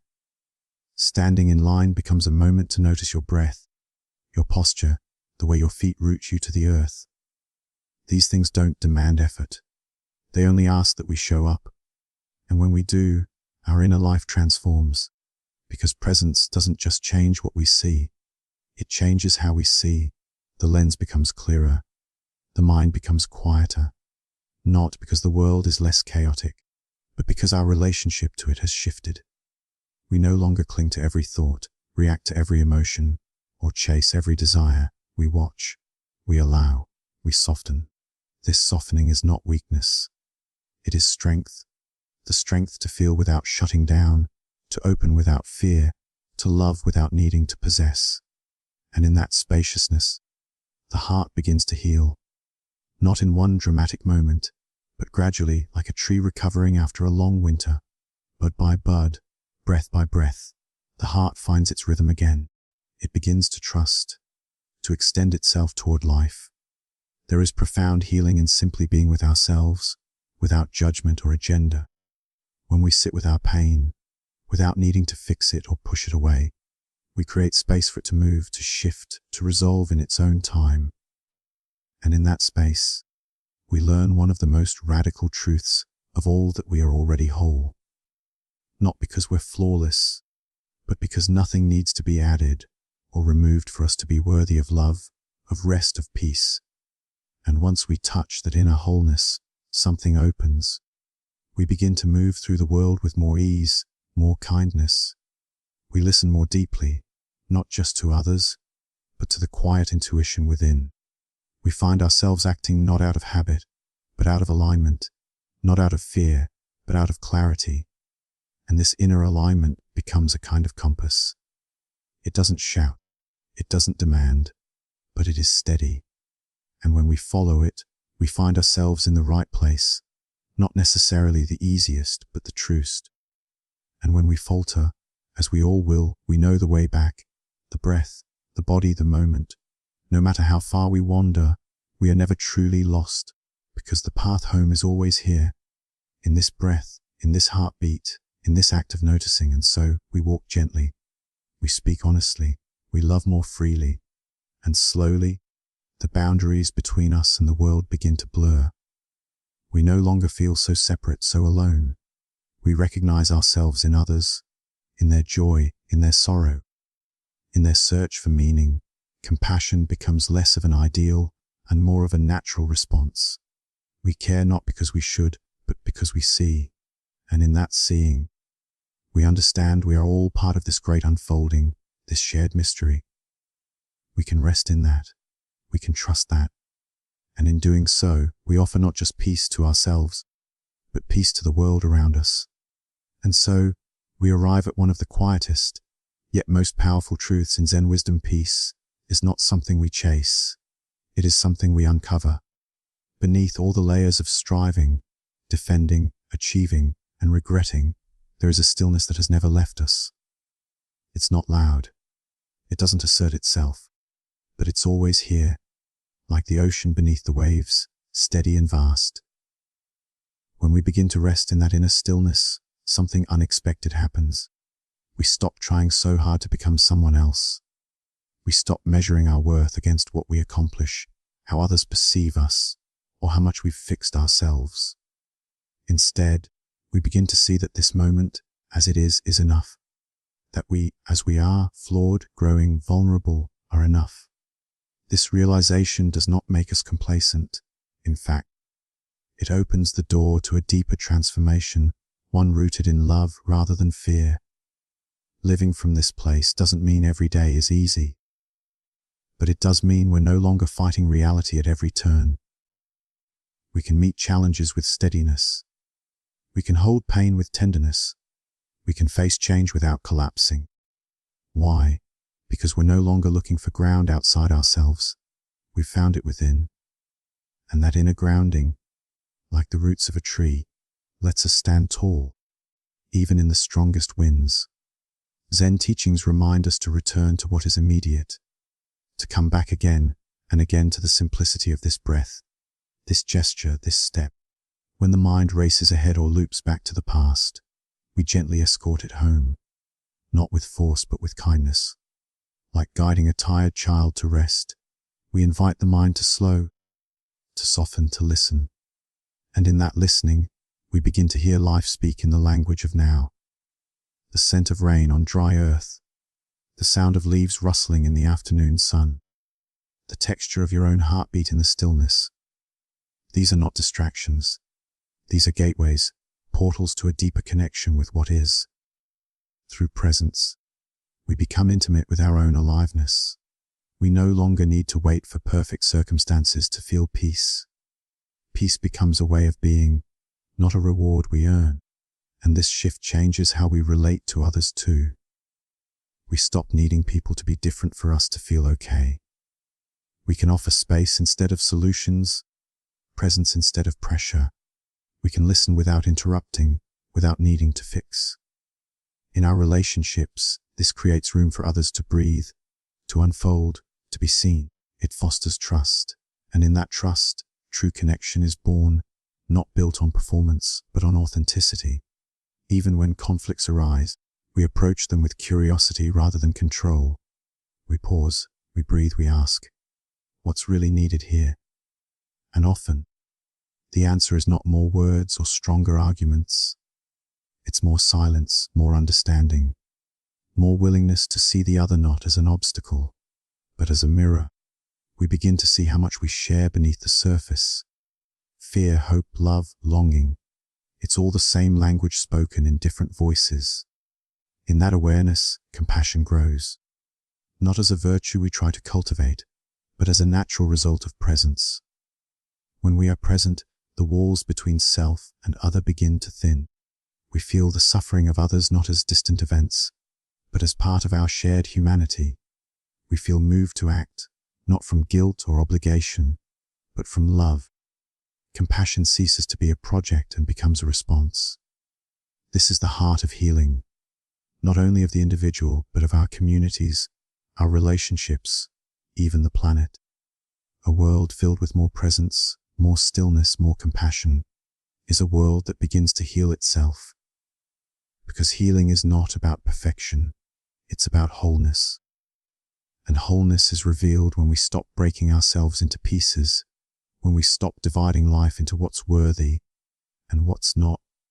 We reclaim all of it, the laughter and the grief, the clarity and the confusion, the calm and the chaos. We hold it all gently.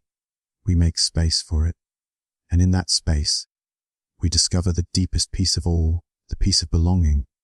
Not belonging to a group or an identity, but belonging to life itself, to this moment, to this breath. And so we return again and again to the ground beneath our feet, to the quiet within our chest, to the flame of awareness that never goes out, no matter how dark things become. This is our refuge, our temple, our home. And as we follow the breath once more, rising and falling like a gentle tide, we begin to sense the enduring invitation that Zen offers us. It asks nothing extravagant. It demands no grand gestures, no intellectual acrobatics, no need to become someone else. Rather, it asks us to be here, truly here, with what is, with what has always been, with the part of us that does not flinch, does not grasp, and does not turn away. In this final stretch of our shared reflection, let's return to the beginning, not to repeat, but to deepen. Think of a still pond disturbed by ripples. The more we pause, the more the water settles. And in that stillness we see clearly, not just the world, but ourselves reflected back. We are no longer trying to fix the image. We simply observe, and in that observation, clarity dawns. This clarity is not about solving life like a puzzle. It's not about finding all the answers. It's about seeing the questions with new eyes. It's about being okay not knowing. It's about trusting that wisdom arises not just from what we think, but from how we attending to each moment with reverence, with curiosity, with care. Zen wisdom tells us, do not hurry. Do not chase peace, it cannot be caught like a bird. Instead, be still, and peace may land gently on your shoulder. In our culture of speed, that advice can seem radical. But the truth is, what we long for most is not more stimulation. It is sanctuary, and sanctuary lives in slowing down, in looking gently, in listening fully, in allowing things to be just as they are. There is power in such softness. There is strength in gentleness. And there is resilience in surrender, not the giving up kind, but the kind that says, I will no longer resist what is. When we surrender in this way, we begin to experience something remarkable ease. Not because everything is easy, but because we're no longer tightening around it all. This ease doesn't make us passive. It makes us real. It makes us responsive instead of reactive. It gives us the space to move through life with intention instead of tension. And that changes everything. The way we speak, the way we listen, the way we hold ourselves, the way we hold each other. We become more spacious, less rigid, more fluid, less controlling. You may begin to notice the little things shift. The moment of tension that now ends with a breath instead of a sharp word. The evening silence that no longer feels empty, but sacred. The eyes that soften when meeting someone else's pain. These are not small things. These are the seeds of a different world. And they all begin with presence. So, return to this presence often. Not as a chore, but as a gift. Sit in the quiet. Walk without a goal. Breathe like it's the first breath you've ever taken. Feel your feet in your shoes. Listen to the wind not as background noise, but as a messenger. Let everything remind you that you are already home. And when the mind wanders, as it always will, do not scold it. Gently guide it back. Say, here, this is where we are now, and then begin again, again and again. This is the path. Not a straight line, but a circle. Not an achievement, but a return. When life feels overwhelming, return. When joy visits you, return. When grief pulls you under, return. Not to escape, but to embrace, to make room for everything, to be the sky, not the storm, to be the witness, not the worry. Eventually, this returning becomes second nature. It becomes how you live, not something separate from life. And that is when the teachings stop being words and become the shape of your days. You become the calm in the center of your own being. You become the peace you once thought you had to earn. You become simply yourself. And in this being, you offer the world a rare and precious thing, someone who is fully present. Someone who is not trying to be elsewhere. Someone who can sit with discomfort and not flee. Someone who can celebrate without clinging. Someone who can grieve without drowning.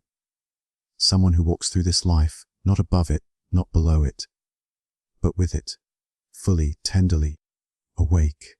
This is not a lofty ideal. This is a living possibility. And it begins now, with this step, with this open heart. Thank you for walking this journey with me, for listening not just with your ears, but with your whole self. May the teachings you've heard settle gently in your soul.